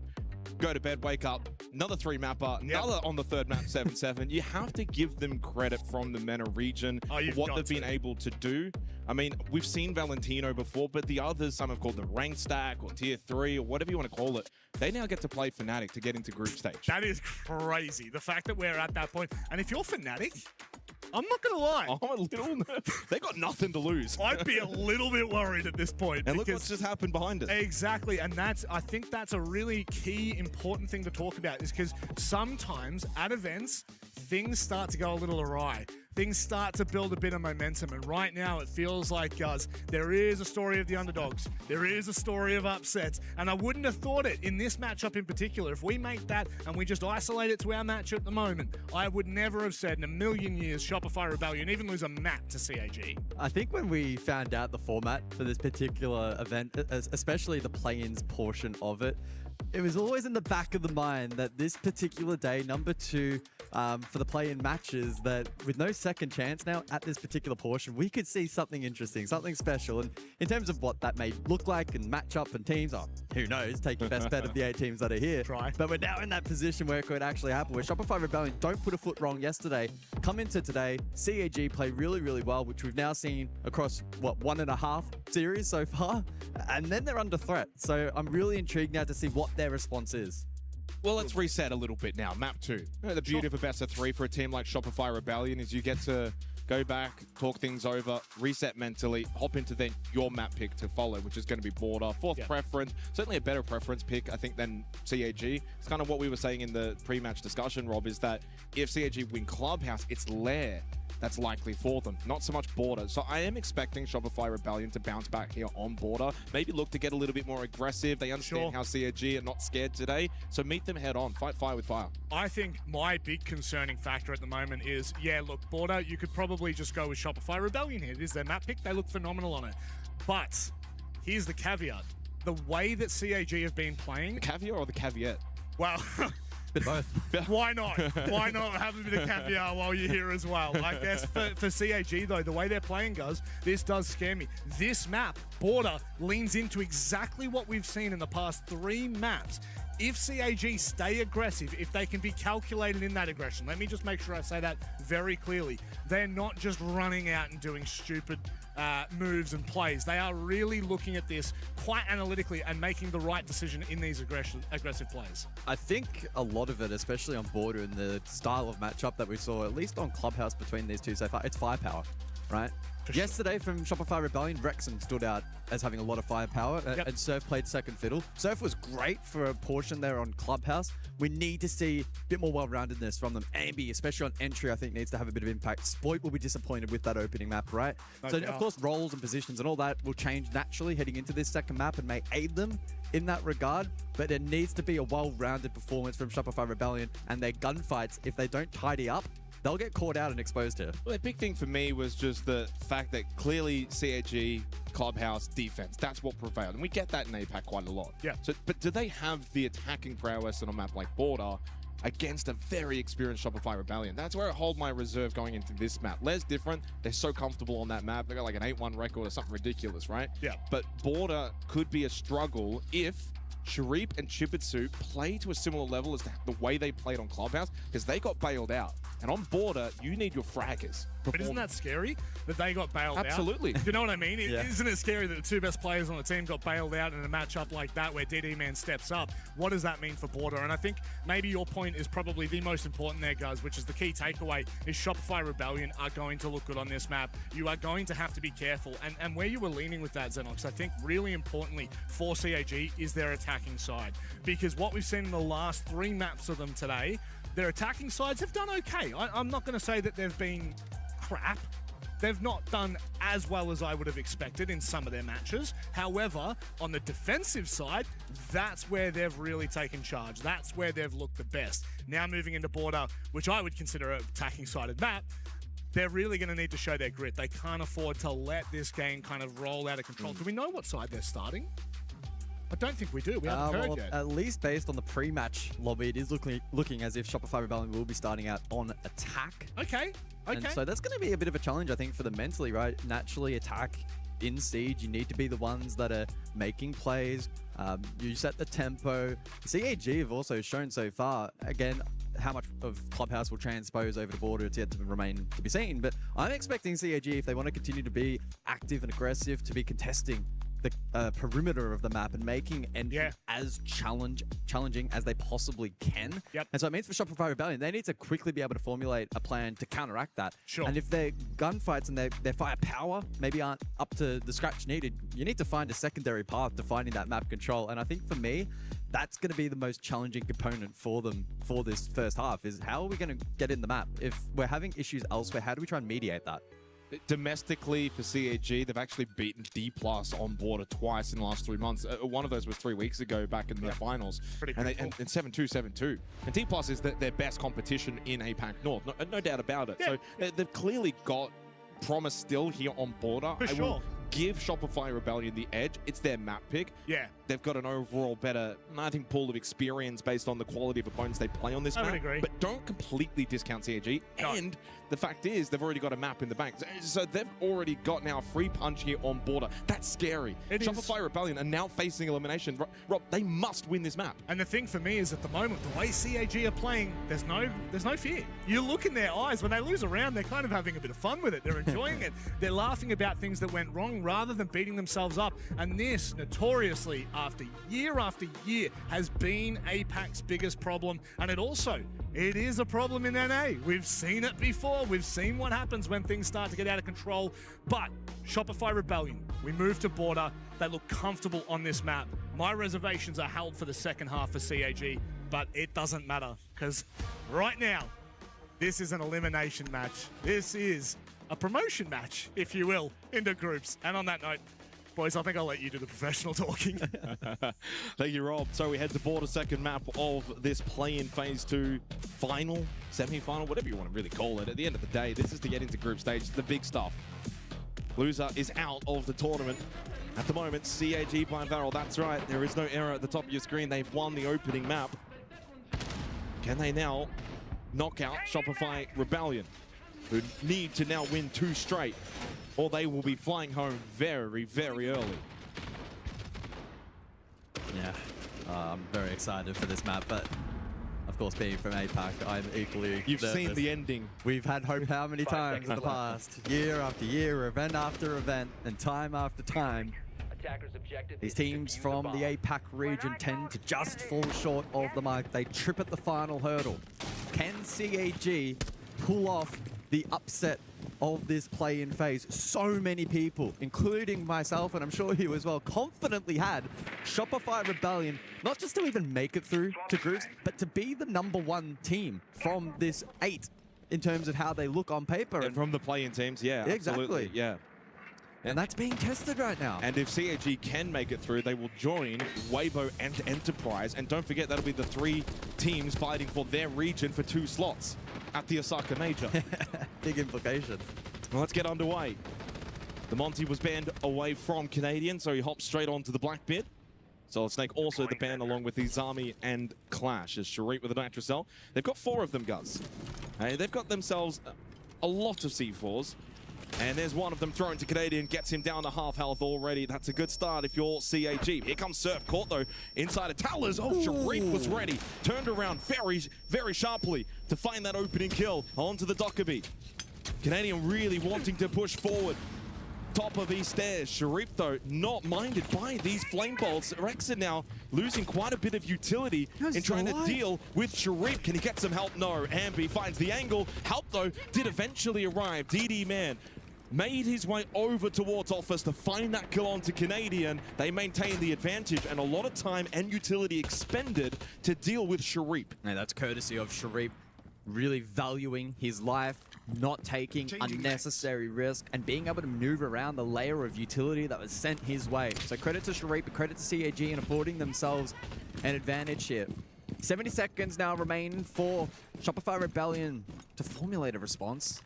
Ambi will forfeit his position down over towards Passport and likely link up with Rexon over towards top east. Exploit as well, still alive, and he'll be looking to have a bigger impact here on map 2. Still triple nitrocell available. I believe CAG in a very strong position here late round. Couple that with the extra player advantage. But let's be real, it's these 3-4 Shopify Rebellion that need a big game. Ambi, Spoit, Rexon. Nitrocell from DD. Will not connect. Ambi, entry into Office has been established. DD can get information with the heartbeat sensor. There's a bit of information indeed. He's found at least 2 of the 3. Zoto counters to throw down from Chipitsu.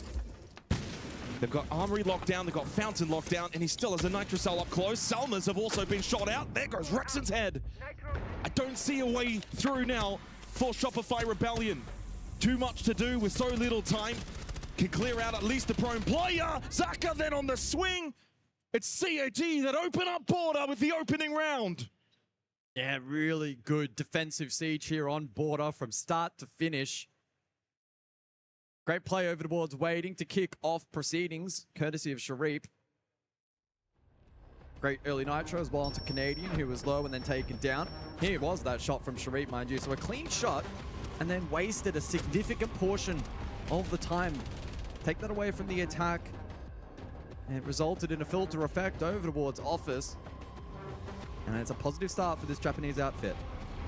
Yeah, positive start, but it is Armory Archives. If you want to put a little pin on it and just say little asterisk, that's the side they really should be winning. I think the real test will now begin over the next 2 rounds to see what they can do on the scoreboard. Defense, Border. I did look at the statistics for both of these 2 teams just to get a little bit more information for those watching along at home. They're both pretty much equal in terms of attacker win rate, around that 50% mark. Defensively, though, Shopify Rebellion 55%, CAG by Varel at 66%. 5 seconds left. But you add in more context, of course, those are localized within their regions, international events, and, well, those numbers are probably then better for Shopify Rebellion with the added factor of higher strength opponents.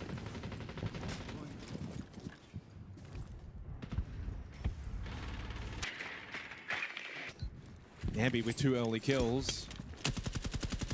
I'm going to be honest, a bit of pressure on him to be the one to find a lot of kills on a map like Border, especially in this attacking half. It's a good sign for him and for the Rebellion if he can get hot.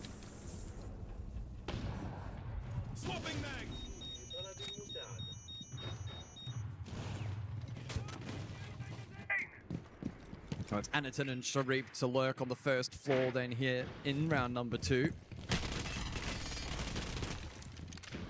Those up above in Chibisu, Zaka, and DD covering their respective corners of the map. And so a pretty open defense currently from CAG. Looking to lock down each corner of Border, which is certainly a pretty typical approach. Shopify Rebellion likely in response will try and isolate these defenders. It is difficult to support one another on the defense here with this style of setup. Well, Zaka caught early towards security.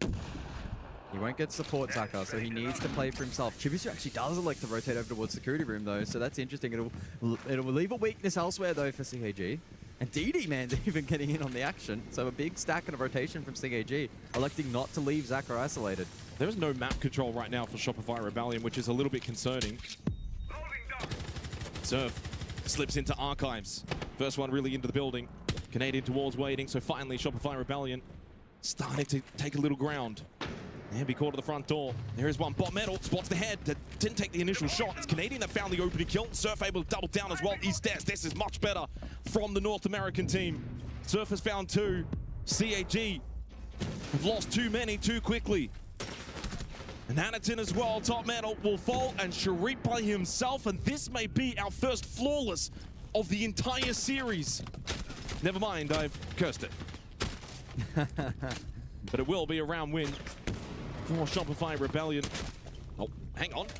Another one-tap headshot, Sharif. If he can find one quickly, there's no way in which he could surely win this. Well, this could be huge.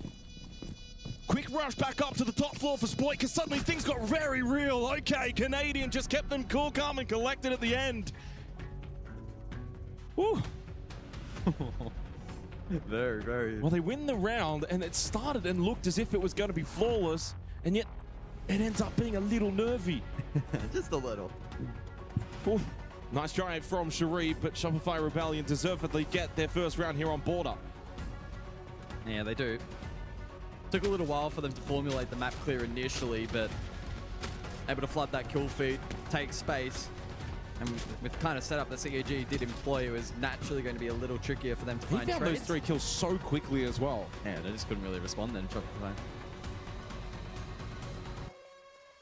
So Event Workshop coming up next for the 3rd round.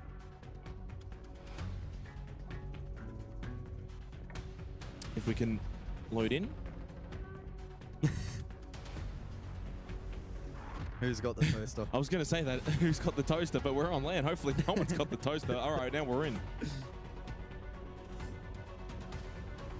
And a tech pause has been called though by Zaka, maybe in due part for the slight delay there on the loading screen. We'll look to get that resolved with a likely rehost. Oh, and it just lets us breathe for a second. It is quite hot over here in Paris, guys. It's very warm inside the studio when you've got a series like this as well. Very easy to overblow the gasket. The gasket. In his case, maybe even overblow the PC. I don't know what's happened, but we did. So for reference, of course, no one at home got to see it, but the classic loading stall out. And then when we did finally get in, tech pause was called, so we calmed things down. 1-1 here on Border. A good sign, though, I think, for Shopify Rebellion. When you think about what was an extensive run from 6-3 down for CAG to close out the opening map of Clubhouse, to then win the first round of Border.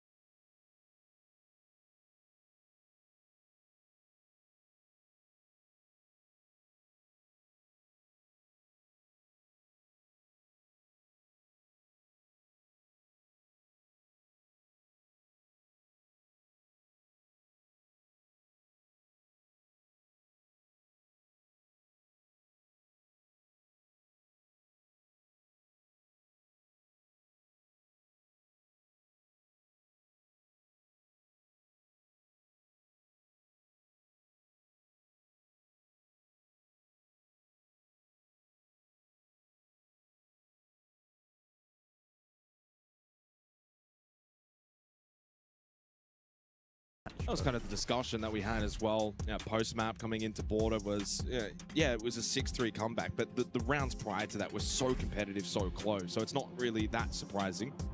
Just getting everyone back into the lobby now. Mainly waiting on CAG, and all 5 straight back in at once. Yep. Quick rehost is a good rehost. And whenever you only see one admin or referee on the stage, that's usually a good sign, rather than we had, I think, 5. Yeah, what's the record? I think it was 8. We had 8 yesterday.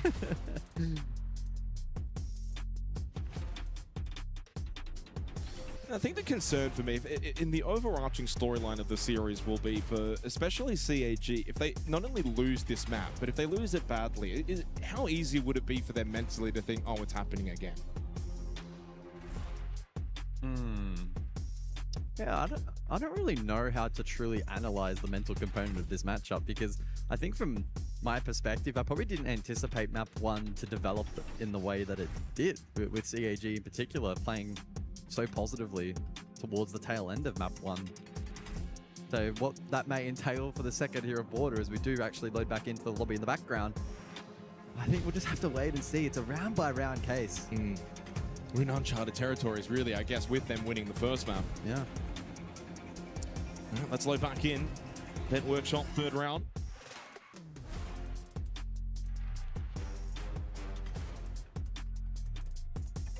And in terms of, I guess, the player storylines that we started to develop coming into Border, you put the kind of the focus on Ambi, put the focus on the likes of Sharif and Chibitsu 2 rounds in, and those guys have started well on this map, as expected. Even Rexon with 3 assists, he's been active, involved.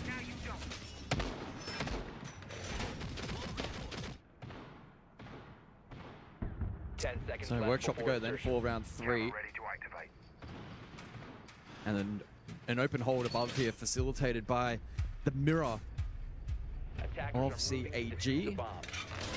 And that will aid in the security hold, which has the flow-on effect of making the entry a challenge. And that was a discussion point heading into this map, just how eager CAG are going to be to defend the perimeter of the map. Generally expected here on Border, but there is certainly levels to it, just how aggressively and how eagerly teams will prevent the attack from entering the building. Shopify Rebellion, though, naturally is not a team that will be against slow build-ups. Oh, my goodness. The opposing approach here, though, in round 3 with quick take over towards East Stairs, and Rexon almost rewarded with a pick over towards 90. Yeah, and it's probably the one entry point on this site where it should be comfortable for Shopify Rebellion. Well, you're not really going to extend all the way East Stairs for Vent Workshop. You'll play above directly, maybe really just kind of defend it the way you would Armory and Archives, but without any potential extension towards East. Rexon going for a little lurk here down the main hallway and should catch a free kill onto Anaton. Aggression pays off for Rexon as he finds his first kill of the map. A wonderful opening kill for Shopify Rebellion.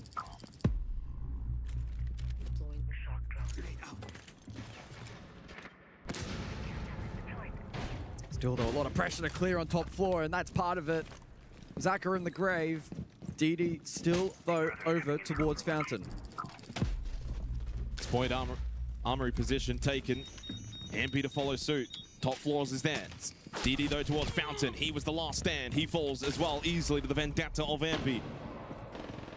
Looking all too easy again for Shopify Rebellion. Second round now into the third has looked pretty comfortable up until, though, Sharif arrives. As he did in the second round, he may do so again here in the third. And he's got Chipitsu for company this time. Impact from below. But he's also got a death mark on his head. As Canadian goes to the plant inside of server, Chipitsu was too preoccupied. Sharif caught by Canadian. A 2-1 lead to begin here on Border for the North American club. I really loved the approach that they were able to take in that round. Snappy take, East Stairs, and whilst it didn't immediately net a kill for Rex, and it just laid a lot of pressure on that top floor extension from CAG. A couple of questions posed heading into this map, what gun school is going to look like for Shopify Rebellion and their ability to clear head-on positions and take these fights on. And I think that round has shown that they are very much going to be able to take that battle head-on with success. 2-1 lead, additional bans, both focused on information. It's the Valkyrie and the Deimos now unavailable. Early timeout as well from Sparky for CAG by Varel. So 2-1. It was a similar point actually back on Clubhouse when Super called his timeout for Shopify Rebellion. Sparky does the same here on Border. Expecting this to be attacker-sided on the map overall. So CAG with one defensive round isn't awful. They do need to win, though. Armory Archives, again, at minimum. Imagine that's going to be coming up very, very shortly.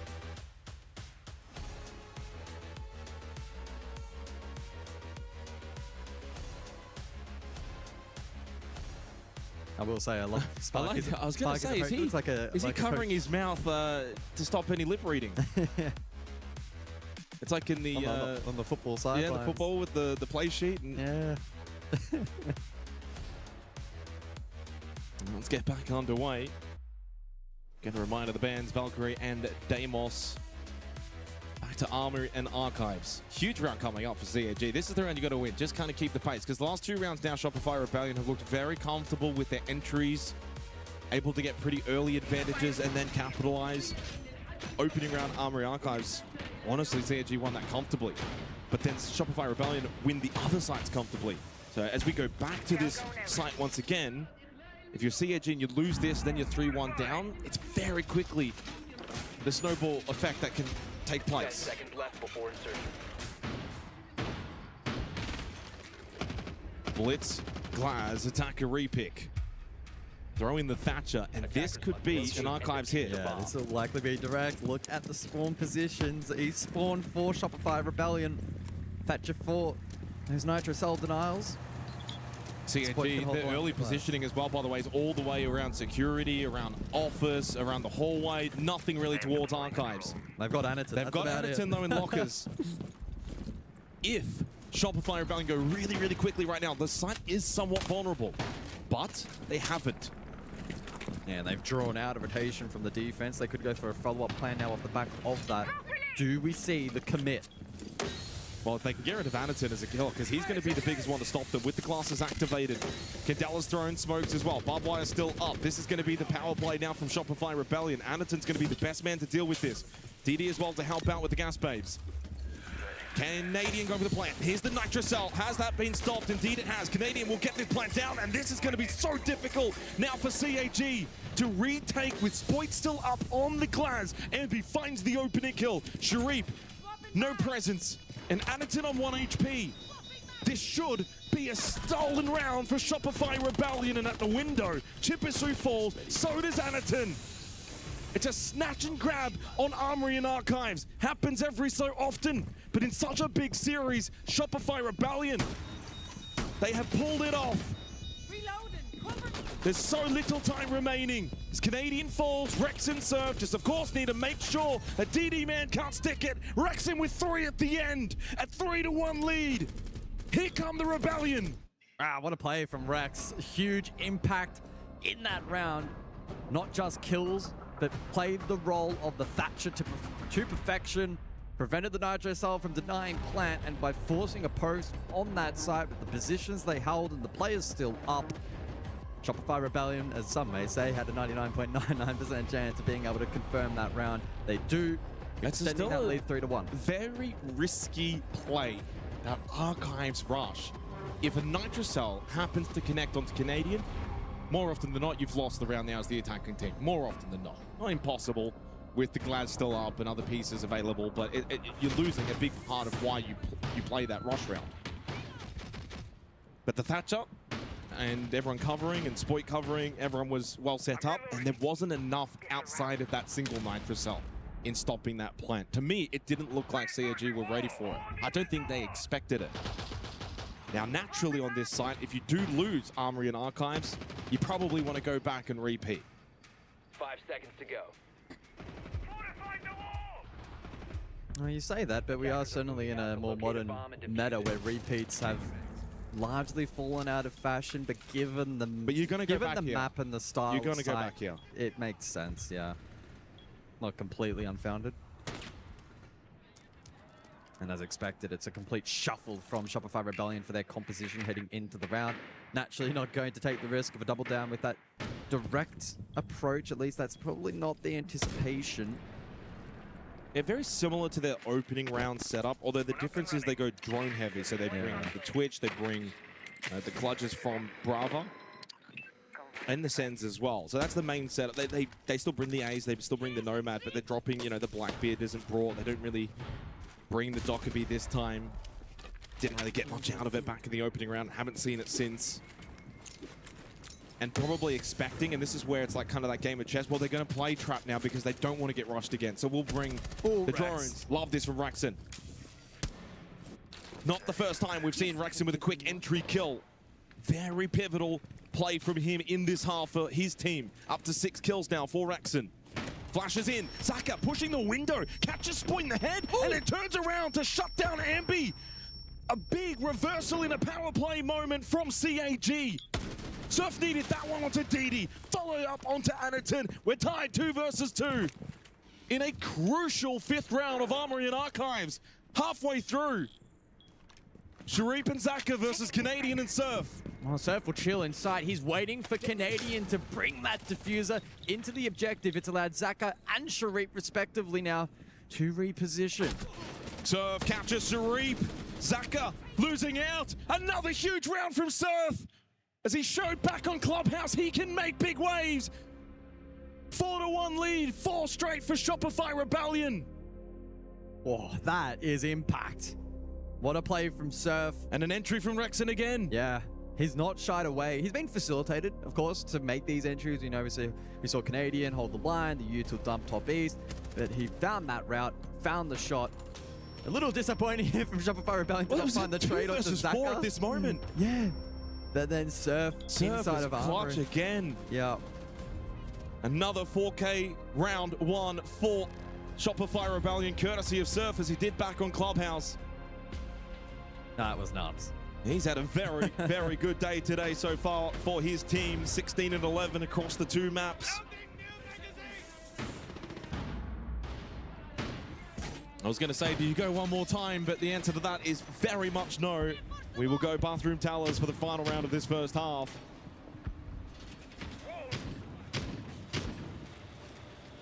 And you've got to give credit to Shopify Rebellion. You lost the first map. You're facing elimination. You're going into border attack where you need to be aggressive. You can't posture. You can't hesitate. And we haven't seen that from them. We've seen quick entries. We've seen them dominate the opening kills 4-1 in their favor. They have not shied away from the pressure of facing elimination. Claymore mine prime.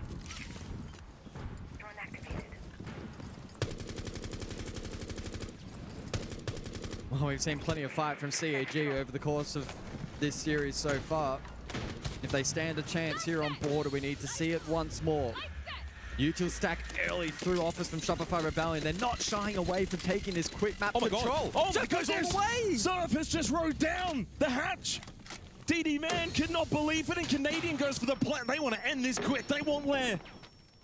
Can Sharif find a way to stop this? Yes, he can! Oh, the smoke dissipated at the last second. You say Sploit, well, what was he watching? Anaton falls to Ambi, but the kit lay on the ground. Surf, though, sits inside a bathroom. Sharif still inside of Towers, and they do still have top floor control with Zaka and Jibitsu. Yeah, it's an awkward round for Shopify Rebellion, despite having a player advantage. This vert is meaningful for CAG. It's awkward for both teams, though. We're only at the midpoint of the round. Well, Sharif can watch Kit and watch, of course, the window, and then Jibitsu and Zaka, well, mainly now Jibitsu will watch top floor. Still, the player advantage for Shopify Rebellion. They just need to probably reset a little bit. Time is on their side. Well and truly over a minute remaining, and a defense that seems like it's scrambling. Surf, though, pressuring this hatch, wanting to just occupy them. Sploit, by the way, made his way in the window and died immediately. Sharif was still inside of Talus, never moved. But what a big battle won by Rexon. Sharif, another one. 3 in the sight from Sharif. Reconfirms where this kit is. At the window, and Jibitsu will drop. But it does give top floor control now to Shopify Rebellion, but largely does not matter because kit is controlled by the defense. A critical 45 seconds remains. And Sharif is in a high-risk position. He will not be able to escape that tuck. Jibitsu, here comes needs Ambi. help, but he can't get it. Here comes Ambi, wonderful headshot with the DMR. Sharif's got 3. He now needs the ace. As Rexon and Ambi march towards him, a low-health Sharif must clutch. Bigger than any player we've seen in this series. Time may be somewhat on his side, but he has not moved. And they still search, maybe not anticipating him to sit the kit. Red time now approaches. Here come Rexon and Ambi. Sharif will need to spray and keep spraying. He will not have to let go. Oh, what a pre-fire swing from Rexon with 3 seconds on the clock. A 5-1 for Shopify Rebellion puts them closer to that third map. Sharif probably should have anticipated that. Even 3 seconds left, he just start firing. Even if he sprays, though, to be fair. I think he still dies. Yeah. I think his name was on the gravestone, but regardless. I think they needed a second. Did CAG, I think they needed 2 defensive, 5-1 down. It's a long way back here. Even What though about this from Surf, I though? mean, that was lovely from Surf. Well, he's been a difference maker today. Yeah, Sploit watching the hatch drops. They got a little bit unfortunate there. And It was a chaotic round midpoint. Both teams scrambled. Surf was still on site. Sharif committed to the tuck, but then unfortunately meant he was in a tradable position. And Shopify Rebellion were able to problem solve and identify where he was. 5-1 lead Shopify Rebellion. And as much as I would love to say that CAG could bring this back, I think it's a stretch. By the way, a halftime scheduled timeout. Another minute on that one. Coaches will get to talk. Of course, role swaps. CAG will go onto the attack. Long way back. 5 straight for Shopify Rebellion after CAG won the opening round and did so convincingly. So looking at some of the numbers in terms of the opening kills in that half, big in favor of Shopify Rebellion. They got 5 out of the 6 rounds. Rex has got 2 of them. Ambi, Canadian, both 1 each. Surf gets 1, so a good spread performance. In terms of the multi-kills, Surf with a 4K, Rex in with a 4K, so big clutch individual moments. Canadian was able to get plant.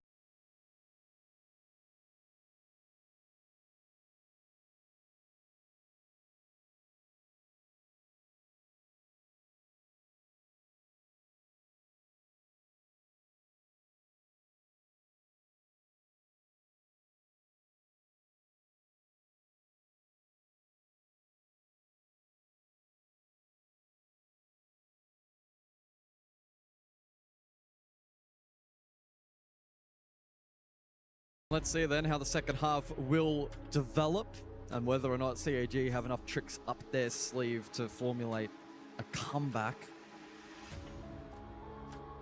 Let's see how the bands as well shape up and how that will determine how the second half then plays out. So Solid Snake and Wamai, 2 very powerful operators in the current meta. Wamai specifically buffed, and so going to take away some of that catch potential and could mean that direct approaches could be a little more favorable for CAG, hence that ban. And they followed up with his army, so more emphasis on utility. Ying as well will be taken away, maybe then in response to the Wamai, just some projectile taken out of play. But I don't think anything here is standing out as being too crazy. Armory and Archives to be the opening objective of choice for SR. Well, who goes into the third map, provided we get there with more pressure? Or is it relatively equal? I think it might be I don't equal. think you'd be able to quantify it and really give it to one team or the other. Well, job's not done as we begin the second half. Shopify Rebellion go on defense. Not guaranteed to have an easy time here. Need to stay locked in, stay grounded, stay composed to seek that third map, which is required. Reminder, the loser of this series is eliminated from the Esports World Cup. The winner will move on to the group stage.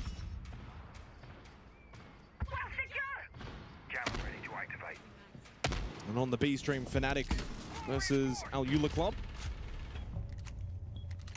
is, I believe, ongoing now.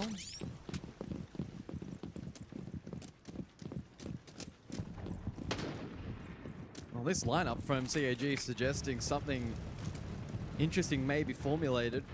The ROUs for coverage, Amaru for quick entry in the hands of Anaton. Is this a alternate take on the Archives directs for CAG? Capital deploying util early. Well, Surf's going to go for the swing at the window, but he loses out to Sharif, and the frag grenade finds Embi. Well, that's an easy double kill to open up this 7th round. And they've already got control armor side. And then Zaka with a shotgun onto Spoit, while this has been absolutely rapid. Didi going for the plant, shield screen up from the ROU. Don't think there's going to be a lot Rexon can do. He doesn't even the Nitrocell. Plant's gone down. This round is done. What a statement from CAG. On Armory and Archives, they have just swarmed in and taken it with ease to just give a sign of life that maybe on the attack they could do something very special. Rexon himself would have to do something very special to win this round for Shopify Rebellion.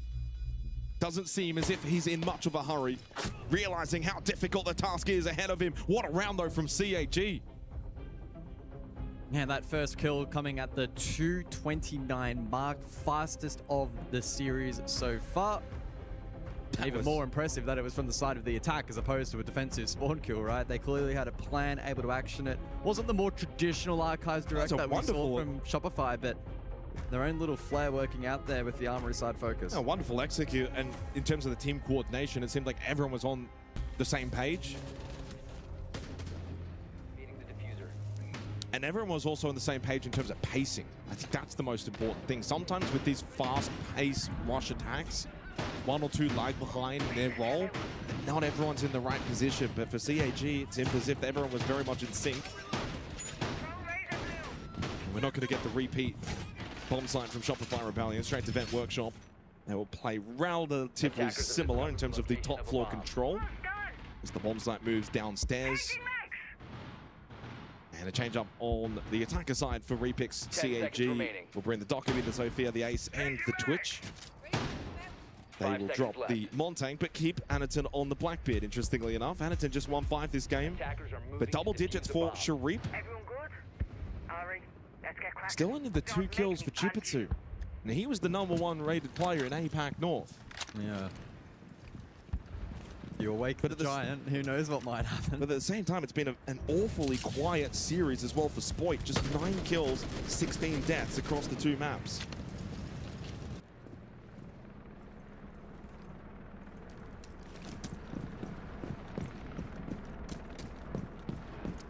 We've seen a couple of good comebacks so far here at the Esports World Cup, guys. 5-1, not impossible, an attacker-sided map. Good early statement as well. Quick 7th round now into the 8th. You make this 5-3. It's not too dissimilar as to the scoreline of Clubhouse. Yeah. Remember, it was a 6-3 comeback from CAG on Clubhouse. I think entering the half, I certainly had that doubt that we may not see the same level of proactive play replicated. But that round, I was like, oh, hang on a second. Well, a slow pace follow-up in the 8th round. A minute expires on the clock already. Slow creep outside of break. There's barbed wire, though. Does deny the ability to go for a quick push in. Flashbang. Ambi's going to eat the Junker payload call from Chibisu. Looking for a reposition to catch a kill here at the break doorway. Love that onto DD. Don't think he was expecting the angle to have now suddenly been taken. And Anaton will fall. Lovely read from Shopify Rebellion. This will set them up with a 6-2 advantage. Unless Chibisu, Sharip, and Zaka can bring back a 3 versus 5. Desperately need the next kill. Zaka will slip into offers through the smoke. Position should not be known. Although he does just start blasting. Now position is very much known to Canadian inside a fountain. Out of gas babes. But it means he can keep this shotgun up at the close angle position. Zaka needs to swing this. Now at least knows that the smoke holds the close angle. Embi will fall towards Customs, courtesy of Sharip. Zaka, a little stutter step at the drop of the hatch and eventually now makes his way down into bathroom. Surely couldn't find a kill from below. Doesn't opt to shoot initially, but hello, here's Rexen lurking inside of towers, not expecting that position to be held. And with Chibisu falling elsewhere, it's all set up now for Shopify Rebellion to have 4 map points. And Sharip will push up metal stairs to his death. Lair is calling. And they've looked rock solid here on Border so far. Some smiles being shared by the boys as they're pretty pleased with how Border has developed so far. And while CAG certainly haven't thrown the towel in over the course of this map, I think they're just short of ideas and being able to problem solve their way out of this position. No tactical timeouts, of course, remain for CAG by Varel. They're on their own. Yo, we're back. This map. Go. I saw her struggling, and I knew I had to win 5 straight to win Clubhouse. They need 4 straight to force overtime. And on the attack side, it's we more had the discussion earlier. Even on Border. We had the discussion on Club, right, that the scoreline maybe wasn't reflective of how close the match was. This one, I think, is. Yeah, I think this scoreline very much reflects the dominance that we've seen from Shopify Rebellion on Border. By the way, 100% conversion rate on opening kills so far through the 8 rounds. Yep. Little indication to follow coming into this first of 4 map point opportunities. On a map like Border, it's no surprise those entry kills are going to be so important.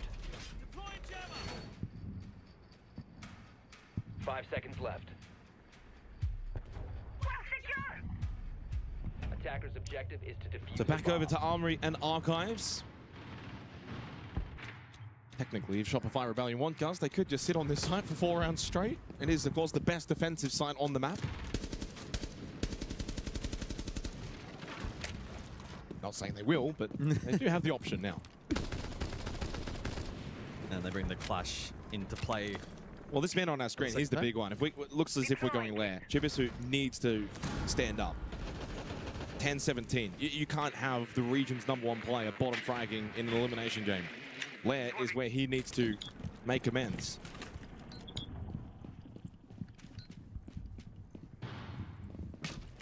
Slips into waiting.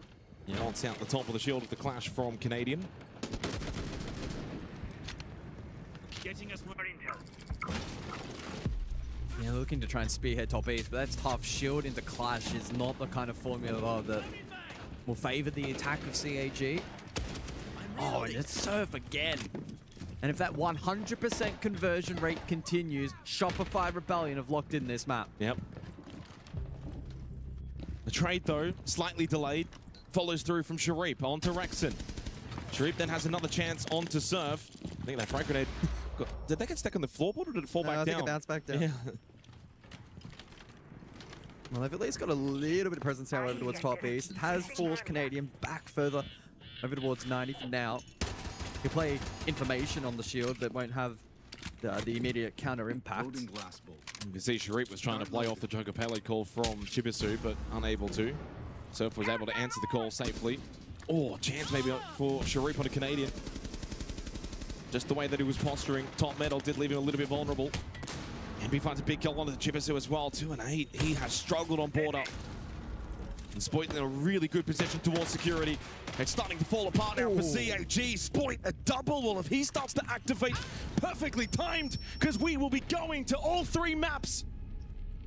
The sword leaves merely but a scratch on the throat of Shopify Rebellion. All 3 maps are required in this massive, massive series.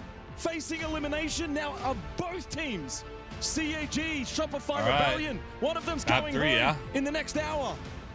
Yeah, they sure are, Jake. What a performance there on border, though, from Shopify Rebellion and preventing any kind of serious or meaningful comeback attempt from CAG by Varel. The stage is set for the third to be a banger. Yep, certainly is, Jake. And I think that given the context of Shopify Rebellion, this is what we expected from this series. We expected them to take over. We expected them to take control. CAG, whilst there was a small blip on the radar in map 1, they tidied it up. Border looked phenomenal. There were no questions about it. I think, if anything, I was probably a little bit disappointed from CAG's first half. I expected, after what we've seen today and what they've showcased throughout this tournament, I expected a little bit more from them. But I think that goes down to Shopify Rebellion's I want to say aggression, but more performance. Yeah, I mean, we did preface, though, of course, pre-series, and then also post-map 1, we expected Border to go the way of Shopify Rebellion. Always. Don't know if I expected it to be that dominant, and now a little concerned going into Lair.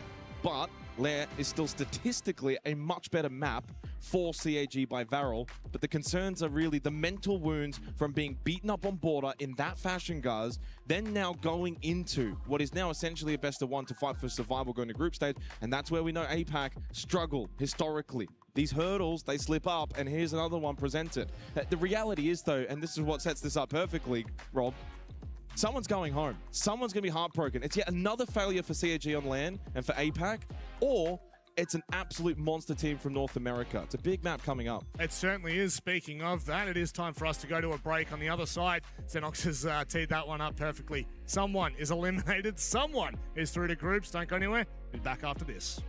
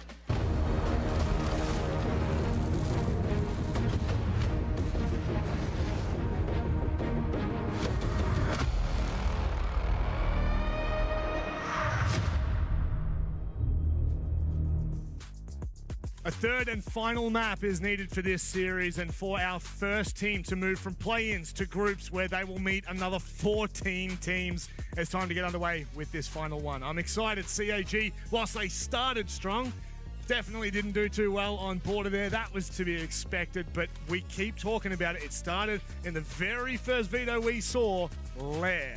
What does that mean here, Jake? What does that mean for teeing this game up? Yeah, so an 8-1 record for CAG. When you kind of look at the numbers here, the last time they lost it, Salt Lake City Major against 5 Fears, but then nothing since then. They're on a massive streak. They haven't lost it for 3 months. And they've played it, as I said, 9 times. So, I mean, they've got a really good record on Lair. It's a high preference map pick.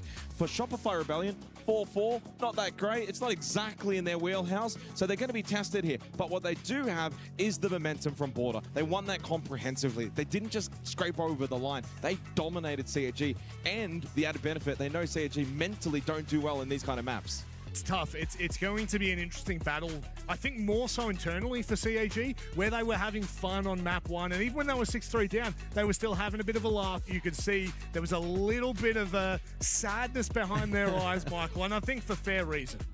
Yeah, I don't know. I mean, I don't know if it's necessarily straight sadness. Maybe no, okay, that was a bit far. But it might have been a little bit of despair. Yeah, because I feel as if Shopify Rebellion just simply had better depth on that second map. Yeah. CAG ran out of ideas. You know, sometimes in a best of 3, your map pool is going to be truly tested. APL teams traditionally aren't going to have the deepest of pools. And so going onto a map such as Border, as we saw it develop, sure, they had that really snappy attack to kick off the second half. And I was kind of like, maybe there is a little bit more to the story here. And then it's kind of back to the same old story, right? So hopefully here on Lair, strong record, weaker opposition, you have to account for that. But I think in terms of comfortability, it's going to be a lot better than that second map. It certainly will. This is a massive game for both of these teams.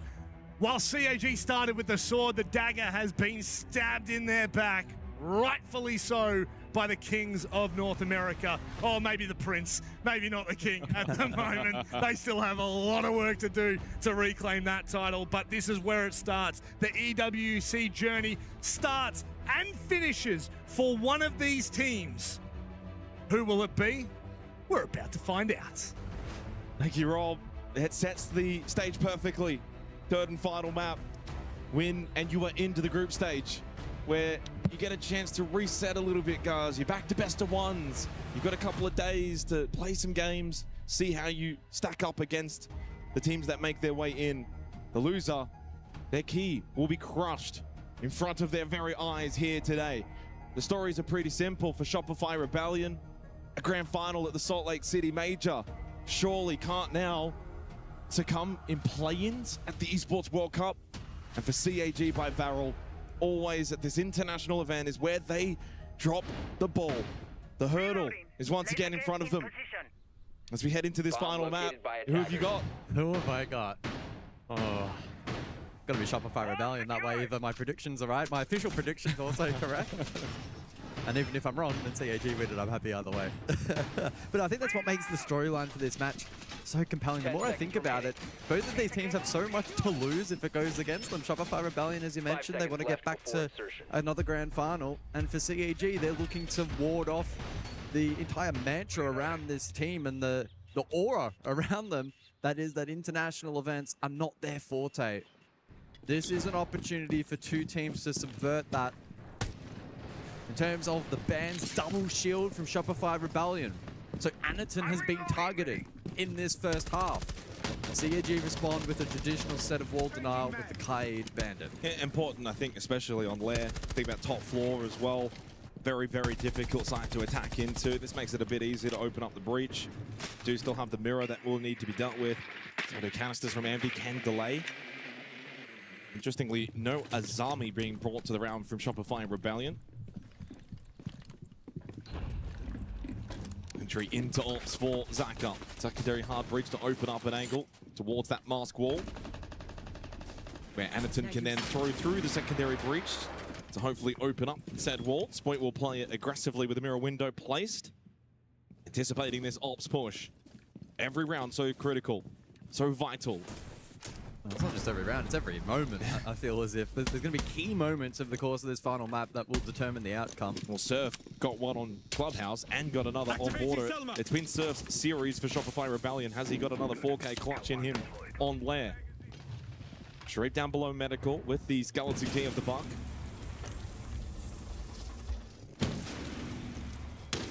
And so far, the checklist is just being worked on slowly by CAG. Get ops control, try and open up mask, eventually then mezzanine, and look for a mask plant. That's going to be the aim of the game. Double nitrocell available, plus an added 3 gas babes still up for Canadian. Throws out 1, as I mentioned it. Still a mirror window in pocket for Spoit. Yeah, slow wind up in this round for CAG. Shopify Rebellion, though, looking settled. Double smoke for Canadian. And triple nitro still remains, or at least double, for this defensive lineup. Information gathered. CAG have a read on the hold R6 side. Set up a sequential breach. The final hard breach will now be deployed. A little bit of damage on this point, by the way, towards Office. He'll fall back. It's going to be Surf that goes down first to Anaton. Sharif then finds the kill through the floorboard. Oh, what a headshot from TD. That is such a tight angle, and he goes straight into Mask. Retsim will fall. This top floor defense has been thwarted so comfortably. Canadian, funnily enough, with the gas bay, found the kill onto DD going for the plant. He denies said plant. Surely, Canadian couldn't do something so exquisite. Zaka gets on. Canadian now has to swing. Knows there's one at the doorway. Sharif covers perfectly. Oh, it's CAG on the attack of Lair that takes the opening round. Yeah, slow wind up. Oh boy. Able to pounce. They accounted Here for the we variables go. in that round from the defense, the lurk below, the positions horizontally, which was facilitated partially with information that was gathered earlier. Some sharp shots were required, and CAG delivering there in round 1. And if that's what we can expect here from CAG over the course of the next few, then they won the opening round on Border, and then we know what happened after that, by the way. 5 straight to Shopify Rebellion, so don't get too excited if you're an APAC fan. I'm getting excited for the next side of choice, though, from Shopify Rebellion. It's over to Dorms for round 2. In my opinion, one of the more dynamic sites that we see in the game right now. It's really intriguing, the tug of war that we typically see on this site. Shopify Rebellion will contend with holding above control, because planning against the vert is a challenge, but then you risk compromising positions elsewhere. And then CAG on the opposing side, well, Dave will pose the question, are we going to go direct, use the Capital to cover against that vert, or do we maybe try and split the attack and try to dislodge this defense that is situated above? I think they're going to go for the latter, given some of the attack repicks that did come through. The Capital out of play. They'll bring the Blitz, though, in for the clear alongside Solid Snake.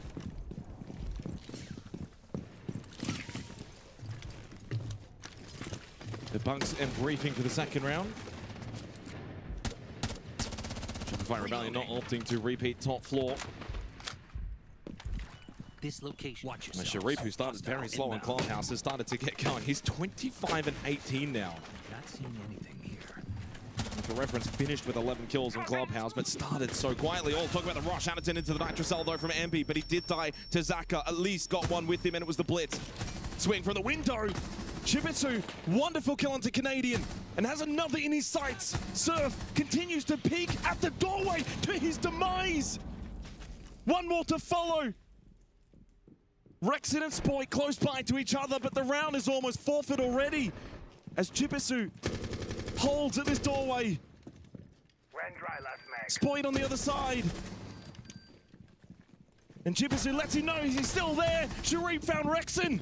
It's only Spoit that remains. He is corralled, surrounded, and shut down. CAG with a 2-0 dominant start on Lair. Yeah, this is a great start. These opening attacks from CAG have been very difficult to fault. Shopify Rebellion are put on notice. Oh my goodness, Super's seen enough. He's called a timeout after 2 rounds. If that doesn't tell you how dominant of a start this is from CAG, I don't know how else to spell it. That is an incredibly early tack timeout from Shopify Rebellion. And I think the question that needs to be answered is, if Chibisu is back, how do we deal with him? Quiet back on Border. And we posed the challenge that he needed to rise to here on map 3. Still early days, but he's risen to the challenge. Good couple of rounds from him. Sharif as well, up to 4. And Shopify Rebellion have been caught on their heels early here on Lair. Tactical timeout will expire. I was just looking. You got the glasses on, man. I was looking towards Sparky. I just wanted to see again. He's got the mouth covered. Gotta keep that secret, he gets a free early talk as well with CAG, so Sparky will hold the one and only tactical timeout remaining for this map. That is super early, but you know what? I think it's the right call. I see what you did there. Super early. And it is the right call. Those first few rounds are so dominant from CAG that you have to just remind the boys what's at stake, calm them down, and settle. Round 3 coming up. And boy, it feels very pivotal early. Yeah. I didn't quite envision map 3 getting off to such a positive start for CAG. Shopify tested. And an intriguing extension from them up above on the vert to try and prevent CAG from establishing that checklist early on. That's facilitated by the mirror in particular. And positionally, some of these defenders currently off site on the first floor. I presume CAG are eager to get some vert control, notably with the sledge-in plate. You also have that solid snake once again to facilitate map clear. My location is clear, huh? Looks like their security's up. Interestingly, Basement on Lair offers the ability to really contest around that first floor. But I like Sharif here with the solid snake, the way he's playing right now, 4 kills. I think it could really lead into him finding an early pick or 2. That would just put Shopify Rebellion immediately on the back foot. So I'm sensing Shopify Rebellion will actually be more conservative based on their lineup and their position. I don't think they're really going to fight first floor to maintain it. It'll be more of that poke, prod, fall back, play positions like Blue Stairs. Oh, this is quick. Quick indeed. Anagen towards Blue Stairs. Griswold Mine thrown out from Rexon. He has been pinged as well. Here comes Sharif. Nitrocell from Canadian. If that can connect onto Anaton, it'll be huge. It does connect, but only damage. Doesn't find the kill. Keeps Anaton alive on the blitz. 90 seconds left in this 3rd round. So crucial. Out of the tactical timeout. Here comes Anaton though. They've got Spoit inside of Armory. Flash, easy. Here, kill clear. Spoit caught napping. I love that. The Nitrocell was keeping him at bay, but the Thatcher from CAG proving ultra effective. Ambi over towards range. He's cut off. Ambi takes a peek and realizes he needs to get out of here. Good damage onto Anaton. Really good clear from Ambi. Can he get out of here alive? No. They've got the cutoff. And they bring it back to a 3 versus 3, and still plenty of time remaining for CAG, but they do lose the blitz. Enemy device close.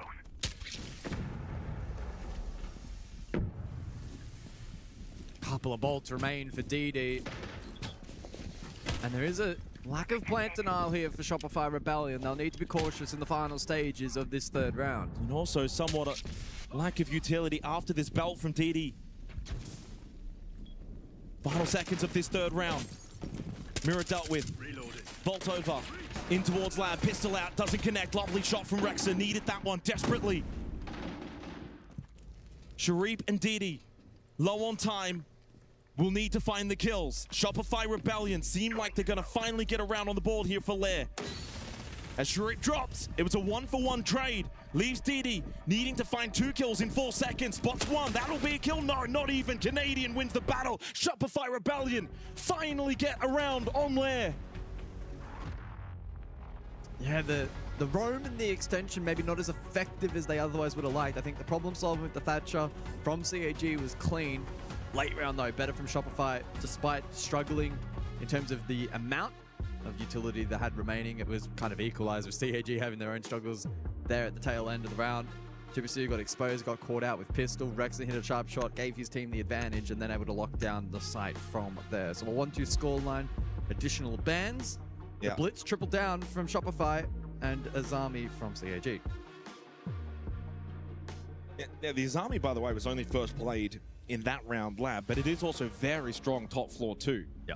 So, I mean, it's a very solid ban from CAG, but yeah, again, for Shopify Rebellion, just get rid of the shields. Don't have to deal with Anderton on that.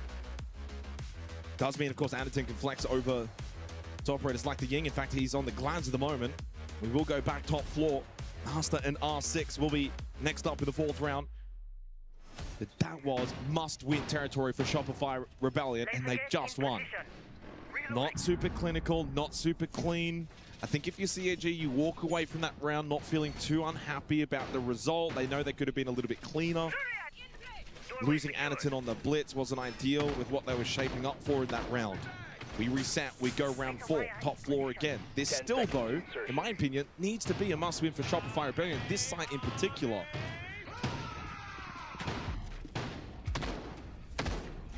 Attackers are moving to defuse a bomb. Rayora in play for Zaka. Yeah, Rayora Glass is interesting. Very interested to see how this little comp is going to play out. Reloading. Presumably a set play that they have prepared. Well, will it be open up mask, Rayora gate on the doorway? I mean, you can also go for a backside hit as well. But right now, things shape up towards Ops will be the play early on for CAG.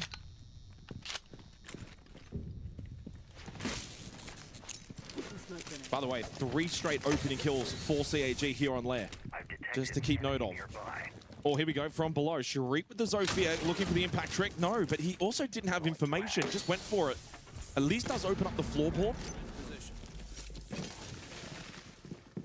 Canadian knows there is some storage side pressure. Already used all 3 smokes. Now forced to contest. Oh my god, Rexen is just dying from below. Canadian needs to be ready. He is lovely headshot onto DD to shut down the Solid Snake. But Shareep knows there's another one directly above him inside of storage. He'll hold the angle at the doorway. 6 kills early on for Shareep. 5 as well, by the way, for Chibisu here on Lair. As said on border, he needs to stand up, and boy, he has. Canadian needs to be so careful. Yeah, could be susceptible to Vert if his positioning is off. By the way, only 1 smoke grenade remaining for CAG if they want to play off this Glaz with the smoke. Especially now with Rexen dealt with. There is no Warden counterplay. So when that smoke gets thrown out, you have to play off it if you're CAG. Shopify have been drawn into R6 side, so I like this rotation from Zaka. Has a bit of space to play off now over towards Ops. He's got all of it. But there is Surf still over towards Mask, and he's had some big plays in this series. Bit of damage onto Zaka. Wards him off, sends him back towards Ops. Shareep opening up the breach from the other side. Oh, Surf needs to be careful, but the DMR can play this angle.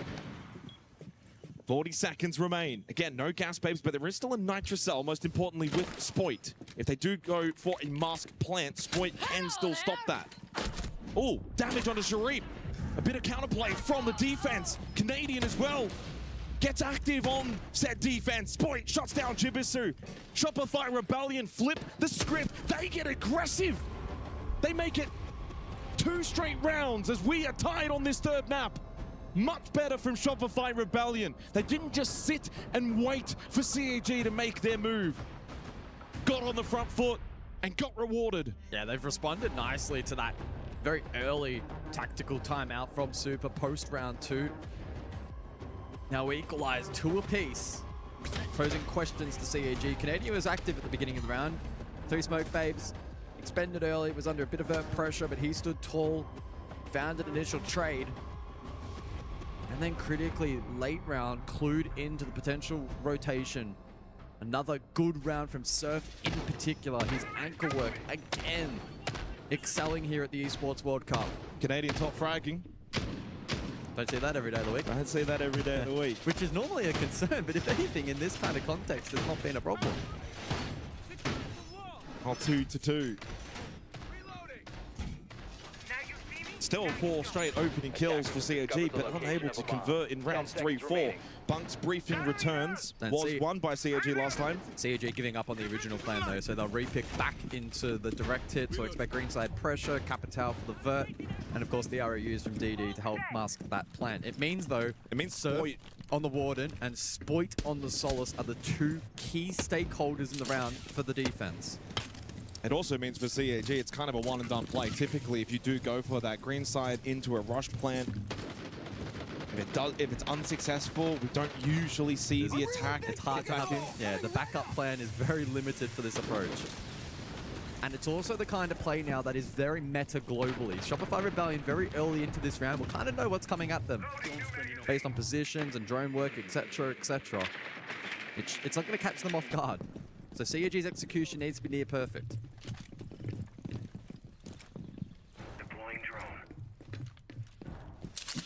I think you need to be near perfect for the remainder of this map. Both teams, to be honest, there's not a lot of room for error.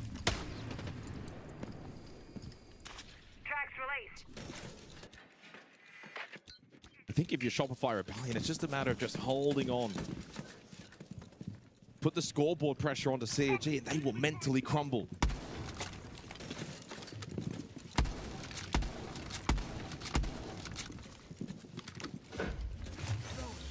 So the first ROU out from DD. Will he follow up with a plant attempt? He will. Out like a light. Well, the horizontal Thatcher up above, but it doesn't quite work. Spoit has info. Well, they deny the plant, but they don't get the kill. DD able to escape. First attempt unsuccessful for CAG, but they don't lose the Sens. There is still an ROU available for DD. Not often you get a complete second go at this, guys. It's rare. This is really rare. Can CAG capitalize on the reattempt? Sharif has to be mindful. Floorboard above being walked. Takes a bullet to the shoulder. They don't have to rush this. There's still 60 seconds. ROUs again have been sent out. This time, Anderton full health. He's picked up the diffuser. He's at the bomb chassis. Is he spotted? Spoit has to hit the shot. He can't get it through the floorboard. Play will be successful for CAG. Spoit couldn't hit the shots. The angle not favoring him. And now the retake attempt needs to be swift. They've got 30 seconds in a 5v5 post-plant retake. Towards green stairs. Big battle won by Spoit. Makes up for the earlier miss. But they need to be quick with their movement. As Jibisu looking to block off this push down the stairs. Looking to win the battle. Spoit clutches up. Canadian onto the kit tonight though by Sharif. 12 seconds. Time is expiring so quickly before the very eyes of SR. And again denied. Rexon folds. There is no time. CAG will take the 5th round. And with that the lead. Whoa. I cannot believe we saw the reattempt work.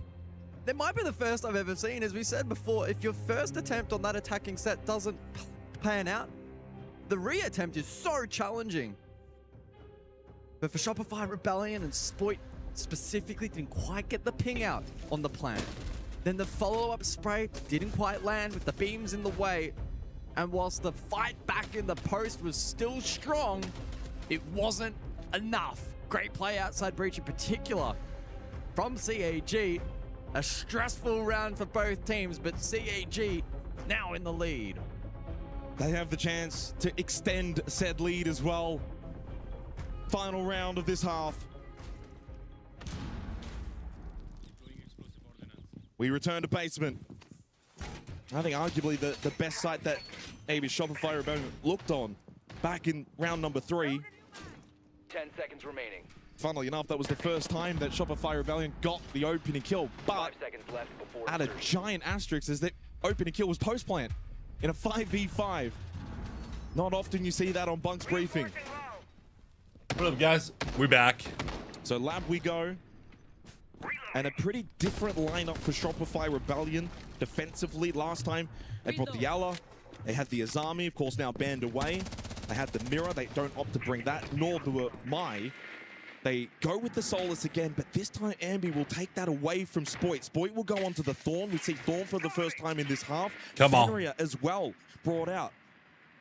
Add in the Melusi and the Goyo, and it's traps everywhere.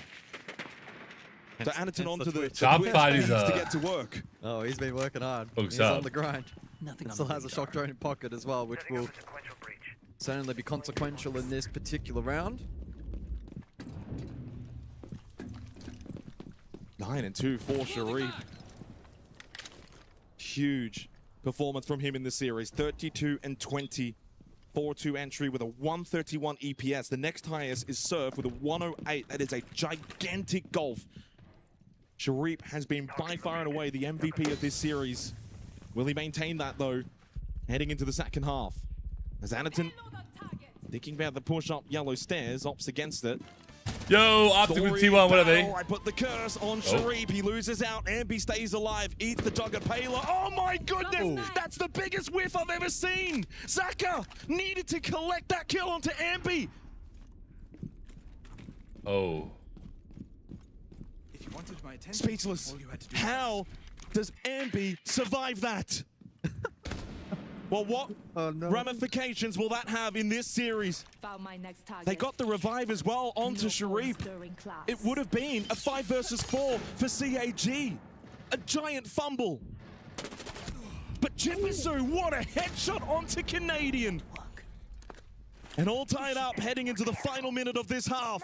Anaton, swing, headshot, no, but it's a good enough kill onto Rexon, and that's all that matters. How have they gotten themselves back into this round? It's advantage CAG, Ambi low on HP, and potentially limited denial for Shopify Rebellion, although keep in mind with the Goyo's preset site, that could pose a challenge. And Spoit is hiding in armor. That's a big game.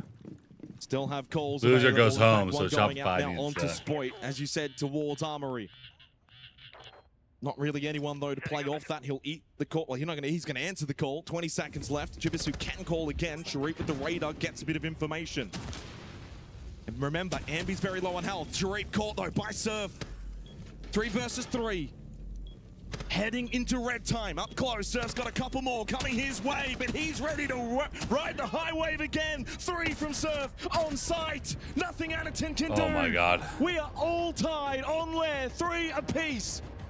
After 6 rounds of action. Surf just is that guy when you need somebody Surf to is anchor him. the site. He is him. One of many big moments for him so far at the Esports World Cup. On all 3 maps, Surf has had a gigantic moment. Yeah. Does it again. Oh, what a half. What a half. 2-minute break, and I think it's needed not just for the boys on in the server, but for us as well up here on the desk. And again, remember, of course, coaches now get to talk during this halftime break. So Sparky, hand on mouth again. Super will get another opportunity to talk after what was a tactical timeout at 2-0 in favor of CAG. To be fair, from that timeout of Super, Shopify Rebellion then won 3 of the next 4 rounds. Yeah, they surged. So they were able to respond. Of course, CAG do still hold their tactical timeout for the second half. Oh my god. But just big moments. In every single one of these rounds, nothing has been easy for anyone inside of the server. But again, Surf with multiple bodies coming towards you, it's very easy to just get overwhelmed in these positions, but he has shown time and time again, he's cool, he's calm, and he's collected.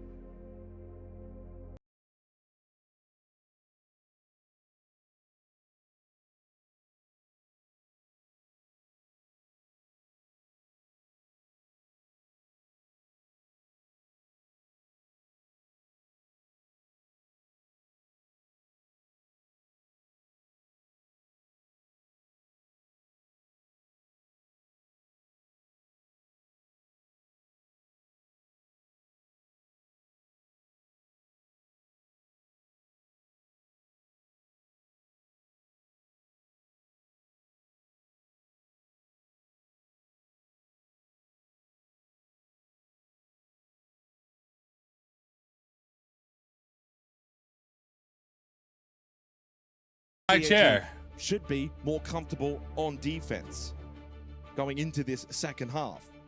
Now for North America League, which as we've seen has sometimes some very different numbers compared to other regions, Lair is even more defend-decided at 58%. Doesn't bode well for Shopify Rebellion. They're on the wrong side here coming into this second half. That's the way to frame it. Yep.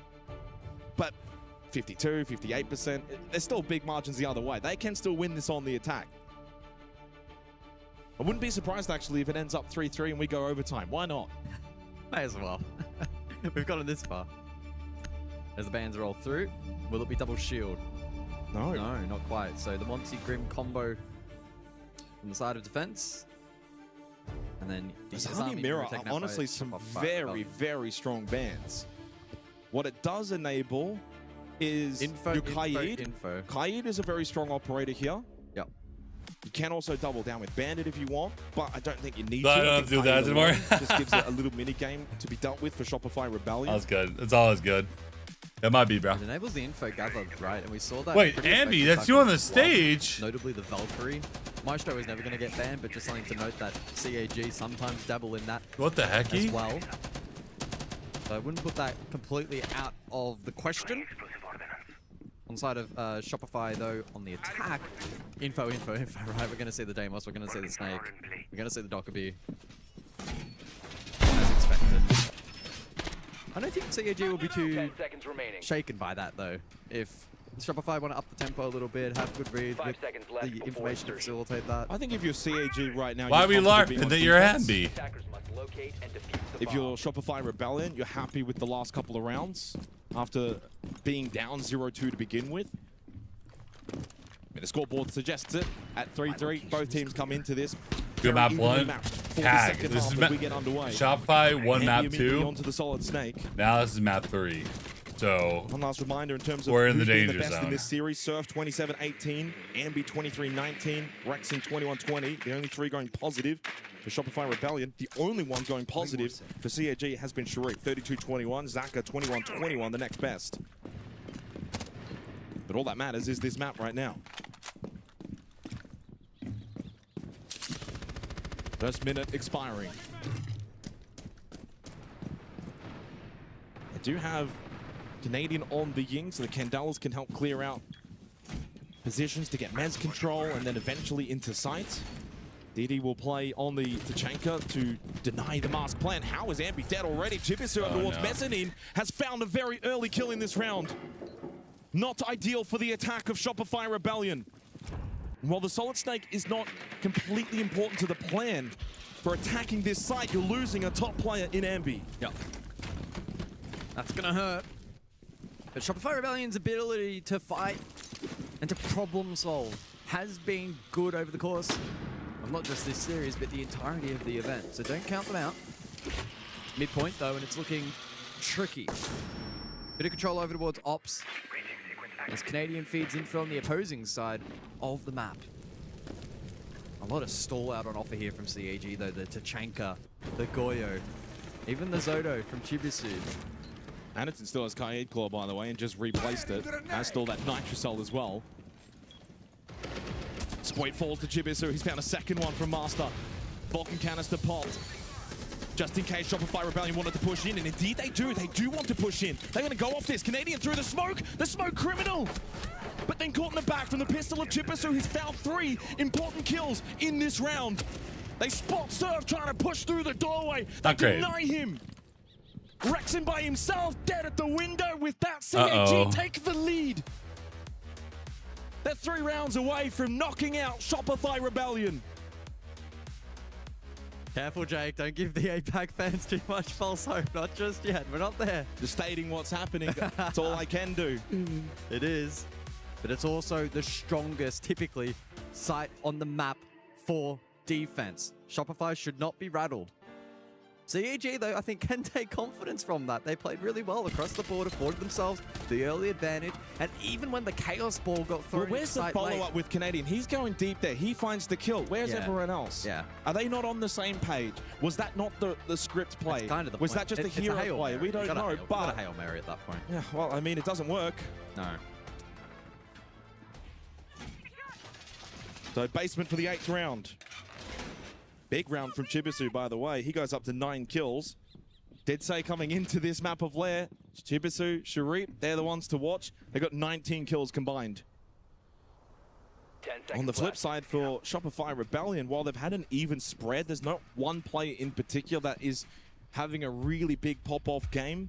So if you go back to Clubhouse, it was Surf 14-9. You go back to Border, which they won. You had 2 players double-digit. Here right now, it's not looking good.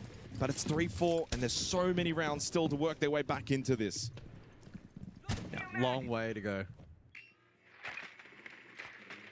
Eyes on Ambi at the moment. Rough start to the second half for him. He'll be wanting to extract info on that Solid Snake, gather info for the push. Is the only dedicated info gatherer this round out for Shopify Rebellion. And when you consider the setup here from CAG with pretty heavy presence off-site, we'll see if that ends up compromising their ability to clear the map, which they are going to go for. That's signaled by the Ram. Spoiled as well for flank watch once they obtain that control, but gathering that in the first place here for Shopify Rebellion may pose problems. Sharif's second floor server, Chibisu has presence armory and has the support of that clash.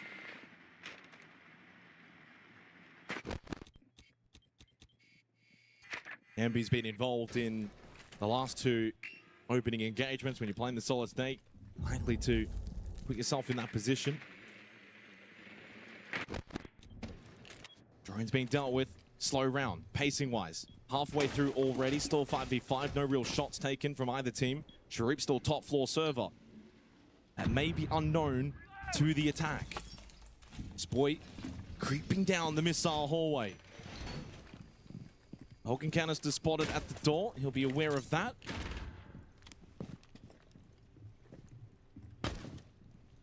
Shopify Rebellion, though, a very, very cool, calm and collected. It's Surf that gets the following kill. Now they are going to follow up on this and look to flood the site. Yeah, flood the clash with an air jab. And Sharif needs to be very mindful. He's still top floor, needs to make his way back to site and help out his teammates as quick as possible. And boy, does he. Big kill onto Surf, but Rexon steps up, shuts down Chibisu, who's been so instrumental for CAG. Advantage still with Shopify Rebellion, but here comes the clash of Anaton to try and get in their face. He finds two, but it's Canadian and gets the last. Ooh. Oh, big round win for Shopify Rebellion. Sneaking up on them in basement and striking with Venom. All tied again at 4-4. Got close there for Anaton. It was a good flood onto his position to knock the clash out of play, but only temporarily. Anaton actually did a really good job to stay up there for the late round, and it was almost enough for CAG to be able to clutch out the round. Here is that flood, 3 versus 1, and unfortunately couldn't sustain. Came down to a 1v2. So that last swing from Canadian, if he dies there, it's a 1v1 and not in a post plan. That would have been really dicey. Canadian going positive at 6-5, but no longer top fragging as Ambi has also got 7 kills to his name. And it's been back and forth now since the 4th round, 1-1-1 and so on. Neither team gaining a lot of separation, neither team able to go on a big run. Now, if we go back to Clubhouse, there was a period where Shopify Rebellion won 4 rounds straight. There was a period where trying to hide the K, K, that's why it's doing that. Shopify Rebellion on border, 1-5 straight. The highest win round streaks for either of these two so far has been just 2, which was the opening 4 rounds. Since then, it has been as even as you can ask for.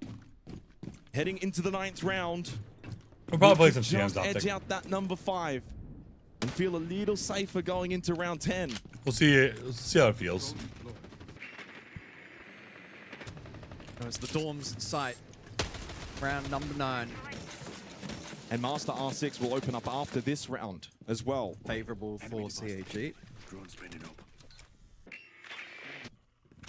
Capitao in play, expectation for Shopify to go for the flood with that coverage. CAG well prepared with the Warden and the Solace combination up above on 2nd floor. Both will need to be cautious of Surf on the Thatcher. This is, in terms of setup, they're all chilling. Yeah, this is very similar to what we saw in the first half. His full hands off keyboard. They're just going to sit. The guns are out. And wait. It's 4-4 at the Esports World Cup, and they're just chilling. But now, the chill time is coming to an end.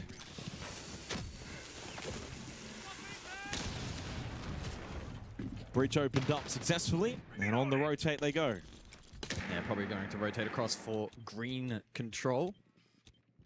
Ambi with a bit of a preamble, has Sky Bridge and the track stingers on the gridlock to help facilitate that map control. Is Anaton eager here to actually progress forward and get a little aggressive?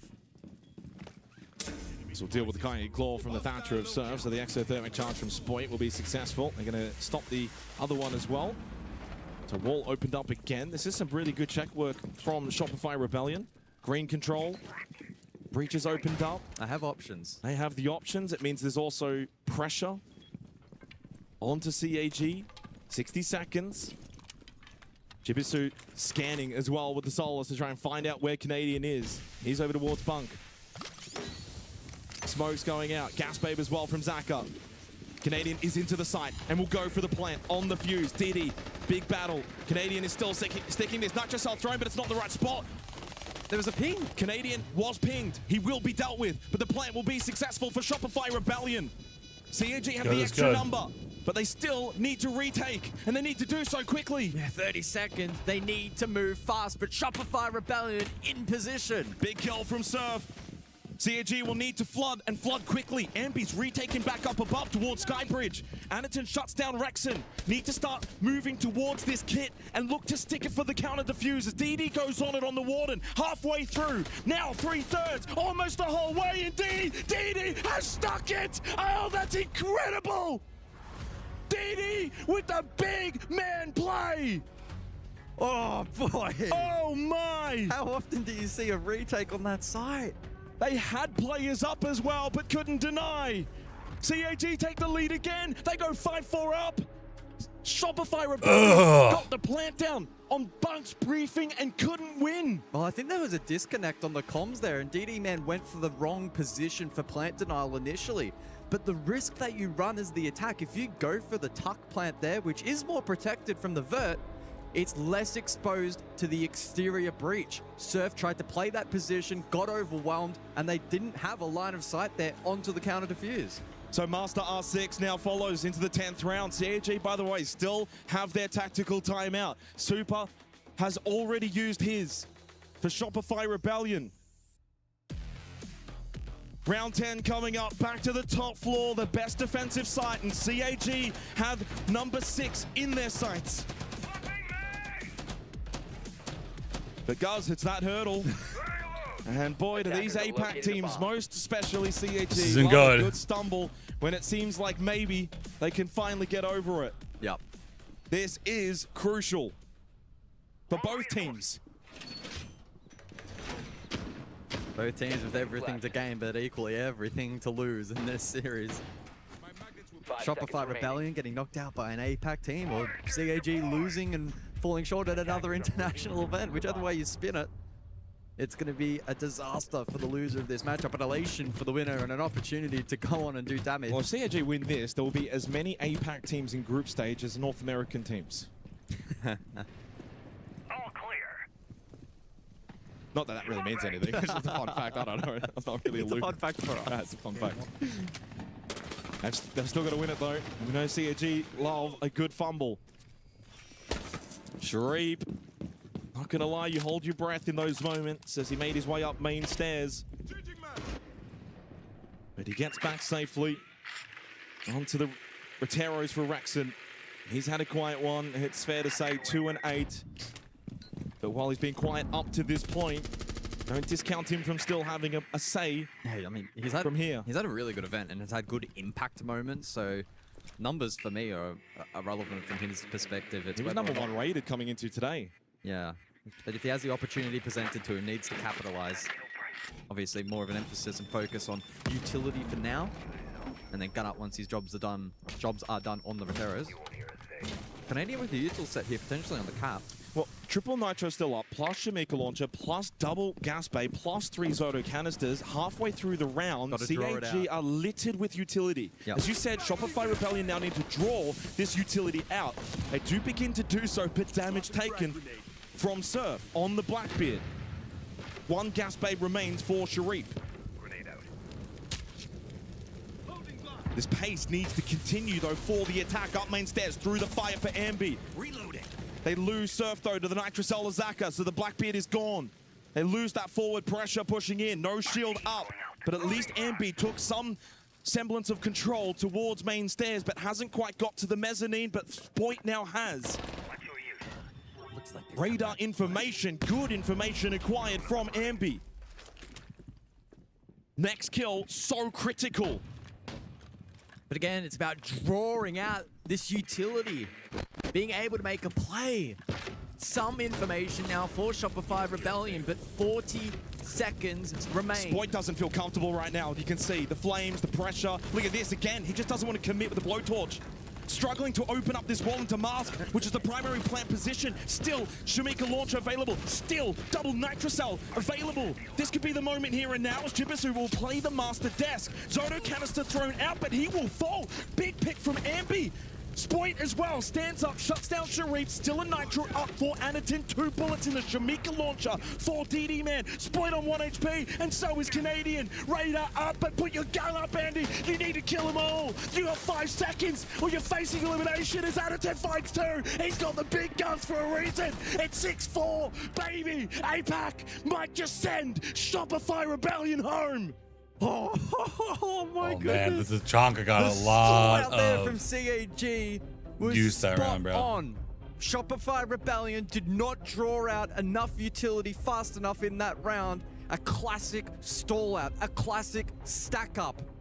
Filter effect through the door. And I mean, to be fair, they still did a pretty good job to fight themselves into a decent position, but not good enough. 2 opportunities to send Shopify packing. Well, I mean, Shopify Rebellion, they just look so stalled out for so many large periods of that round, guys. And you could see as well, wanting to I think open up Shopify's Mask going with home. the blowtorch. Spoit didn't feel comfortable, and he couldn't actually do it anyway because of the Shamika launcher. CAG had them in their back pocket there on the top floor, but top floor now is done, locked away. 2 rounds for Shopify Rebellion to force overtime. The good news is they've already won basement. That's already happened back in round 8. And honestly, Bunk's briefing doable as well. So there is still a path forward for the North American team. With top floor gone, they can very much win 2 straight, but boy, they will need to be perfect. Attackers must locate and defuse a bomb. I don't think anyone's going to get perfect pick'ems if CAG go on to win one of these next 2 rounds. It felt like Shopify Rebellion were a certainty to make it through to the group stage here. Damn, do you guys know that there's only 230 champion ones? Well, it comes back to why have you left Kaid up right on now?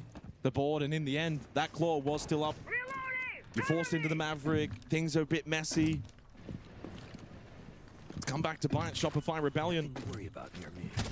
Yeah, this is But looking again, like placement. Shopify is going home. They won this site last time. Can they do so again?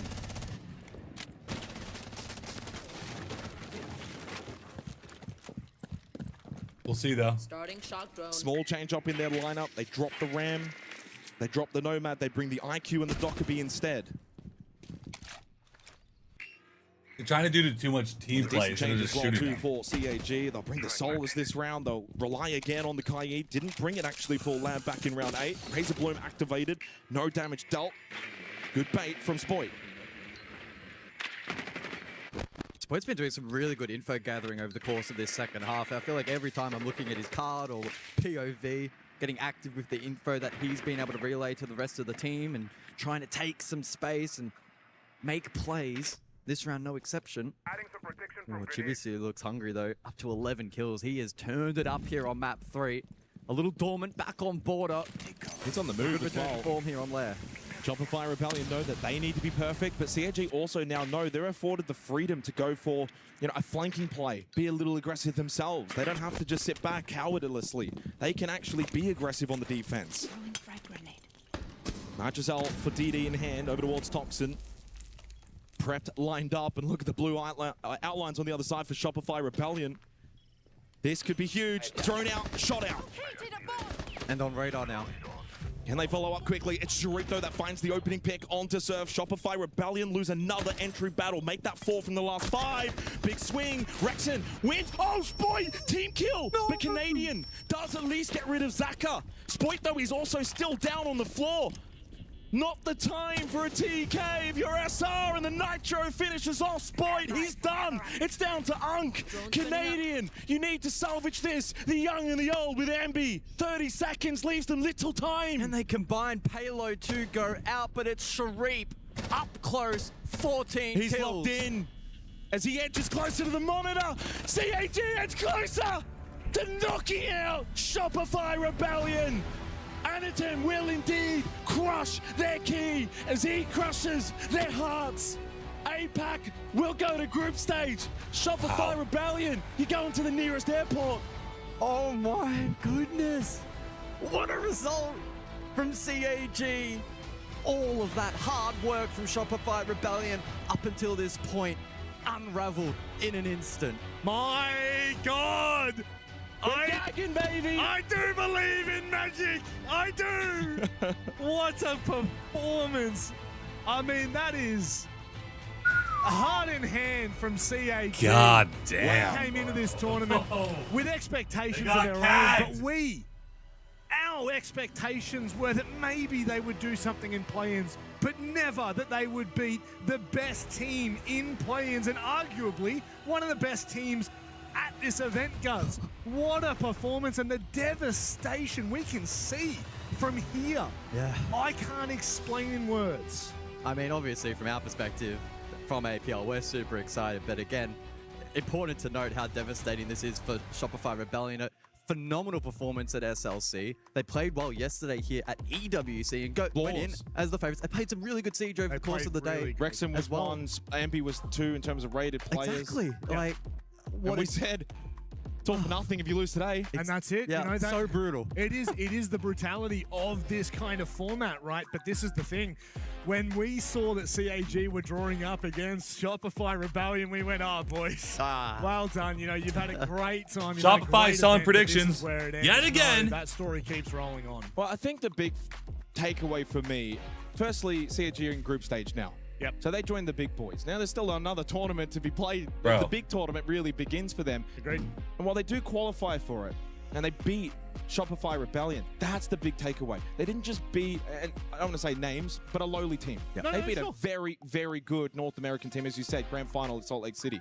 Guys playing well. Not only does CAG get that, I don't agree, Hintz. I win think against Shopify a was big playing really team, bad. monkey off their back. They look Now like they're go trying to group do too stage, much you're strat heavy warmed up. bullshit What can instead of just CAG finding do now picks. moving forward? I said APL finals when CAG me the qualified. stream. I'm not going to believe in them until they show me otherwise. Okay. They've No, showed me. totally. Well, I mean, even then, like, we just don't Where is it? expect this kind of a solid performance from, realistically, Bravo? back-to-back performances. They had to come through the entire lower Okay. bracket of Phase 1 to make it into Phase 2. That hurts to watch, bro.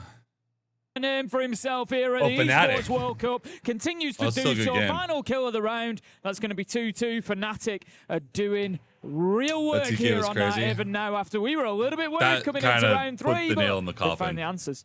Tim, at the start of this game, you really Because you know hyped up damn Fnatic. well You after said they're that not always TK, consistent. Spoit is like kind of reeling, like, you know, and then he gets down too. This tournament, I feel like you might have been thinking a little bit more than top 8, but regardless, you hyped them up a lot.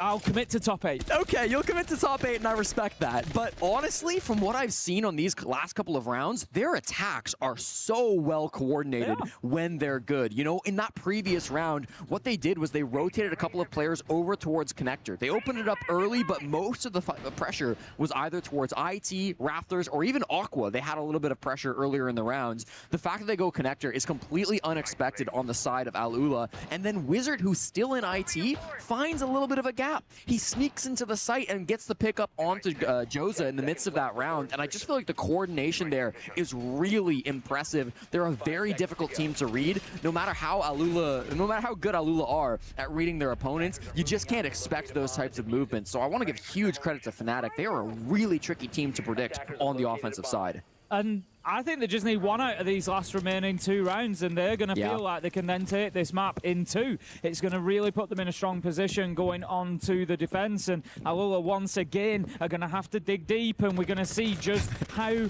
deep that emotional reservoir can run, because at this point they've got to be running on fumes. 85 rounds coming into today. The fatigue has to start setting in mentally at some point. You know, you've got to get to a point where you're thinking, can we actually do this again? But look, I'm sure that they believe that they can. Smith gets that wall open for him, and then in goes the Boogie drone straight away to start that work of opening up IT. Unlike last time, there's no roam in the top floor, but there certainly are nitro cells. A really nice opening pick takes down Smith, the main shield player on Fnatic, and this is a scary round for Alula. If they lose this one, that'll be every bomb site that Fnatic have now found success on the attack, and we might be looking at a 4-2 for Fnatic, but they start off really strong, taking out the spearhead of this push, and just because they get that frag, that doesn't mean they have to completely give up on the roam game. They've still got some players over towards the staircases, they've still got some cafeteria control, and oh boy, the Warden here almost gets shot through the window, but it looks like he's made it back towards vending stairs successfully. Yep, just gets away with one there, and Alula again. They've used the utility fantastically well, actually. That's a couple of nitro kills that we've seen from them today. Yesterday we saw them using the Zofia really well. You know, they are certainly no strangers to the utility. Deadshot does manage to pick up Valentino. Beautiful headshot as the Ela tries to peek around on the back of the Gashmot man. You've always got to be careful when they detonate, because it kind of gives away that, hey, look, I'm here, and you're going to peek around the corner, so I'm going to pre-fire you. Yeah, I mean, the stun is nice, but it's not that overpowering. You can absolutely win gunfights with that concussion. So Valentino, he loses his life, and with it loses the I'm going to be honest. advantage. I'm going to talk shit for a second. SR needs some roster changes. And some people may agree, some people may disagree. Right now, they're trying to play too much team-based Siege that hasn't been working. They need to be more aggressive. They have a bunch of gunners in Surf, Rexen, Ambi, and Spoit. They just need like more of a fragging IGL. They need to stop doing ultra plant focus executes because it's not fucking working. Every time I like it, just you have too many frag heavy players. You either got to get rid of like players like Spoit, or you gotta rotate out Canadian. You either play very objective based Siege, or you need to play frag heavy Siege. Choose one. You're doing this weird halfway point, which is why SR always fucking struggles. Lose their shield immediately in that round. They have to kind of pivot what style of strategy they want to go for. They get one back onto Valentino, and I think Deadshot deserves a lot of credit. Wasn't a huge factor back in map number 1, but now on map 2, switching to the attack. You gotta choose one or the other. Objective-based Siege or frag-heavy Siege. Choose one. Choose one. You can still play objective and, like, you know, play normal Siege with the frag-heavy team. But, like, right now, like, it feels like they're always playing to try to get a plant down. And it doesn't fucking work. That would be the expected position, but instead, Deepak was really that secondary angle. It's he was old opening up Siege the other meta. bomb site while That's the team not was current mostly focused modern on day cargo Siege. That's and why they around never do tanks. that good. So, just good stuff coming out from Fnatic. Again, I think their coordination and their problem-solving wrong? ability on the attack is leagues above some of the other teams we've watched this week. Well, Alula, they need to find answers, and they need to find them quickly. Like I said, for Fnatic, for Am me, I the wrong? Let me know. benchmark was 3 at the half. They've already secured that. If they go 4-2 on attack, it's never over. And we've seen that from Alula. We've seen it from Tyloo earlier today, 5-1 down. They were able to come back. We've seen Alula do exactly the same in response, 5-1, and then come back with the 5-1 half. Drop Canadian, let Ambi and Spoit frag out, doing what they do best, and have Surf and Rexen support them. Yeah, and then like grab an IGL that's like more frag focused. Like he can still be more objective-y, but like you need someone that can actually put up numbers, like M80 picking up, let's say, Savage. Like we need to pick up someone like that. To win a map that you haven't shown before, because now it's scary for every other team, right? There's some options. SR has fucking money. They can grab people. How deep is their strap book? You really don't know. They haven't played it enough for you to be able to tell, are they repeating strategies? I don't think they're ever going to rotate out Is this Canadian. a map that we can take them on and know what to expect? Probably not, because you've only got one VOD and it was a solid victory, so it becomes really scary. And what about much like IGL the they're sixth picking up round, if they it's do gonna be a that? scary situation Brother, for Fnatic. fucking point a finger. As I mentioned earlier, all 3 bomb sites Point a finger. SR has big boy money. Sure, they went down at a 2-0 They can grab whoever the fuck they want. They won their second attempts on the top. Let's say they want someone from 100 Thieves. Yoink. 5 years. Yoink. They can't match how much they're paying them.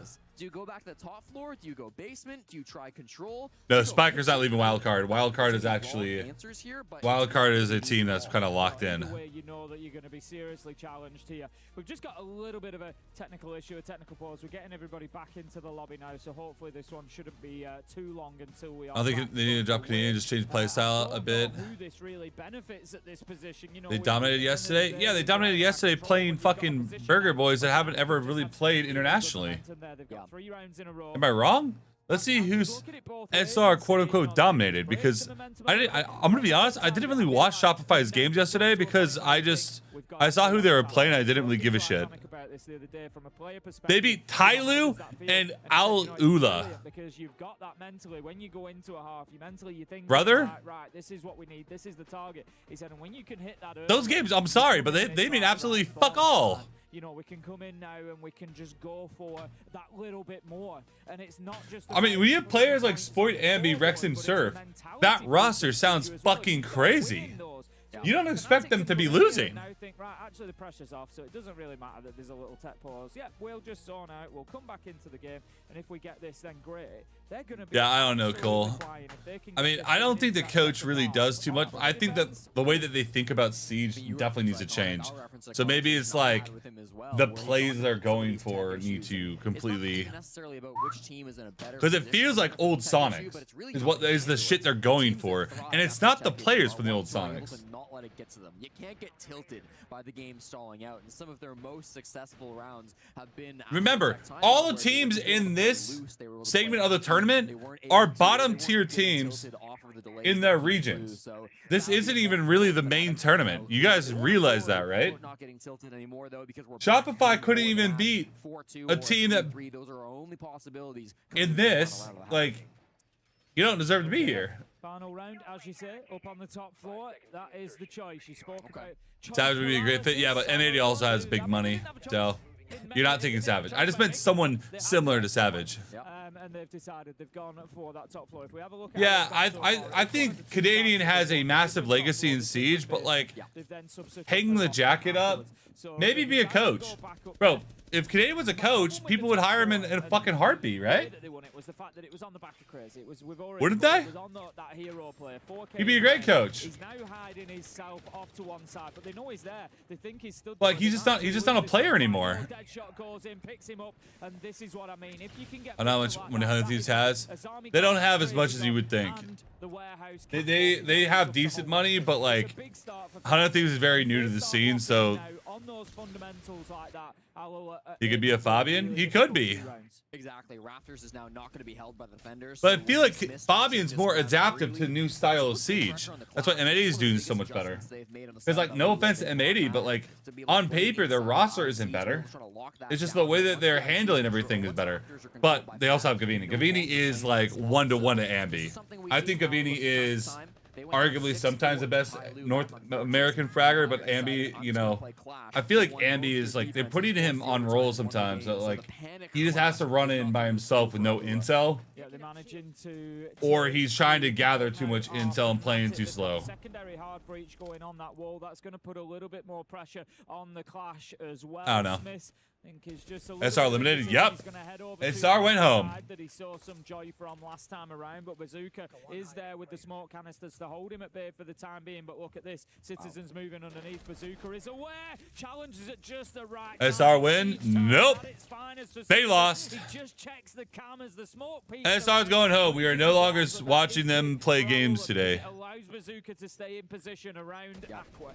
Yeah, exactly. I mean, you hold on to that map control. It's really hard to make an execute with just IT and Raptors. You typically need control, or you need a connector or Aqua. Aqua doesn't work out, so Deepak says, screw it, I'll go connector. That's not working out either. Joza hits a brilliant shot to be able to take him down. That's the diffuser on the ground as yeah, well, because they're playing more team-based Siege in terms of like taking map control, getting those frags. They're not focused on just getting a plant down every round. And SR's entire plan, every attack, is get a plant down. And I hate it. They're predictable. Left to hold on. Wizard, the only one who can really do anything about this. It's a triple in the round for Bazooka. But at some point, you know, Canadians are going to try to run to the site somewhere and put the bomb down. So you know, if you get a couple picks here and there, they're not going to have the guns required to really do it. Of Crazy, who was taken down, who managed to get 4 in the first round. It's going to be the clash for the final kill. And that's going to be Alula leveling things up at 3-3. But now... That's how I was locked for my predictions. So did I. So did everyone, probably. On their map pick. That's going to be exactly it, and certainly they've set themselves up nicely with that third and final defense. If they got 4-2, I would have been very concerned for this map, but thankfully they've got Bazooka. What a play around those Aqua stairs, Tim. It felt like they let some fragger do his thing. They don't let his fragger do your thing, brother. You fucking what you do with a good fragger? You drone him in. You cover him. You get him to spots where he can go fucking nuke. Ambi's not like. Ambi's kind of left alone in his own vices, and he doesn't have the game IQ to like run in there and like outplay people most of the time like, at this level. Like he's really good in a straight up raw gunfight. Ambi is the fucking last person you want to fight. But like without intel, people aren't moving. There's a shotgun around the corner. He doesn't know about it. Gavini's getting droned in all the fucking which way. I know who's on M80 and I know how they play. They don't have a they don't really have a true blue IGL. I mean now they do with Savage. But like they're all shot calling like crazy. No, I enjoy watching CAG play too, but like it sucked for SR. If we look at this overall, Fnatic will be the happier of the two teams coming away in that first half. Grabbing the 3-3 is really good for them. They can and it's also really easy to talk shit now, after hindsight. But you have to remember, Shopify didn't do good in NAL. They did okay. Traps coming along, I'd like, from Fnatic because we know that they're going to play the shields crazy. This ULA team is good for C2. Yeah, and people were saying SR played really well yesterday. They beat a team called Tyloo, who's never played at this stage, and a team called Ula Hula or whatever the fuck that Fnatic's playing right now. Like, okay, bro. Operator bans can be quite predictable. Bandit Kaid always getting removed on those defensive sides. But they don't even mean for much. The attack, I mean, oftentimes what you'll see is Hard Breachers banned, Ace and Thermite, or you'll see displacement operators like Ying and SR got 4th in NAL. Wildcard M80 Dark Zero. All 3 of those teams sweep Shopify. Like DZ coming off of, I'm pretty sure they won the last major. Like crazy fucking good, crazy good roster. With sorry, let me find it. Where is it? NJR full Shay 90, Kino, and Newers. Super good roster. You have M80, which is Diffuser, Gunner, Gavini, Ashen, and Savage. And then you have Wildcard, who, I mean, we've all seen Wildcard do very well internationally. Wildcard was first in NAL, and they're also arguably the best team internationally for North America. I kind of get it. I think that's fine. They've instead. That's Ula team is in even T1, they T2. He will likely play underneath, looking for any denial that he can find. Wizard will be playing on the catwalk with the Azame. So SR lost. SR lost. It's looking pretty good from Fnatic. I'm just a little bit concerned that they've got the Fenrir. They don't really have much else to deal with this Monty. That's going to be the big problem at the minute. Clash ban also good just because of how popular that Clash top floor of Nighthaven has become. Big Bad Nadian, of course, making that extremely popular, and he and Shopify Rebellion just finished a game versus CAG by Veryl over on the A stream, which I actually don't know how that one went, but I can see that there's nobody in the seats anymore, so it's clearly finished up. I can read the board from here that says winners. Oh. Well then, Tim, that's going to be interesting. That happened. I mean, assuming that graphic is right, assuming this is not like, you know, because the teams and everything are gone, so assuming that's not some testing or so, I think that I'll double check it now. Okay, well, we might not be seeing a lot of clash coming through the rest of the tournament on Nighthaven Labs, and yeah, I am getting confirmed here that result is true. So full confirmation. Spoilers. Yep. But Kagbai Varel have beaten and eliminated Shopify Rebellion. Just a brutal result over on the A stream. Everybody was talking about SR as the team to beat through phase 1, but that's the thing about this format, Tim. It is a very unforgiving SR1. format. Nope. Only 2 teams make it out. One of them will be Kagbai Varel. The other will be the winner of this best of 3. 7-4 on Lair was the last map, and then they basically got sure. It doesn't really matter how the game went. They lost a BO3 against CAG. A little bit crazy. No matter how. Oh, but they're good on this map. It doesn't fucking matter. They lost. They were going home. Here on the B against CAG. And we've got 5 I versus 5. don't think CAG's a bad team. Fnatic doing well, not losing any bodies yet. And to be honest with you, Alola, they've not really CAG is a team that's like, they're kind of like the skill check international team. If you're ready for international siege, you can beat CAG. But CAG has beaten a lot of decent teams randomly. So, what if Andy will leave SR? Got some players down below, but even that. Brother, you don't leave one of the top paying orgs just because your team played bad. Locking down that wall as you see now, so a little bit surprised to see so little map control being. You want to try to get potential tournament money, or do you want guaranteed like 10 racks a month to get that move in? Citizen manages to pick up Valentino. Good start for Fnatic with only 40 seconds left to go. Dead shots on the flank. They've never really dealt with the Solis underneath, and what he's done is he's taken away the Monty's cover. But crazy, he doesn't mind. He's his own cover, Jesse. He goes in and gets a double with the pistol. 3 versus 3, 25 seconds. That's the big problem. That's the enemy for Alola now, the clock. They need to get in there and put the diffuser down, really. 2 versus 1 as Citizen finds the shield. Citizen again. What have I said time after time today? When Fnatic needs somebody here at the Esports World Cup, Citizen has turned up. He might not have the most kills, he might not have the biggest KD, but what he does have is a whole bag full of pivotal kills. Unreal from him again. The kid from Essex here in Paris is making things happen for Fnatic. It's beautiful to see, and he was just able to line up those bodies as they all came from IT and or Rafters. It felt like they were really just pushing from that south side of the map, and Citizen said, great, I don't have to worry about my backside, I don't have to worry about utility, I can just like, listen, these 2 angles that you're trying to push in towards my bomb site. The worst that would happen would be Canadians rotated out. Canadian retires. I like the flank coming through from the Soul. Honestly, his retirement only 1 kill that has been years coming. I don't want to be like insulting like to his legacy and whatnot of like, but like he isn't the player that they need. He isn't. The level, the siege required, he doesn't have it in him. Coming into that third operator being banned, because normally with an ace and a thermite, you're looking at the group ban. You're looking at that commitment to taking the hard breaches away, so you kind of expect Ibana next. But looking at the way that first round went for them, the attack from Crazy, the way he got them kills, surely you've got to take the Monty away from him. But does it really benefit really quick. you at this point, because he's going to play Blitz like he is doing now? But they've brought along the Thorn, they've brought along the Ella. This is what I wanted to see from Fnatic. Bring some trap. I'm sorry, we're gonna do this really quick. You said they played against CAG.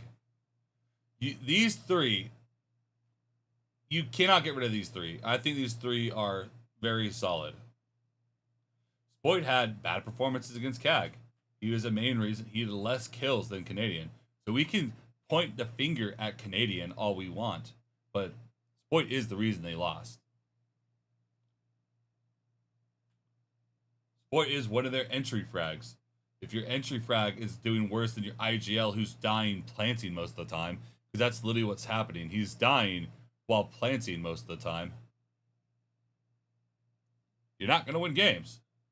here though, as Fnatic do start to lose manpower elsewhere. We see Deepek taken down on the Mutant. We often see this with the Roamers. Sometimes they make it too late to have their impact in the round. Smith, I'm gonna be honest, today is not the reason they lost against CAG.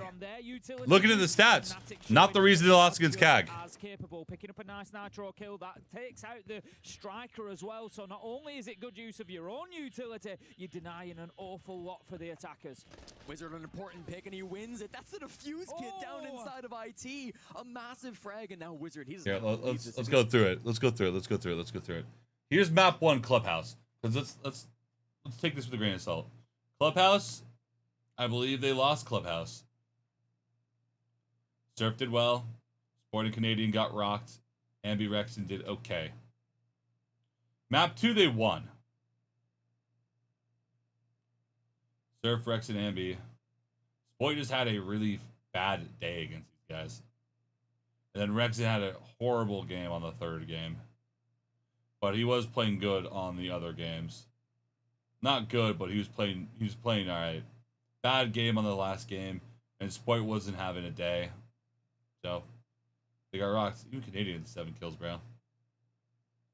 First time execute on the top floor, it was just a one-dimensional push. I they have feel the like players. It was the best execute that we could have seen coming out from. They have the players. Really paid the price, not having enough map control towards Connector or Aqua.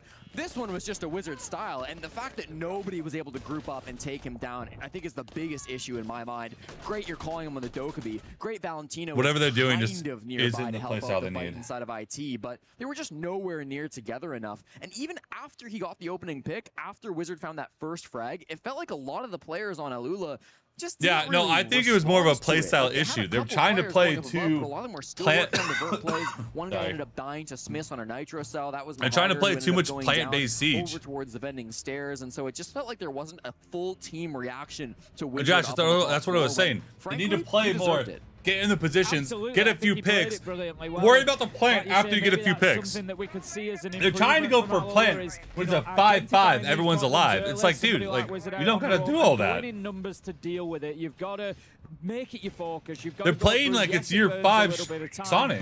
but you lose the round if you don't, so not much of a choice. We'll see whether that's something that gets picked up and changed after that tactical timeout. But right now, they are playing for their very lives inside So is of there the a jail? tournament No. here. 2 rounds left to go, or they will see their key going into the Crusher. 6 minutes, that's all that separates Into the Fnatic Crusher. from top 16 at the tournament. They were certainly one of the favorites to come through from kickoff to make it to that second phase of the event, but a lot of people talked about Shopify Rebellion, a lot of people talked about MIBR Los, Fnatic turning a lot of heads, and I think surprising a lot of people It's with crazy, how man. well they've been playing so far here in Paris. Just passing that prep phase mark. We're here onto the 3rd and final bomb site for Fnatic as they extend up towards that top floor with 2 players inside the storage hold. Very standard stuff coming out from both these teams. Nothing too unexpected other than the double shield setup being run by Alula. We hear the Nitro ripped and sent by Smith, but it won't find its mark, and he's just going to hold back for the time being. Does have a little bit of support from Citizen just underneath on the Aqua stairs as well. Deadshot it is, though, that manages to pick up the kill onto Bazooka. They brought the double shield this time, crazy, on the Monty as well, but one has been dealt with. Wizard manages to find the Grim. That's going to leave us now in a 3v3, though, as again, Crazy gets that Monty pistol singing. Valentino answers one right back onto Deadshot. Mahagar probably will get picked up. He's outside the building, so if they can have the time for it, they should be able to make this a 3v2, but they've got to be careful with how aggressive Fnatic are playing. It's not a free path straight towards that body to get picked him up. Might be trying to bait it as well. They're not in IT, so you won't be able to get that Nitrocell kill from Deepek, but still, in the 3v2, they've got a lot of good information. Alula have time to play with. They've got full top floor control. They've got the man advantage. They've got the shield. This is really their round to lose, Tim. It feels like if they take this slow, they use their drones, they should be able to work in a plant up against Citizen and Deepek. Yeah, absolutely. There's no reason that they shouldn't be coming away with this round. And on the back of the TAC timeout, that's going to be a big confidence boost for them, getting that achievement, getting themselves over the line. Citizen, I think they've got a good idea of where he is. Needs to be careful or he'll lose his life. He sees exactly where the boogie drone is active, but he's going to get a little bit mobile as well, which is good for him because it's going to prevent him. He goes straight back to that same spot. Like I said, I do feel like Alula are aware of that. A minute left to go though, and there comes a point where they're going to have to start thinking about getting that diffuser down, and that is this point. Shield on the back. The Monty is looking for it. Are Fnatic able to do anything? They know that there's one up above here. 2v2 as Deepak does manage to take down the planter, but not before the plant is secured. Up inside of Raptors. Good goal. What's the best way to rank up? These rotations, Deepak and Citizen over towards the site. Winning. Deepak's already gotten the one from down below. Honestly, working on your crosshair placement, be in the right positions, even if you're solo queue, looking at where your team is at and playing around them so you can get refrags and play off your team. Deepak to try to win. He'll hop on the disable through the floorboards. He gets the frag! Somehow he finds the vert angle and What he got a plenty of time to dickhead. stick He didn't the even need to do disable. that. In what world does he get that kill? That is absolutely unbelievable. We've said it and we'll He say didn't it even need again. to do that. Deepak just rolling back the years all the way to Berlin when he won the major with Rogue. What you didn't see there was SR and Citizen lost, and they straight both up sold. out of his seat as soon as Deepak Yeah, hits I'm that gonna have to shot, do more because we research know for these how next they predictions. like to get a little bit loud. They're shouting across as soon as that kill goes in. Citizen was up out of his seat, shouting across at the other side. It's all in good spirits, but right now, those spirits are high inside the server because Fnatic What are the know predictions after that this? they are one round away from qualifying on to the next stage and guaranteeing themselves top 16 here at the Esports World Cup. Unbelievable. Fnatic. That's a dominating way to get yourself up towards match points. Now Alula will Hey, have to we just win hit 3 straight 10K on on 3 different Facebook, by the ball way. sites, 'cause W. Fnatic will get to rotate through all of Let's those ball go. sites once again. I said you can't count out Alula, and I stand by that. I've seen this team make bigger comebacks than this, but my God, it just feels like after all of the rounds that they've played at this tournament, after going so deep against every other opponent, 8-7, 8-7 versus Chiefs, another 8-7 versus Tai Lu, asking for yet one more overtime win versus Fnatic just to force us to lair. It's asking a lot from these young players. You know, I mentioned it at the beginning, we've got that overall Esports World Cup Club Championship to think about as well. For Fnatic, 3 games left. They need 2 top 8 finishers. And you have a look at this, it puts them through into the top 16. But what does that look like in terms of the Club Championship? Well, 2 wins. 2 wins will get you qualified through to the quarterfinals, which would be your top 8 finish or above for Fnatic as a club as well. So it is big, big, big is this for Fnatic. It doesn't get much bigger than this. It is the first step along that journey to getting themselves that top 8 finish for their club at the Esports World Cup to really help push them towards. And then, of course, Fnatic can look towards Chess and Trackmania. And I'm sure the Fnatic fans will be watching those with bated breath, excited to see their organization, their club, find success in the club championship. But now, all eyes are focused on the top floor of Nighthaven Labs. Fnatic, this will be their best chance to close out this game, to be able to get themselves the victory. The Fuse has been brought up by Crazy after his Montaigne got banned through the final set of operator bans here on Nighthaven. So, going to be able to use a little bit of that destruction, did some damage over towards Smiths, but ultimately that's not going to be doing too much that you have to worry about on the side of Fnatic. The real question is, what does this push look like? Because they can get IT control. That wasn't the issue last time. It's how do you actually convert for a push, especially with Wizards still playing Rafters. Not had the entry yet, almost halfway through the round. This is very much the story that we saw last time around on this site. Fnatic were able to keep their numbers and hold their positions for a long time. This time, however, Joza is able to get in there, get the kill onto Smiths. We find a second coming in, Citizen taken down. That's big. I've commented on those pivotal kills. Real round-changing moments have happened to come from his location. Usually has played very good for being a T2 team. They made other teams have to sweat for it. The fight back on. This is a team that only really come alive, Jesse, when they are facing map and series point. They don't have Diffuse kit. It's dropped outside of IT. Joza will go grab it now, so they should be able to start working in for a plant. Deepak down below does not have a Nitro cell, so even if he has intel, maybe he shotgun denies this once, but doesn't seem like he's got a good information, so he's going to start to work his way up these aqua stairs. Post-plant begins. They won't know necessarily where he's pushing from, but getting all 5 is a very tall ask for Deepak. Yeah, it's going to be, well, I'll already call it. It'll be clutch of the tournament if he does it. If he pulls it off with the SMG, it's going to be clutch of the tournament. And I'm not. This might be a crash in the lobby, Tim. I don't see anybody moving. Indeed, it will be us having to disconnect. The 1v5 from DPEG there, almost certainly a loss, but it's a shame we didn't get to see him fight it out.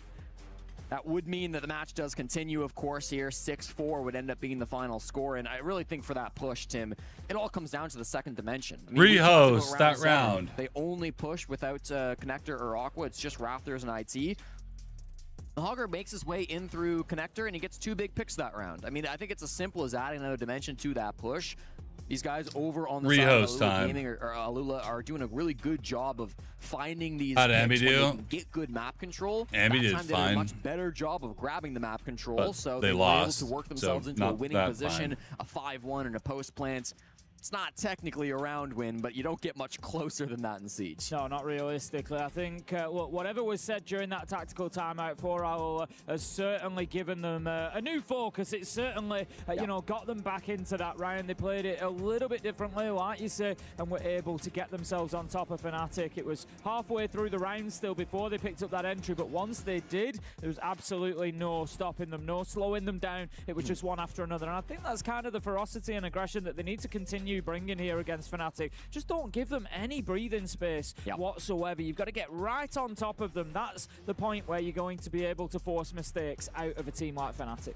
I'd like to see them continue to play through these bomb sites, right? The top floor of Nighthaven Labs, it's a strong site. Nobody's going to deny that, but just with how they were able to rotate back and take those spaces on the side of Alula, I want to see Fnatic continue to play the bottom floor, continue to play storage, continue to provide new problems for Alula to try to solve. This is the benefit of going up 6-3, particularly on the defenses. You can play with your food a little bit. You can choose where you want to go and when. So I still think Fnatic are in a dominating position. They don't have to go back to that top floor if they don't want to. We saw how dominating they were down on that bottom floor as well, with, of course, Wizard roaming on that Solus.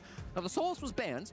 That was the one retrieve that we managed to see taken off the board by Alula. They are able to take that off the board, so you won't be able to see the exact same Solus roam from Wizard, but even still, it's not really a situation where we got to see the best push from Alula. So I'm hoping that this can be a spot where we see Fnatic just reset after that round. It didn't go their way. It didn't even come close, but they should be able to bounce back on some of the other bomb sites. Well, that's it. I mean, Fnatic need to be a little bit cautious at this point because they've got to think about the energy within the team as well.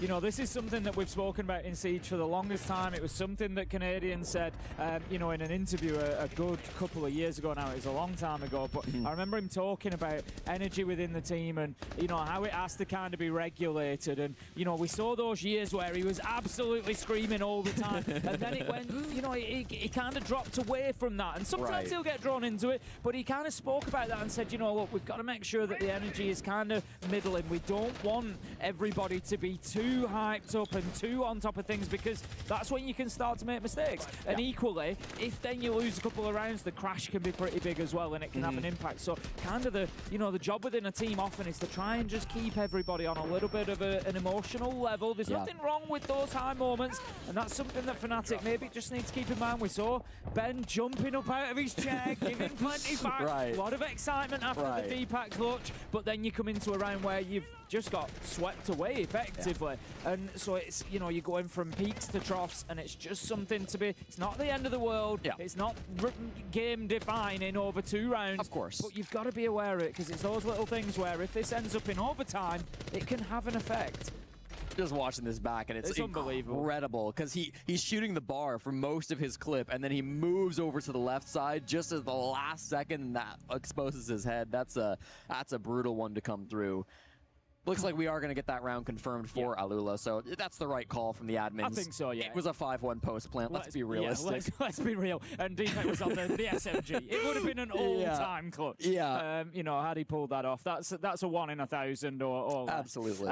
So yeah, that's all confirmed. The admins have had a look at that, and the round will be awarded to Alula. So 6-4, and we continue on with Fnatic's defense. They are going to go down to the basement this time. We saw them win it back in round 8. the good thing for Fnatic is that they've had a win on all sides. They had a completely clean rotation. So wherever they're going, they're doing it on the back of having already won it there. And do you know what I love as well about this bottom floor bomb site in particular? Is they won this site without really anybody having to do too much other than Wizard. So not only are you playing the site, but it's almost like a brand new site where Alula haven't really seen your defense. They haven't tried to break open and go for an execute. You don't know how this bottom floor execute is going to go. I would expect to see Wizard play a little bit more passive. I say that. He's currently inside of Rafters on the Azami, so that might not be the case, but even if this early round doesn't go as catastrophically bad for Alula, we still don't know if their execute's going to look very good, and I'd have to imagine it'd be a little bit rockier.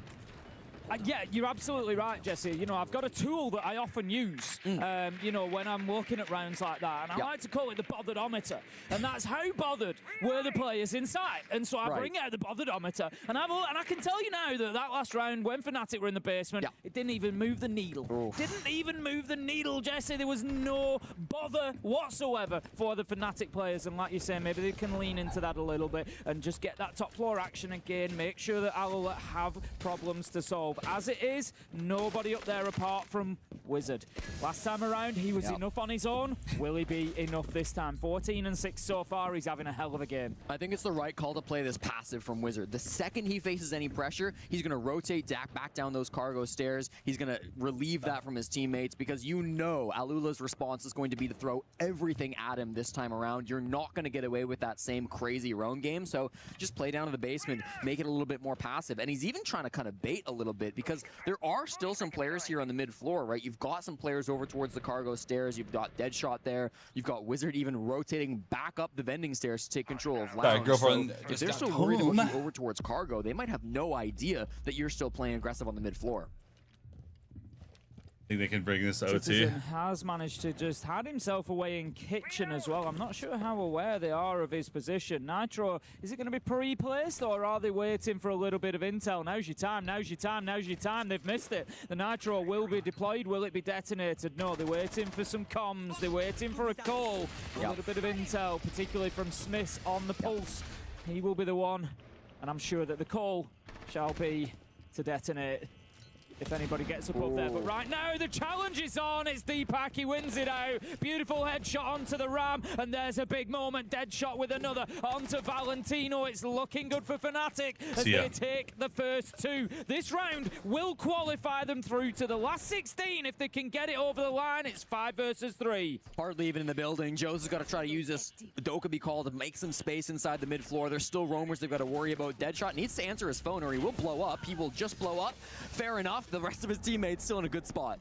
Yeah, it's good progress again. Fnatic can play this game of attrition now, just 1 for 1. Citizen, Deepak, 1 apiece, and that is Fnatic taking the win on Nighthaven 2-0 against Alula, and they secure their place in the last 16 of the Esports World Cup. Commiserations, of course, to Alula. What a fantastic team they've been out of the MENA region. They have provided us with pure entertainment and some huge moments, and they deserve their credit for their part in this tournament as well. You know, it's not just this game, Tim, but from the very start of Phase 1, Fnatic have shown up and they played good. They are the most dominant team here of the top first 8 that we get to see at the Esports World Cup. Team, bro. I really have been impressed with how Fnatic have won all of their matches. The only team to go fully undefeated, and a statement heading into Phase 2. It truly is a statement. A big congratulations to Fnatic, the 4th seed EML team, and make it through to the group stage. Some incredible individual moments that we're seeing on this map. We got to see the highlights a few times of Deepak getting that kill on the vert,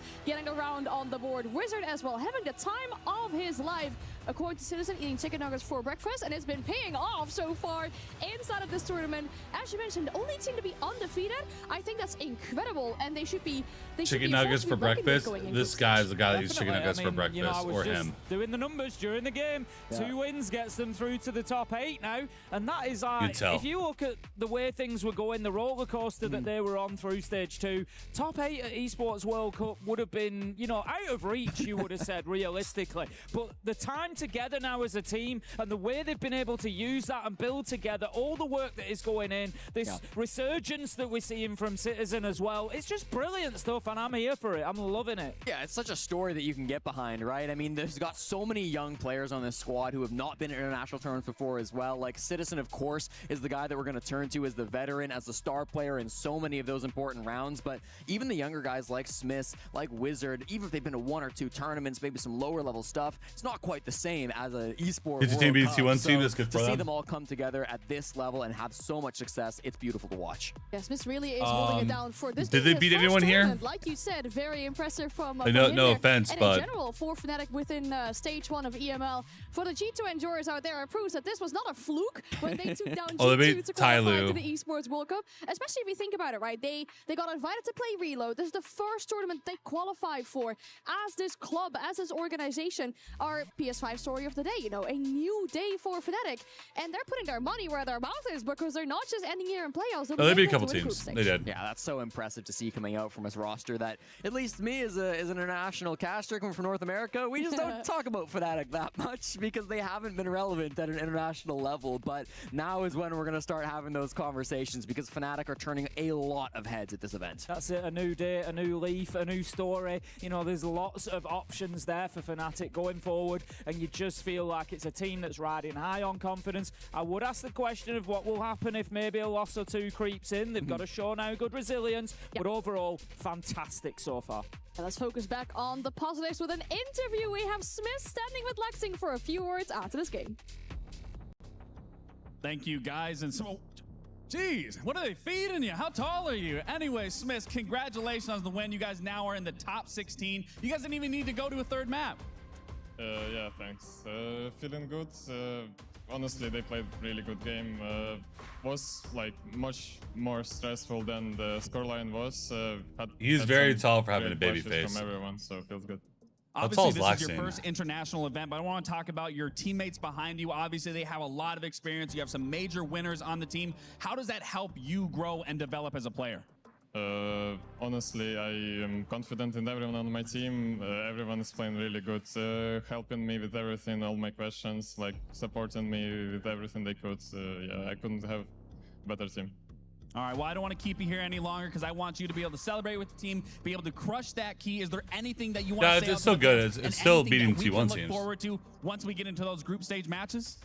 So we are warmed up now, so anyone we play, they need to be prepared.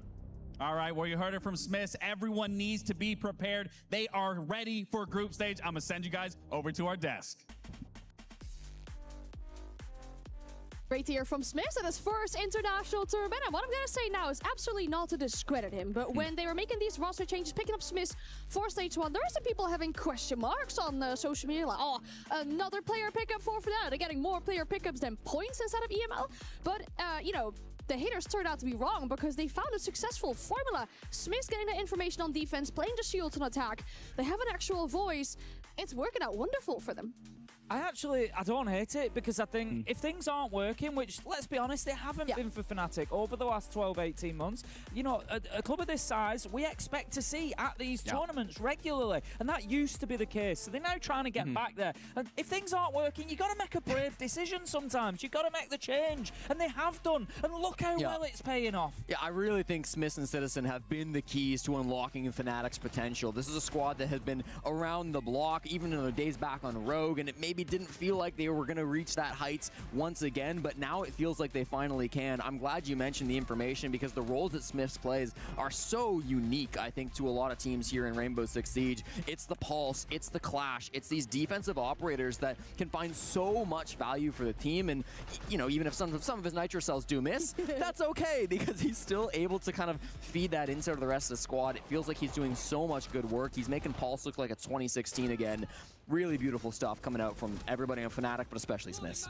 And then commiserations to Alula. They played a lot of Siege, over 80 rounds over the course of these last 2 days. Unfortunately for them, they leave empty-handed. Their key will be crushed. They will not be making it to the group stage, but I think it speaks volumes. I'm pretty sure this is the wizard that used to play in my 10-man server. This is the only mana representation. Like year 4, year 5-ish. I'm sure that with this, because there was this guy named Wizard who was an they still EU have made their kid. region proud because they put up a good fight, and especially over these last few days. I'm pretty sure that's him. This eventually was just a rank stack with Valentino and his friends.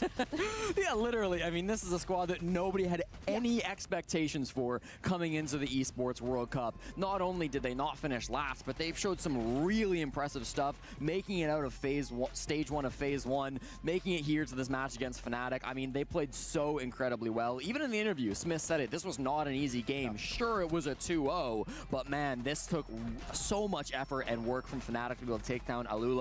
I hope we see more of these guys at an international level because they absolutely deserve to be here. That's what I was going to say. We've just seen some big plays from Crazy, and these guys would be crazy not to keep pushing, not to keep grinding, because they've got something. They've got a little bit of magic there. You know, this is exactly the same as we saw out of the Twisted Minds roster once upon a day when they were making, you know, that sort of forging that path onto the international stage. They have followed in their footsteps brilliantly. They've represented MENA fantastically.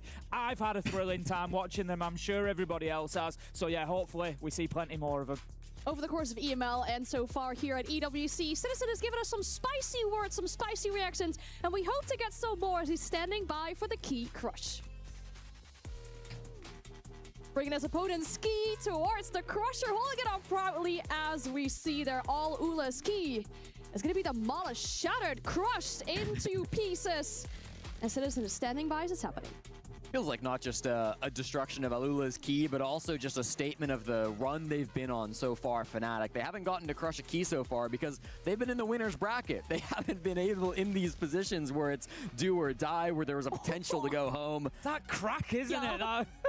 It just bangs. I love it. You see it on Citizen's face as well. I was like, oh, that was a nice little sound there coming out of the key. And again, this one fully demolished as well, resembling the hopes and dreams of Al-Ula. They made a great run in the tournament. For them, it ends here. Yeah, well, I wasn't convinced that we were going to see Al-Ula's key get crushed, to be honest with you. The way they've played over the last couple of days, they just looked unbeatable at times. But there it is. Fnatic, you know, they have earned that. They've played fantastically well, as we've said, not yet being beaten. I kind of like that format. They go through as, you know, they're going to be one of the key lowest crushing and whatnot. teams coming Kinda into cool. that next stage. Yeah. But you look at it and I think they are not one of the lowest seed teams in there. They are a competitor. Yeah, and especially if we look at some of the results from earlier today. I'm glad you two found it out during the game so I don't come in here and spoil what was going on. I heard you were talking about Ace and you caught it on the screens behind you with the A stream. Surprising result there as well, I feel like we have to say. I think a lot of people had Shopify Rebellion and MIBR Lows as their teams to make it through. Neither of them made it through. MIBR Lows losing out earlier. Shopify Rebellion against CAG as well. It's an amazing moment and time for CAG. Yeah, no doubt about it. I mean, CAG, CAG have done so much good work over the years. One of the most storied legacies of any team in Rainbow Six Siege. And so to beat a roster like Shopify Rebellion, who were just in the grand finals of a major, eliminating them from the Esports World Cup. Tomorrow? I'm not sure if they're tomorrow or is tomorrow a break. When they won that first map, we'd spoken at length, you know, they'd not won an international map in such a long time. Yeah. And I said, maybe it's just going to break the seal. Maybe they get that one and that's it. You know, the confidence is back. We can do this. And they've gone from strength. Are there games tomorrow? I was watching before our game started. I was watching some of that game on the A stream, and it was brilliant siege coming out from CAG. And again, they are one of those mystery packages going into that next stage of the tournament that could have a real run here. For sure. Again, congratulations to CAG and Fnatic, our two teams that have made it through from the games tomorrow, I just saw. The play-ins end here tomorrow. We'll be back with the group stage, starting with 4 best of ones on both the A and the B stream. We thank you so very much for watching. For now, if you missed any of the action, go ahead and have a look at the Kidia highlights of the day. Fuck. Time does it start?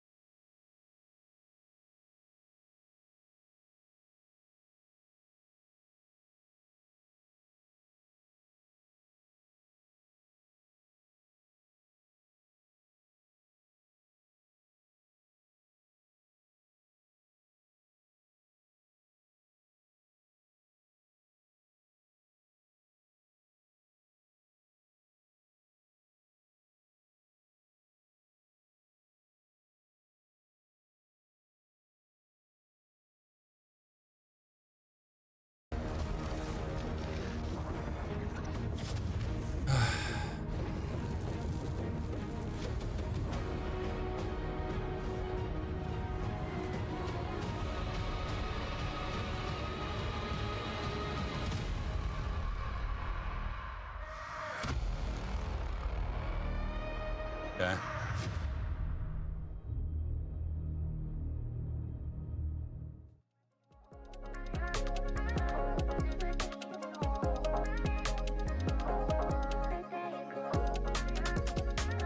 Cool. Is this already in PST time? It must be. I think it's standardized. That's 17 hours, 53 minutes. It even tells you a timer. Cool. Awesome. Oh, it's also there. 16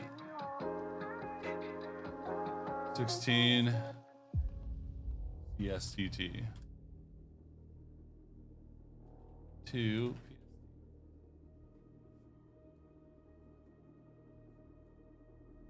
Okay. All right.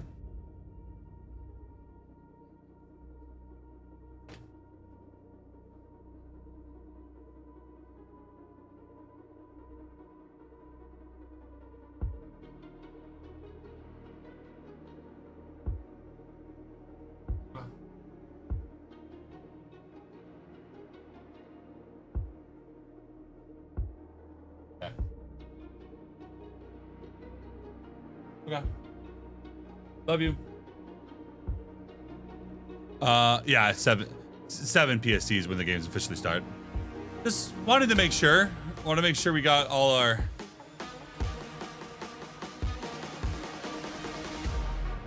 eggs in a row.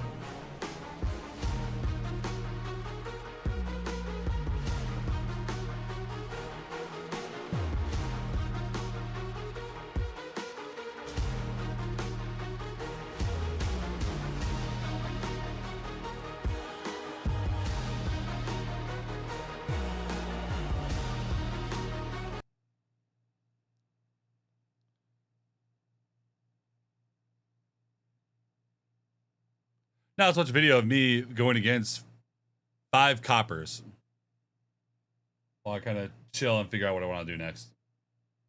Let's go. 1v5s versus coppers with Athenio. Another time, but can I do it?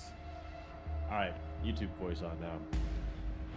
So here, guys, we have SenVale, who is a top champion on PC. As you can see right here, all of his stats, top minimum 100 every single time.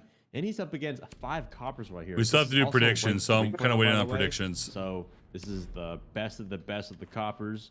And, of course, you know, same for everyone else. But let's see how it goes. SenVale, how are you feeling going into this? Are you going to beat... Predictions are at least in 50 minutes. I'm going to try. It's definitely tough to, you know, take out 5 people every single round consistently, but I know I'm going to get a few rounds. We'll see how it goes, though. Coppers, how about you guys? How you guys feeling? You guys gonna beat him? I hope we at least get 1 round or something. If he's better than Ambi, he's gonna shit on me. Well, I'll fucking own the chances of that are very low. I'm definitely not better than Ambi. Fuck Ambi. Fucking hate him. Whoa. Hey, yo. Whoa. Passion. He's my bitch, LA. Whoa. But yeah, Sen, just feel free to... You can leave the comms on. You can deafen whatever you like. But yeah, man, you just do your thing. All right, I will. Yeah, good luck. Good luck to you. Thank you. Good luck as well. Thank you. Hey, good luck. Let's I don't do hate you, this. though, because you haven't said anything.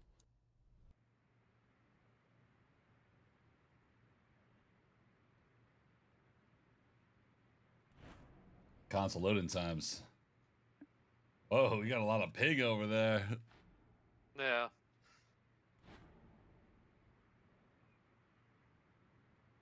We need to locate a bomb. We have to work around. It's okay. I hope so. Insertion in 10 seconds.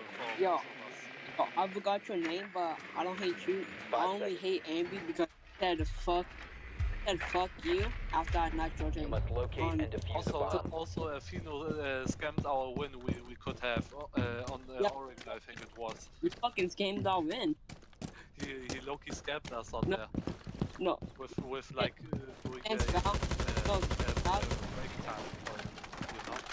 You wanna know what happened?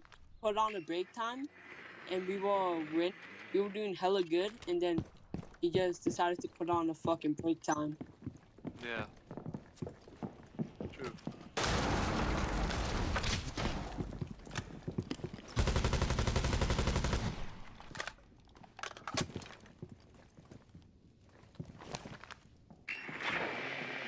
Get off of that drone. I don't fuck with your drone.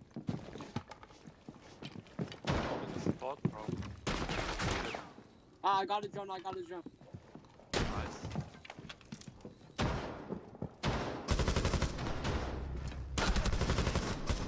Oh. Fucky.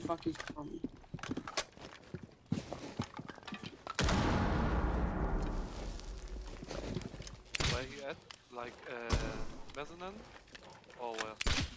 Hold on, slow walk, bro. Ah, okay, he's around here. You have located a bomb. What is that, bro? Doesn't look yet. I give you P, bro. Ooh. We have been eliminated. All right. Damn. All right, Sen. Here, I'll let you make the decision. In these 1v5s, do you want roaming, yes or no?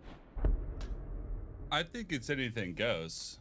You know, if because usually we can allow, like, we can say like no roaming, but it's, you know, truly up to the player. It does help a little bit easier, but it's up to you.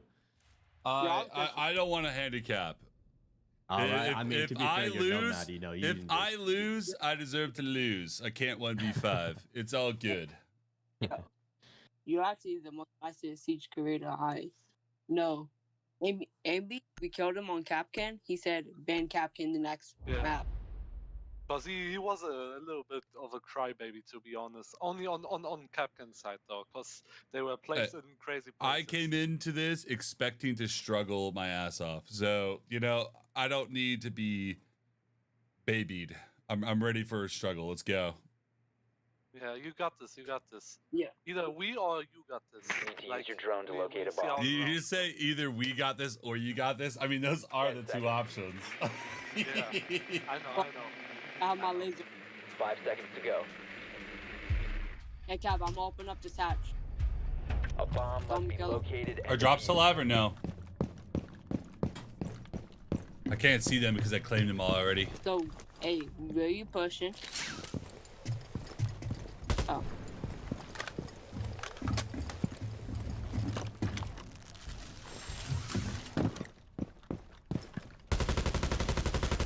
I hear someone breaking a window above. Let's see. In front of me. In front of you? Yes. Oh shit. I'm down with me. Don't pick up. Not my fault. I shouldn't pick. Just stay inside. Unlucky. Hold on, just play through 2 windows. I will try to watch about it.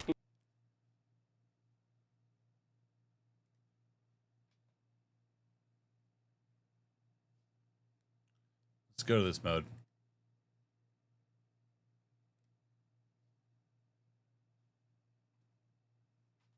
We got predictions we got to do.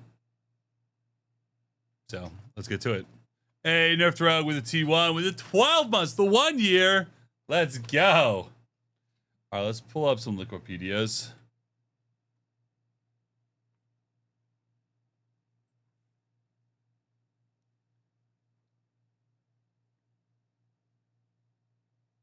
Okay. So let's do it more like this. Yeah. Okay. So Group A, Group B. So you got to vote in the way that you think it's actually going to go.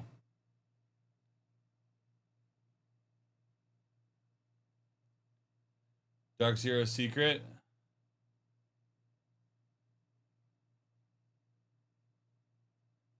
I'm going to say Dark Zero.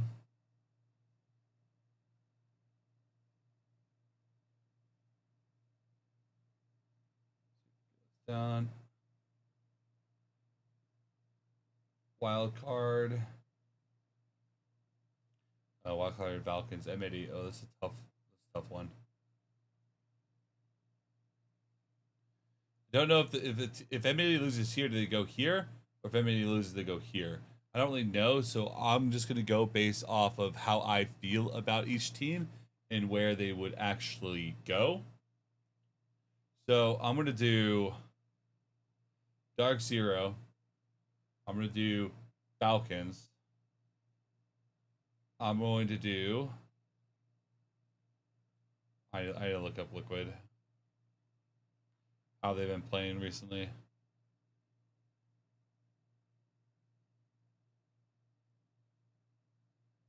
Not fantastic.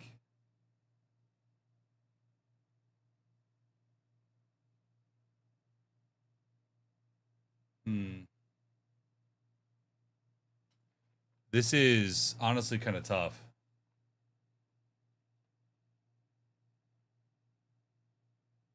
I think we'll see a wild card in here. And then I'll go Falcons, I guess. Oh, I said Falcons already. Okay, it's gotta be M80, Secret, or Liquid.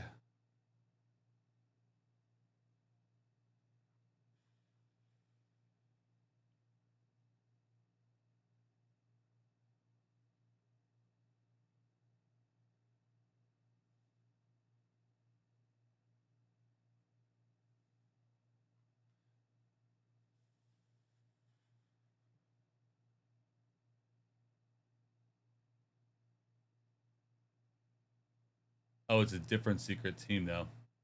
Yeah, I'm gonna go with my gut and say M80.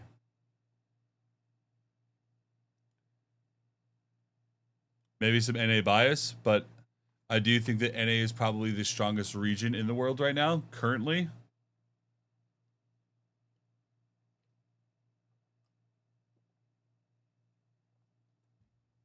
So I'm going to do it that way.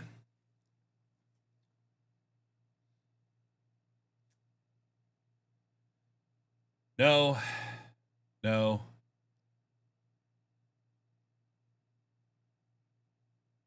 Yeah, I'm going to go with that. All right, Group B. I mean, there's an obvious one, FaZe.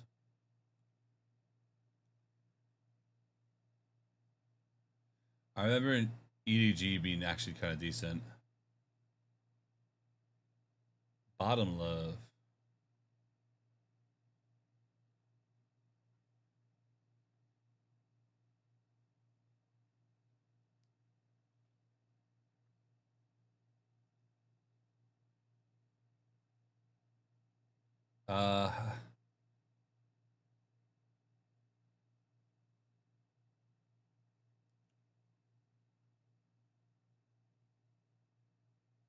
Oh yeah, I forgot Yaga's over playing for Geekay.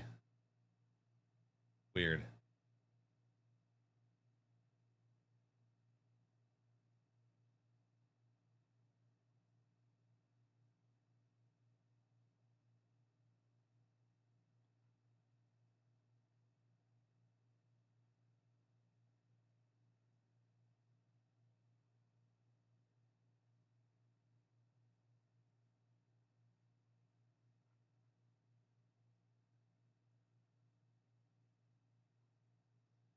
I'm gonna be honest. I think I've seen Weibo beat Furia too many times to say that Weibo's not going to beat Furia again. But I think that Geekay is going to edge them out there. I think Fnatic has beaten G2. And I feel like that's... I'm going to weigh Fnatic a little bit higher than I would normally. And then I'll probably go Virtuous Pro. What do you think, guys? FaZe, Geekay, Fnatic, VP. Fnatic, VP. I want to do Weibo. I'm gonna do Weibo over Geekay. Yeah, I'll do that. All right, now we're gonna record a quick little segment and use that for a video really quick.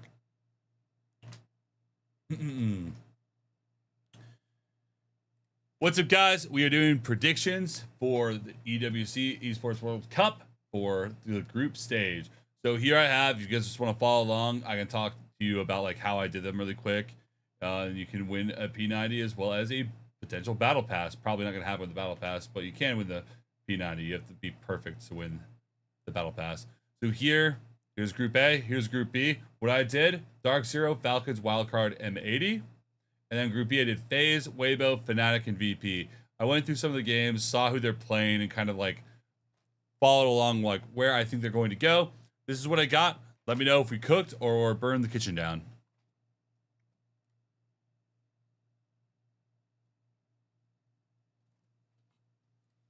And that's the predicts. I think now is a good time to cut. Maybe I don't know. Are drops still live, guys? I don't assume they are.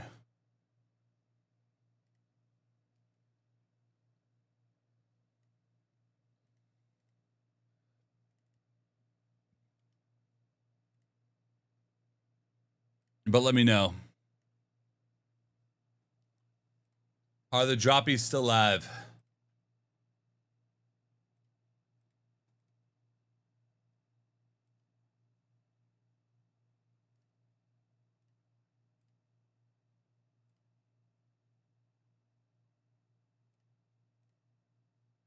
Boom, boom. Close that. Delete that.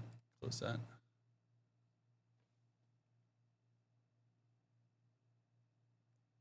Oh, drops are still live. Okay. Oh, that's good to know.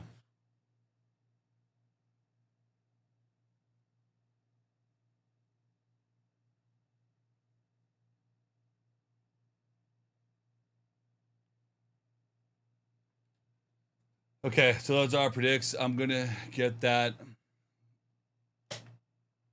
scheduled out and posted pretty soon. Now we're gonna boot up Siege because there's something about a Rengoku event I wanted to look at.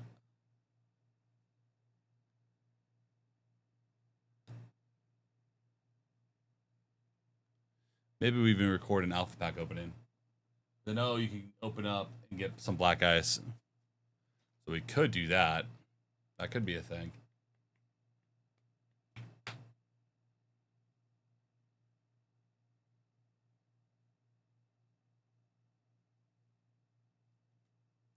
Let's check out the Rengoku thing first, and then we'll maybe do alpha packs.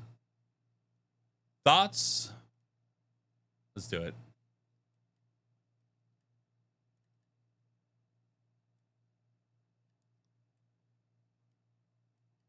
Yeah, I just hate that it feels like I'm flying blind most of the time. Like I don't know what's happening.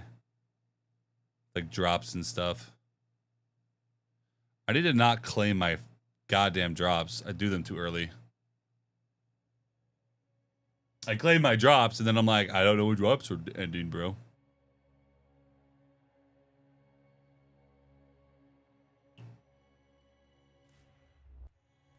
Okay.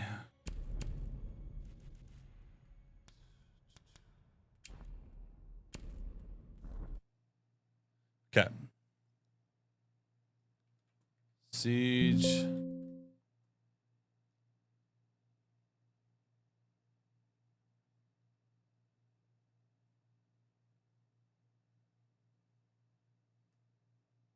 Okay, they're supposed to end in an hour and 30 minutes. Something like that. Okay. Okay. All right. The Rengoku event is the one with the knife throwing and stuff.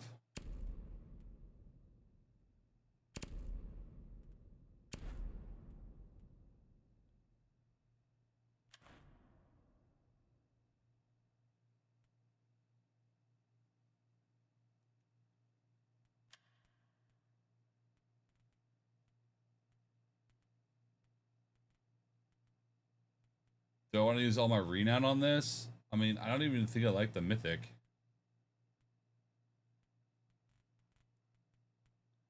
Like, I don't think that this is worth it.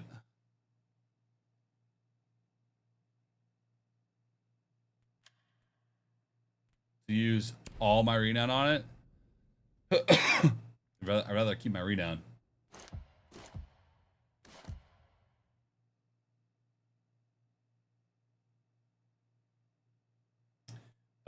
fault, aren't I? I just realized how many competitive coins I had. Whatever, Red Guild. I get on my main. Gotta do the packy packs. Yeah, I don't know. The Red Goku skin's like, the memento doesn't look bad, but like I don't want to have to use 400,000 renown to get the memento when the memento is, one, a gun I don't normally use, and two, I don't think it looks that cool. I think you're gonna know anyways because you don't have a timer to keep an eye on. I don't have it. Yeah, I mean, I don't know. Whatever drops in, they end, and you know I'll deal with it then. But right now, it's like I can do something in the meantime. I just want to plan out my day and figure out what I'm gonna do. Like if we still have people wanting to get drops, it's early in the day. I can keep going for a little bit, but I do plan on taking a break and then starting up for late night stream, and like later. But right now, it's like, you know, if there's still drops, there's some other things I can do, like alpha packs with the black ice and stuff. See if we can, you know, manage to snag some black ice. Make a video on it and just like talk about the odds. How you been? I've been good.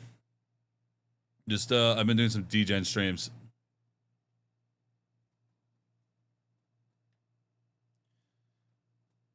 Okay, Devil. No, yeah, no. It's hard. It's hard to balance, like, because like I don't want to be like, you know, with VODs and stuff. You don't want to have VODs going when drops are live because you do get in trouble for that. But like, you know, when I have doing like the reruns stuff, it's fine to do when there aren't drops live. But like it, you know, some people will come in, have never seen me, and then they're like, I don't want to be here again. So like I really only like doing that VOD rerun stuff late night, and like to really get more people in the door, I basically have to restart stream because we've been on for so long. It's hard to get people in to like let them know that I'm like, hey, I'm live now, like actually for real. So, you know, we're definitely gonna take like a couple hour break before we start for the night stream, and then we're gonna get some sleep. Then we're gonna get some sleep for the next event day, but VOD's gonna be on for that. I think it's fine.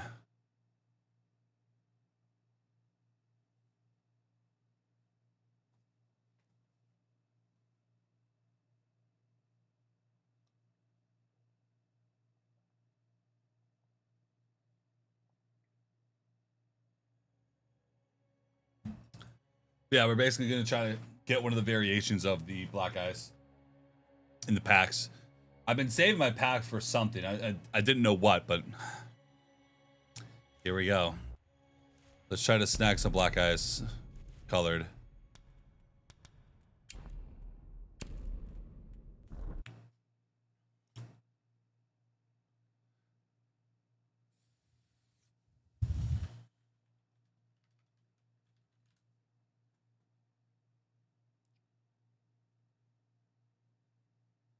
Okay, cool.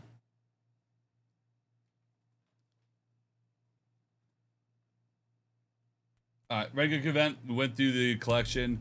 I had way more renown on my alts than I do on my main. So like, yeah, this to me is just not worth. I don't know. These skins don't really call to me. It's not really something like what's the point of offering skins like this? Like no offense, but like, I know someone designed these, but like, why bother? No one's gonna ever rock these. Uniform stuff, maybe. But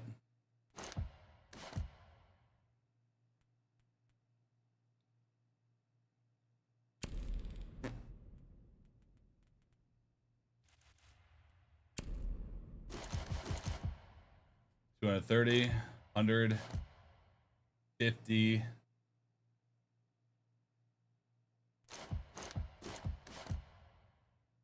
Any sports packs. All right, we're gonna record. We're gonna record shortly. We're gonna be opening up a shit ton of alpha packs. Let's see if we get some black ice.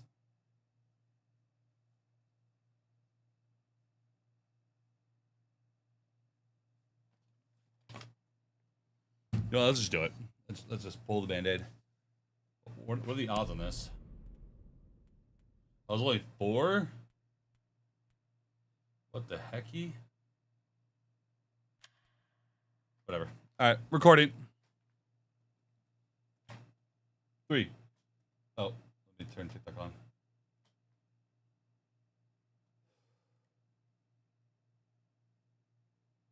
All right, let's do this. What's up, guys? Today, we found out that you can actually get some Black Ice variants in normal alpha packs. So we're going to do some alpha packs. We're going to open alpha packs as well as all my other packs. We have a ton. And go from there. So let's start from the right and work our way over. Do some esports packs. Battle Pass points.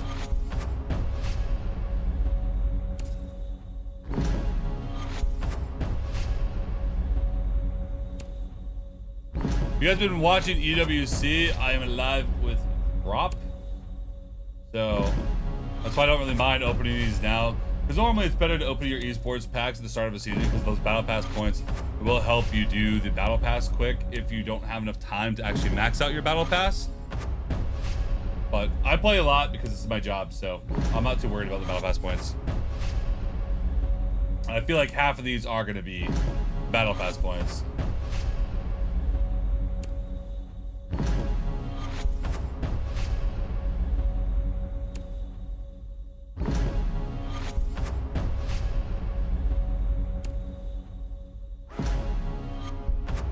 We got quite a few. I like that skin. Yeah, it's cute though. A lot of little chibis.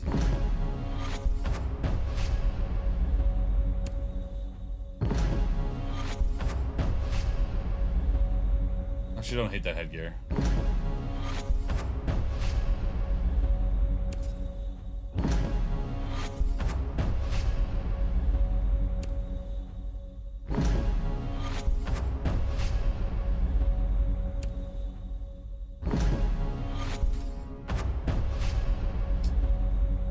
Is it just chibis?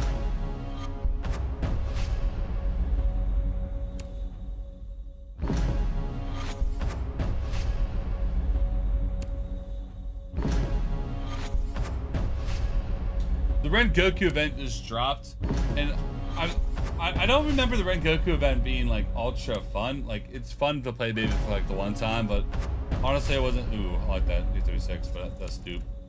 It's not bad to play for like the one time, but it's not a game that I really want to play obsessively. And I went through the skins, and honestly, the only skin that looks halfway decent is the Memento skin, which you have to get all the others, everything to get the Memento, which is 400,000 battle pass, as far as 400,000 renown, which right now I don't have that much renown. Maybe after the alpha pack opening we'll have, but like, even then, like I don't really like wasting 400,000 renown on skins that I don't really want besides the Memento, and even the Mementos on Ying's LMG, which I don't plan on using very often. So it's like, eh.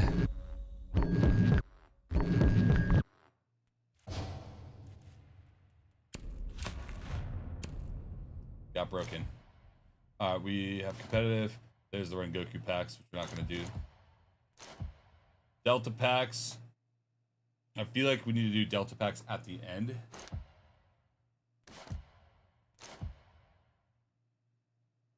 So here are just quote-unquote alpha packs. Oh, there were Bravo packs. What happened to Bravo packs?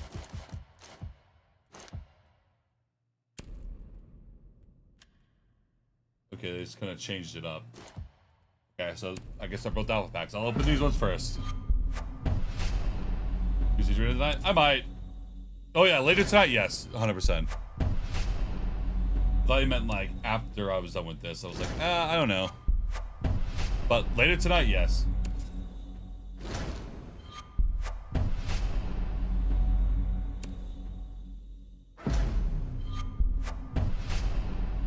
Yuck. Hate to lose there. Alright, so the big goal that we want are legendaries, or we want Black Ice variants.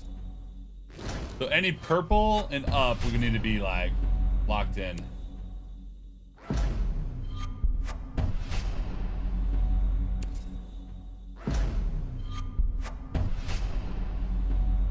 Come on there if you need anything. Bet.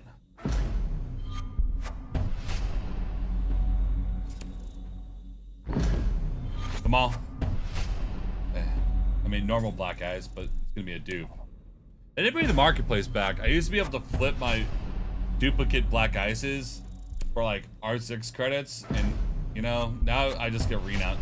Whoa, I feel like that's extremely dark.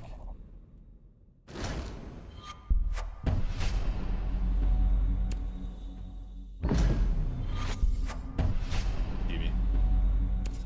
I was like,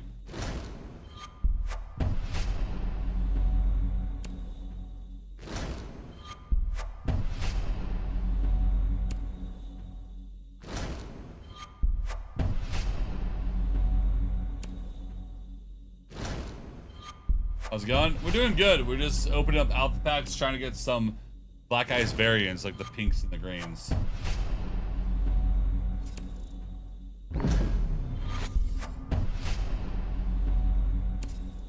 Sergio.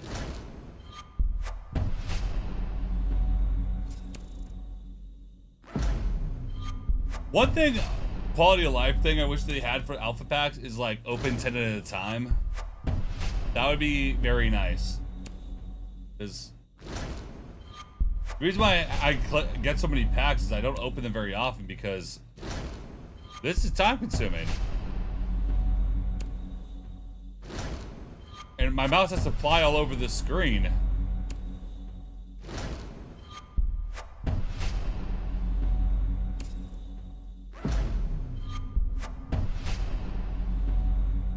Trying to optimize how I can open these.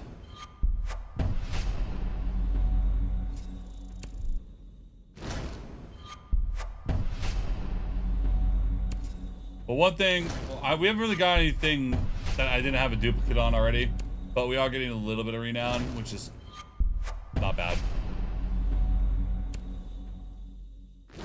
Like I said though, I'm not using that renown on Rengoku this go around because it doesn't really have skins that I'm like really wanting to use. Like they have like the Memento, which is nice, but like all the other skins are like basically garbage to me.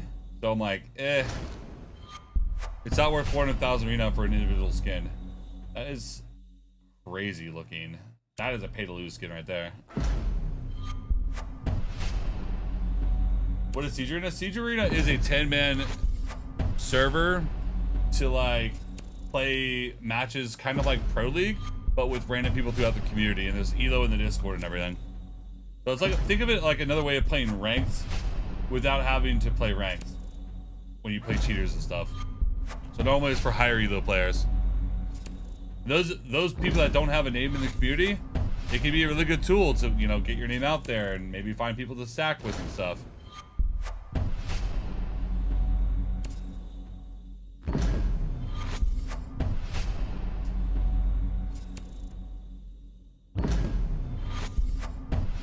I wonder what's gonna happen first. I'm gonna get 300,000 renown, or I'm gonna get a black ice variant. How about one legendary? Just one. Even if it's a dupe, just give me one.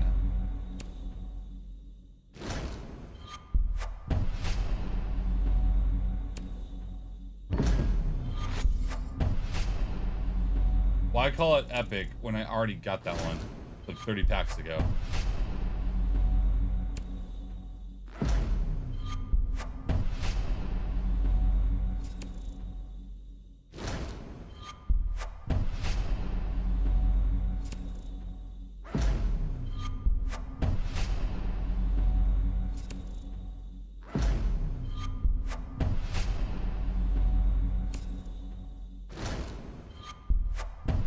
We're still going, bro. We haven't given up. Right, you have to be to join. Well, for Siege Arena, there's no real rank requirement, which I think is a mistake, but they let anyone play, including people that are gold with 0.7s. There are higher end lobbies that you can work up to, but you have to get through the lower lobbies first to get there.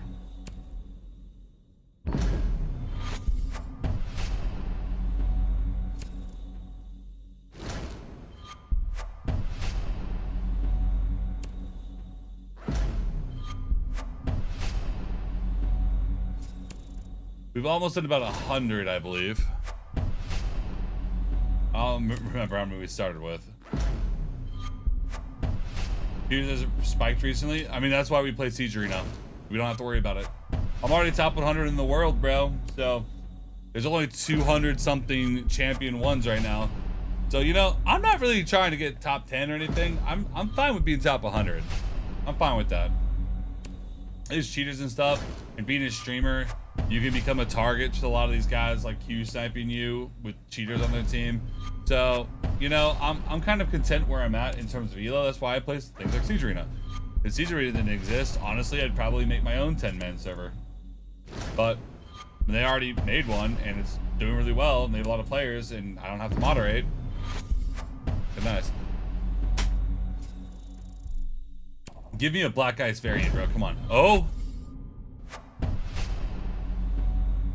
Dude. Give me rank matches a break?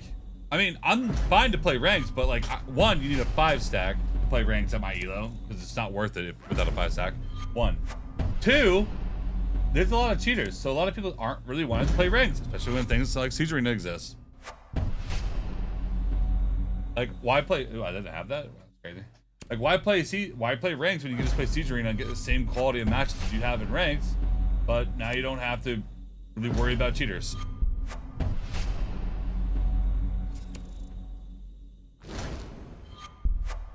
Alpha packs only green and duplicates.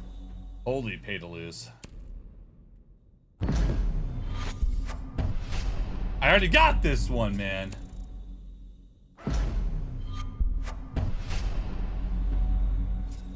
We're gonna check it out. I have a link posted to it on my Twitter.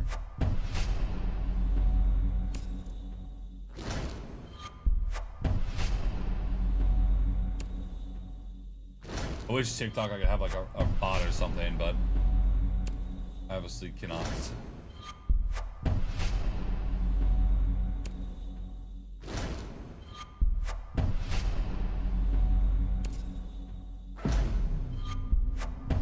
You know, there's something about alpha packs that I just really despise, and it just gets down to like I'm not trying to be a Debbie Downer by any means, but like, brother, can I just click a button where it'll open all the green and blue alpha packs all at once so I can like open up the cool ones? Just having a button to make it, I can do 10 at a time, man. We're just like, this is a chore. Another Black Ice. Duplicate though. Need the colored ones, bro. Come on. Can't see your level? I'm level 2038.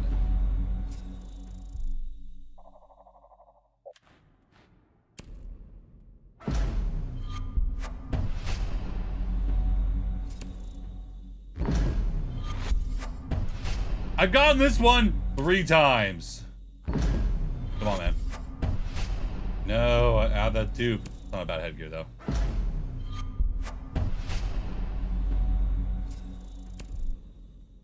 Are the variants only in gold packs? What the hell is a gold pack? It says the variants are in these. Like right here, it says the variants.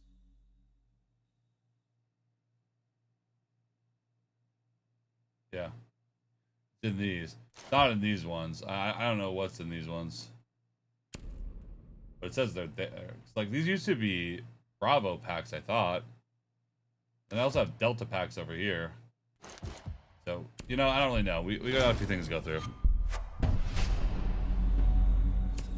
What does it go left to right? I think Delta packs are supposed to do last.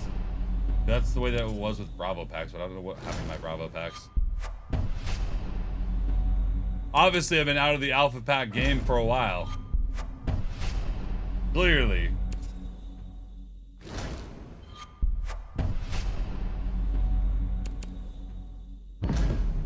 One video I did, I opened up like 1,000 alpha packs, and it literally took me, I think, like 2 hours almost. Bro, the hell of opening 1,000 alpha packs for 2 hours is like, brother, I'd rather honestly stare at a wall that's drying. Duplicate. And anytime I get anything somewhat cool, it's a dupe. Remember what I said? Will we get 300,000 renown, or will we get a Black Ice variant? Which one's gonna happen first? Make your bets.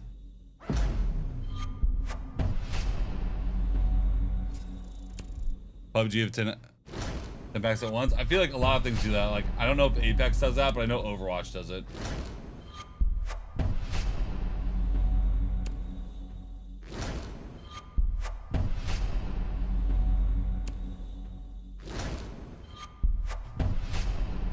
I feel like I just saw that headgear. I wasn't paying attention though.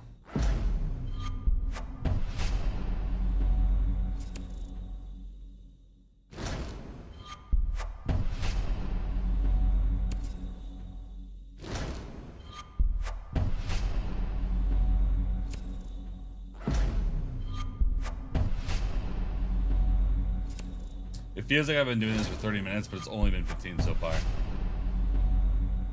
Something about this.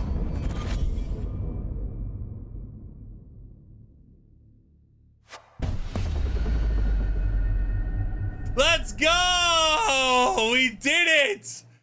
It shut me up real quick. Oh, baby. Oh, man. Just me casually bitching all about getting complete nothing, and then boom. We found out that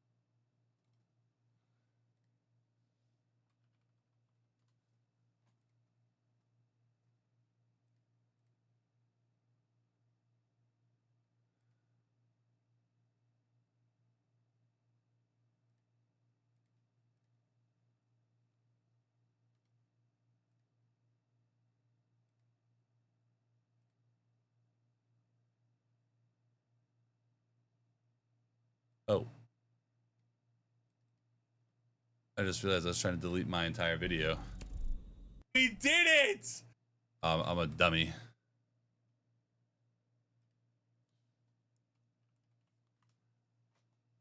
Trying to delete the video that I was recording actively. Whew. All right. We got the best one, bro. We got the best one. What's next? What else do we need? That's not bad. I'll never use. Oh, gridlock. I'm down for any of these options, honestly. I don't want this one, but these two. Okay. You were here, W. All right, let's keep going. How many packs do you open? A little bit over 100.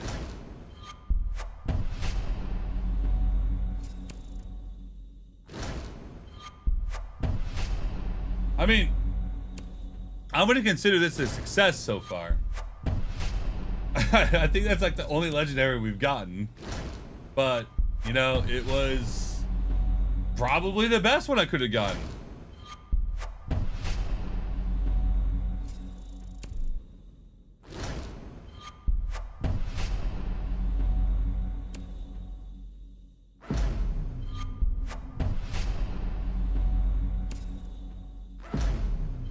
Hey, it makes it a lot easier to open these once I already got that one, bro. I'm like, now we're being chillin'.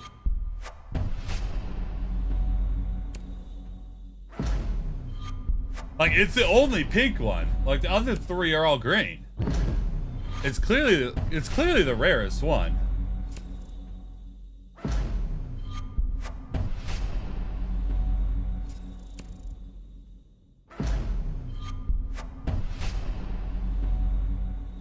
I actually like that for some reason. And no, we opened over 100, less than 200. I think we started with like 250 of these packs, and we're at 88 right now. We either started at 220 or 250. I don't remember the number. Sure, if you're watching this on the YouTube video, you'll be like, you can just see, but I don't remember. I'm ankle deep in this now.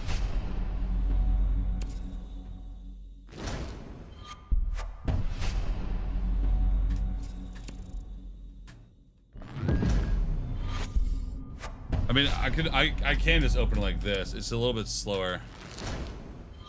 Do you have every standard black eyes? Probably.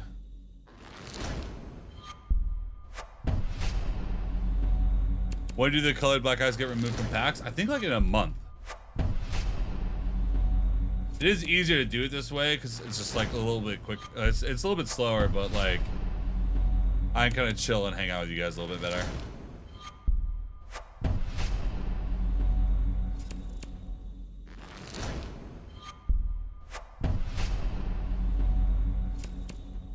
I'm literally not even glancing over until it's a purple.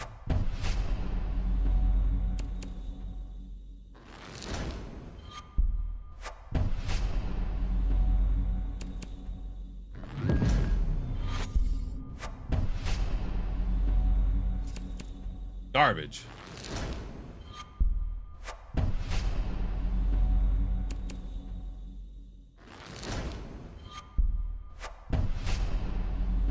Alright, back to faster.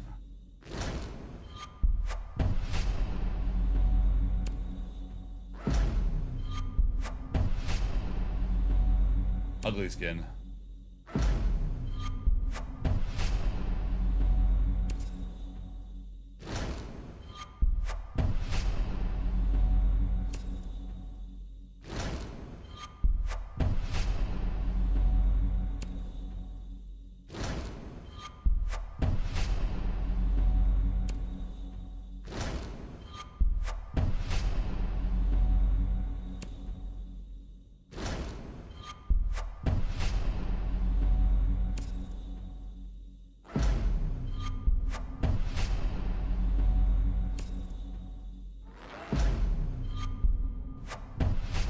I had 232 part of these. Okay.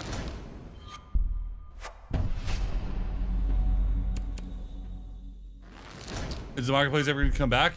I would assume so. They just want to make sure it's good before it comes back. Because think about it, like, it's a really good money maker for Ubisoft. Like, there's no reason that they wouldn't want it.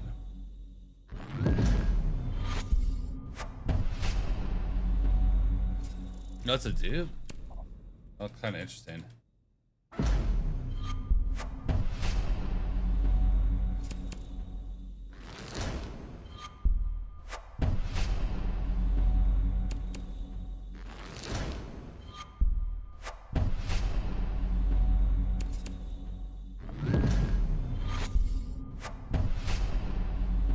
Why does his face look so doofy, bro?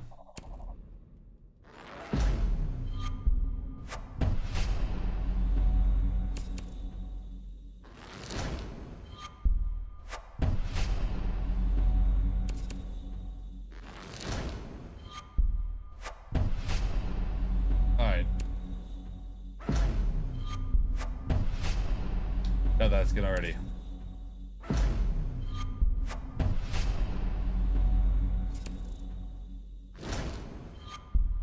Oh, what I need to do is two-hand this. Yeah, there we go. This is the optimized opening. You hit enter on everything, and then you rip with your mouse.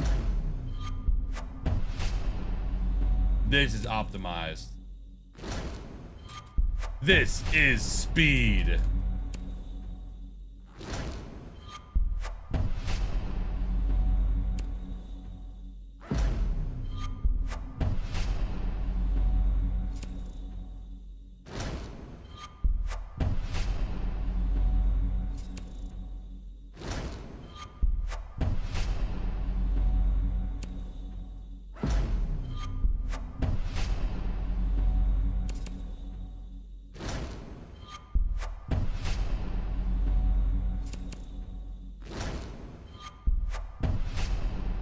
Guess I'll play this game. Yes, sir. I'm still standing at the oddest time. La da da da da da. Little key. Like I'm still standing. Champ this season? Of course. Is a bear shit in the woods? I'm champ every season. Come on. You know.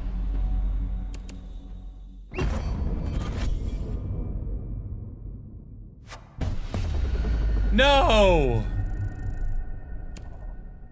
Frickety frick balls. I feel like they lowered the chance to get legendaries, bro. I remember getting like a lot more legendaries in this.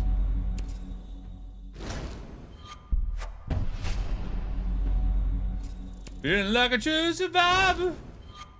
Little like little kid. I'm still standing after all this time.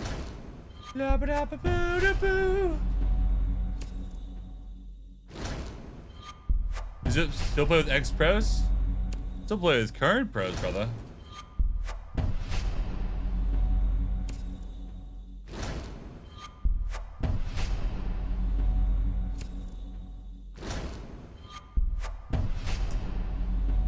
Things you missed. I played in EWC Pro League, which was against pros for money.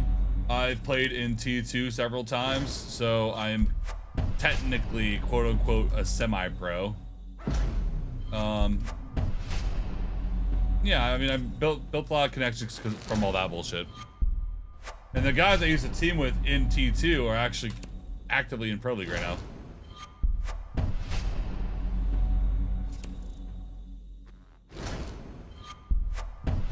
You do your predictions yet? Yes, I'm gonna post it when I'm done with all this. Are they gone? It'll be better once I'm done opening these packs, or I get 5 legendaries in a row. Then everything was worth it.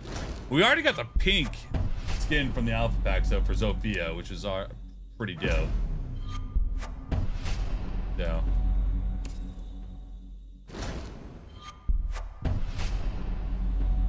Okay, he still plays? Yeah, he does.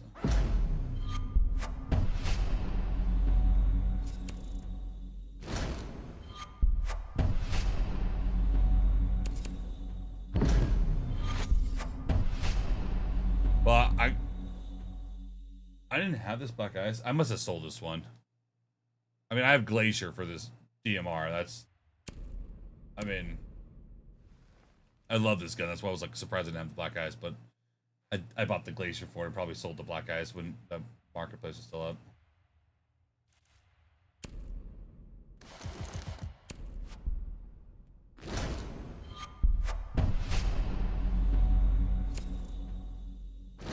Not a bad Black Ice to get though. Do I need it? No.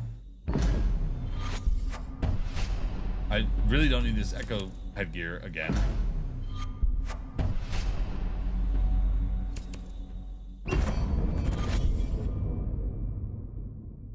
There you go. No! We need a marketplace, man. I want to be able to sell some of those. Alright, that was all that. So, I mean, what was the best thing I got on that? I mean, what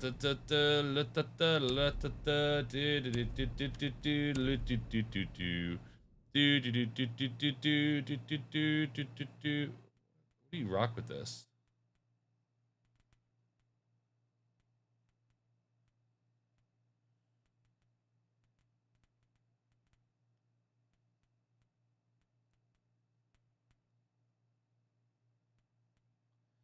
I like Lifeblood Flower. Makes sense though. Plasma Pink. There you go. Hey. Pay to lose. I don't even care though.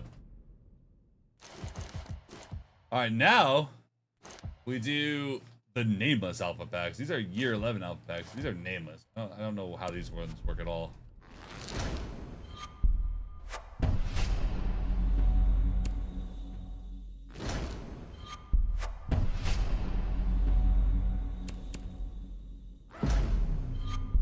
Oh, you're right. You could do Arctic with Zofia. I mean, I like the Plasma Pink, but that probably looks classier. Yeah, that does look better.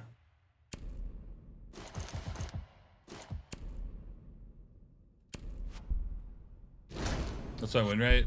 Over 70% something. 72.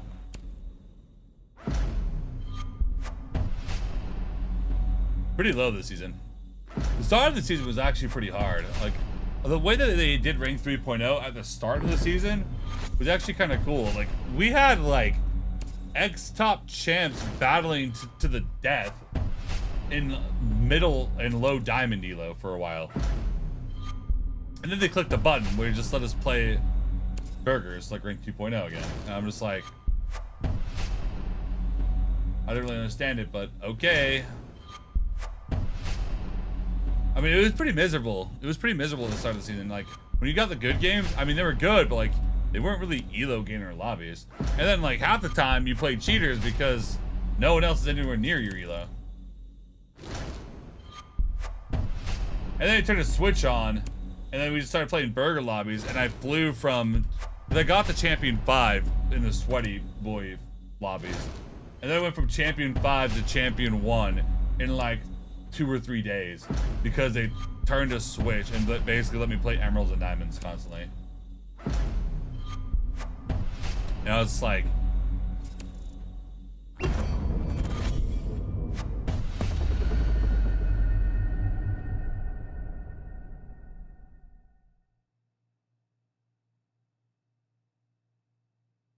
I've never seen this. It's a 5.56.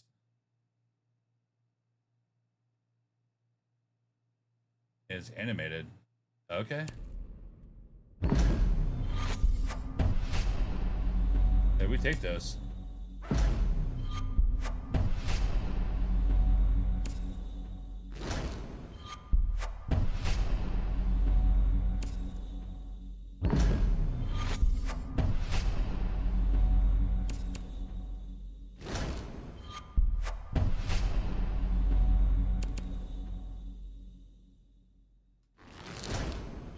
Buttons weren't working.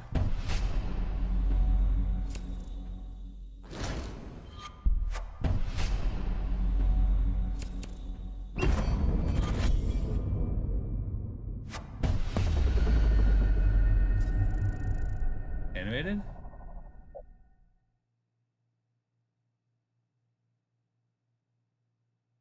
Oh, a little bit of a sheen there. Okay. I mean, I like Hibana, but I've been using Hibana TMR a lot more recently. Someone took your account? Yeah, someone did that with my Fortnite account. Like, took my account for a joyride. I logged into it one day, like years ago. I was like, oh, someone took my account for a joyride, and it got me a bunch of free skins.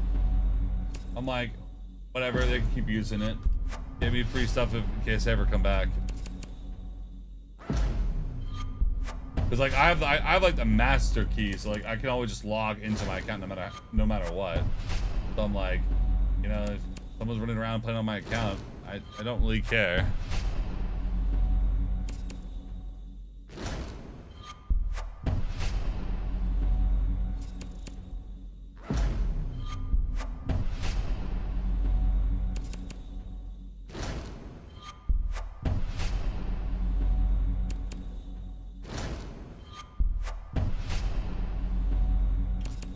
Servers out?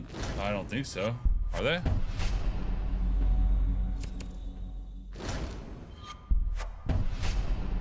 The thing after this, we have 50 Delta packs, and I think that's it. But with this, we're almost gonna have enough renown for Rengoku by the end of this. I'm not gonna use all my renown on Rengoku because I want to save it for an event that like I kind of want multiple skins from. Rengoku, I only kind of want the memento. Everything else, I'm like, eh. I'll never use, so.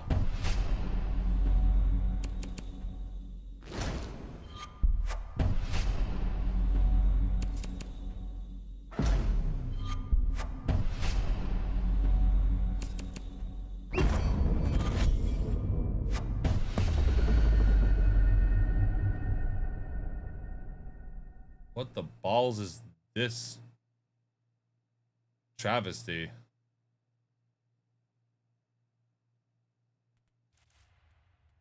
I mean, I play with my sometimes. I mean,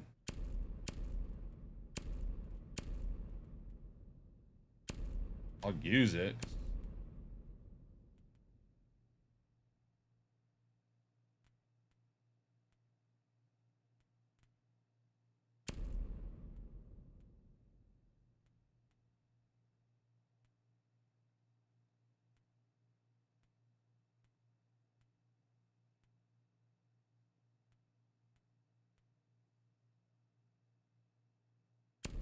Fuck that one for now.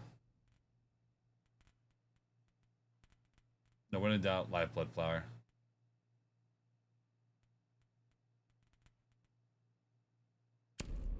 Or just one down, friend. Yeah, that's fine. Interesting.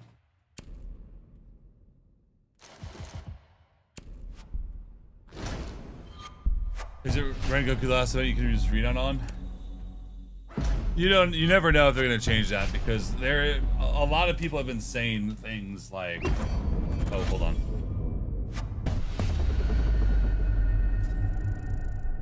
Why is this gun so long? Why is it off-centered like crazy?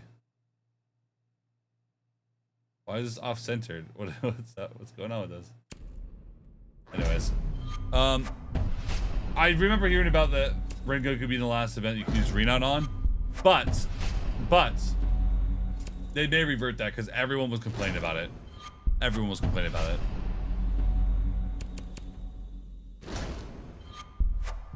I mean, it's like you can't really use Renown on anything. So like, why not let us use Renown on that?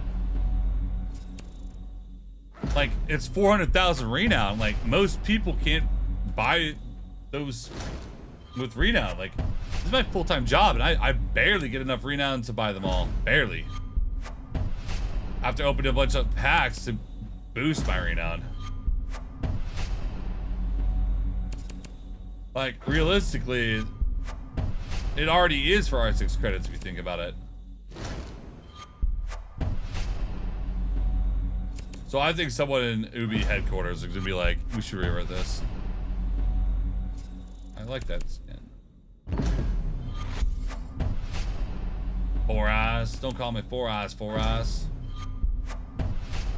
Kablam!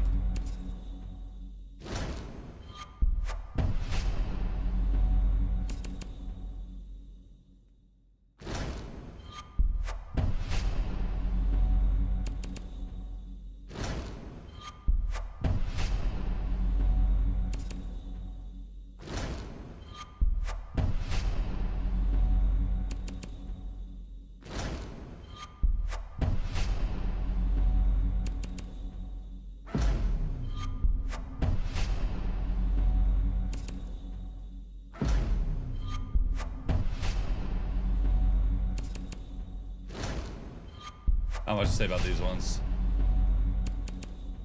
That'd be good on coastline. Who let bro finger paint?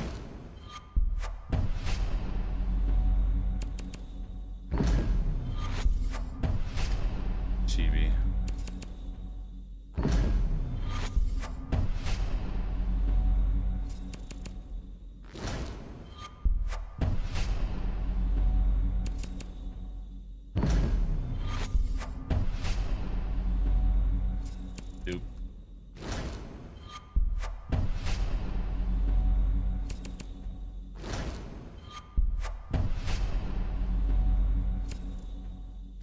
Server down. You're the second person to say that. Why? What's happening?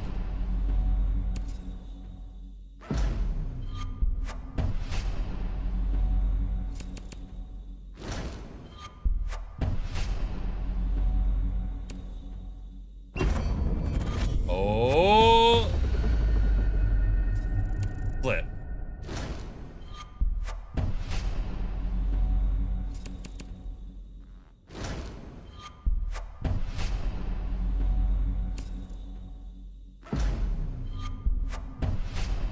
Looking for colored eyes? Yeah, I already got the pink one.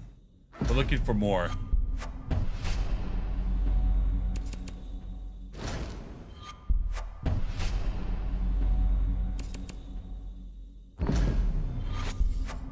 Yeah.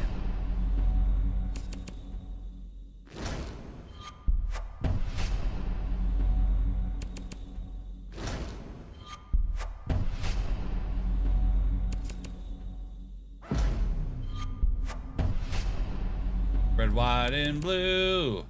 What does America mean to you?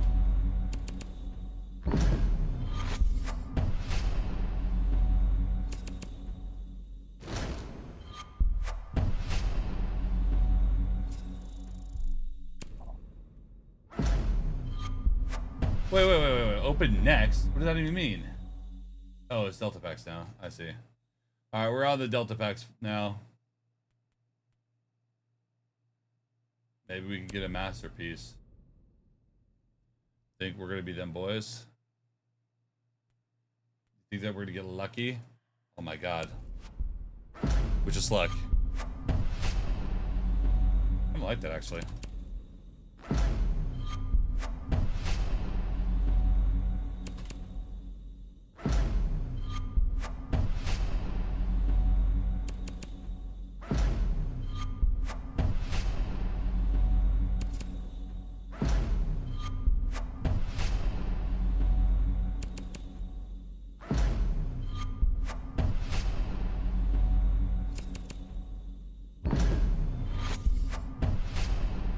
Okay. Oh, dude, though.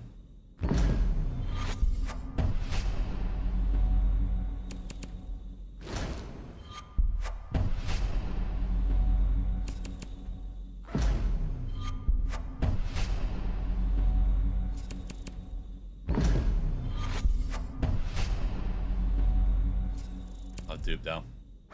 Not bad, though. Not a bad pull.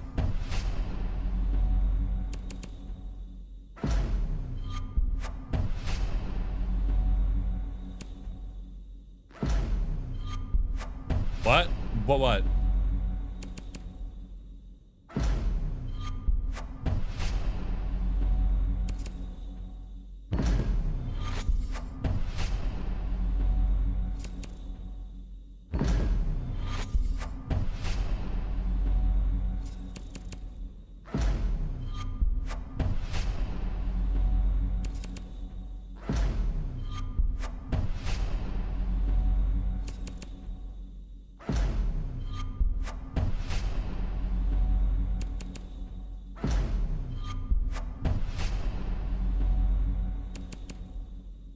The Deliverer.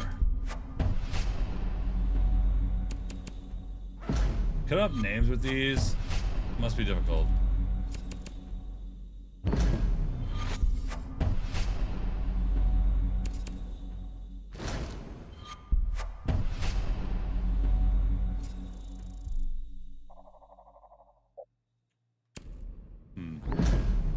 Some of that one might have been rare.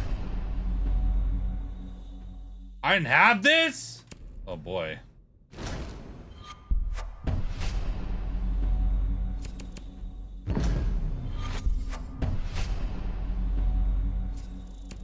I was like, I'm pretty sure I have that one though.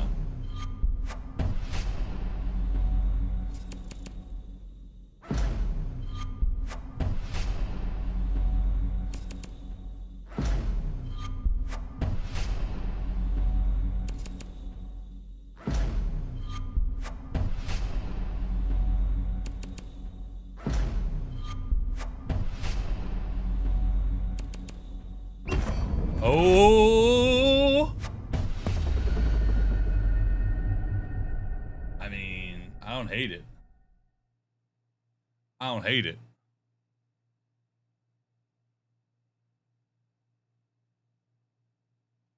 All right, cool.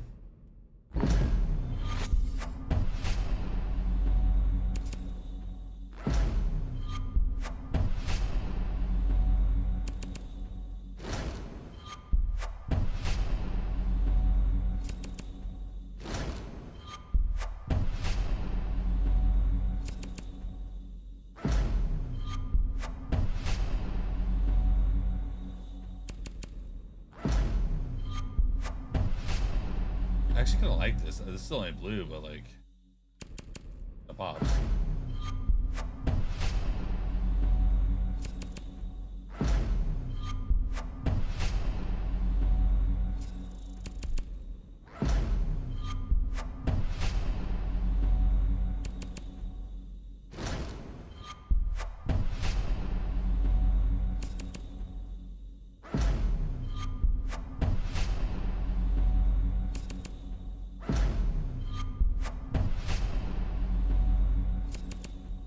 One more legendary for the road.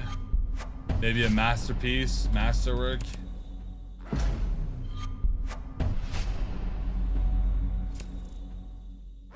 Oh. All right, guys, that's it. We opened all my packs. Rengoku is here.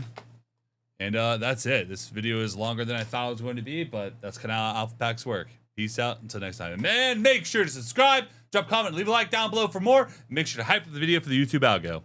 Peace out. Hey. And that was for YouTube.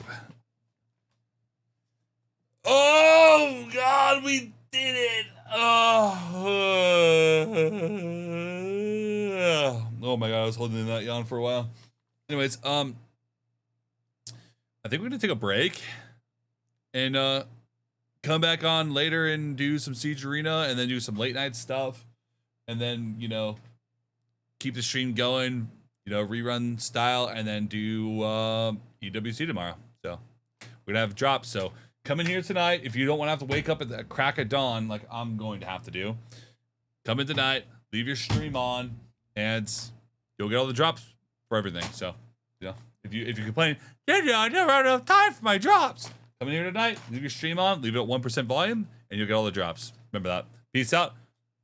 They're actually leaving. No, I'm taking a break, and then I'm gonna edit a little bit, and then I'm just gonna hang out with my girlfriend for like a couple hours, and then come back on for later. Love you guys. Later.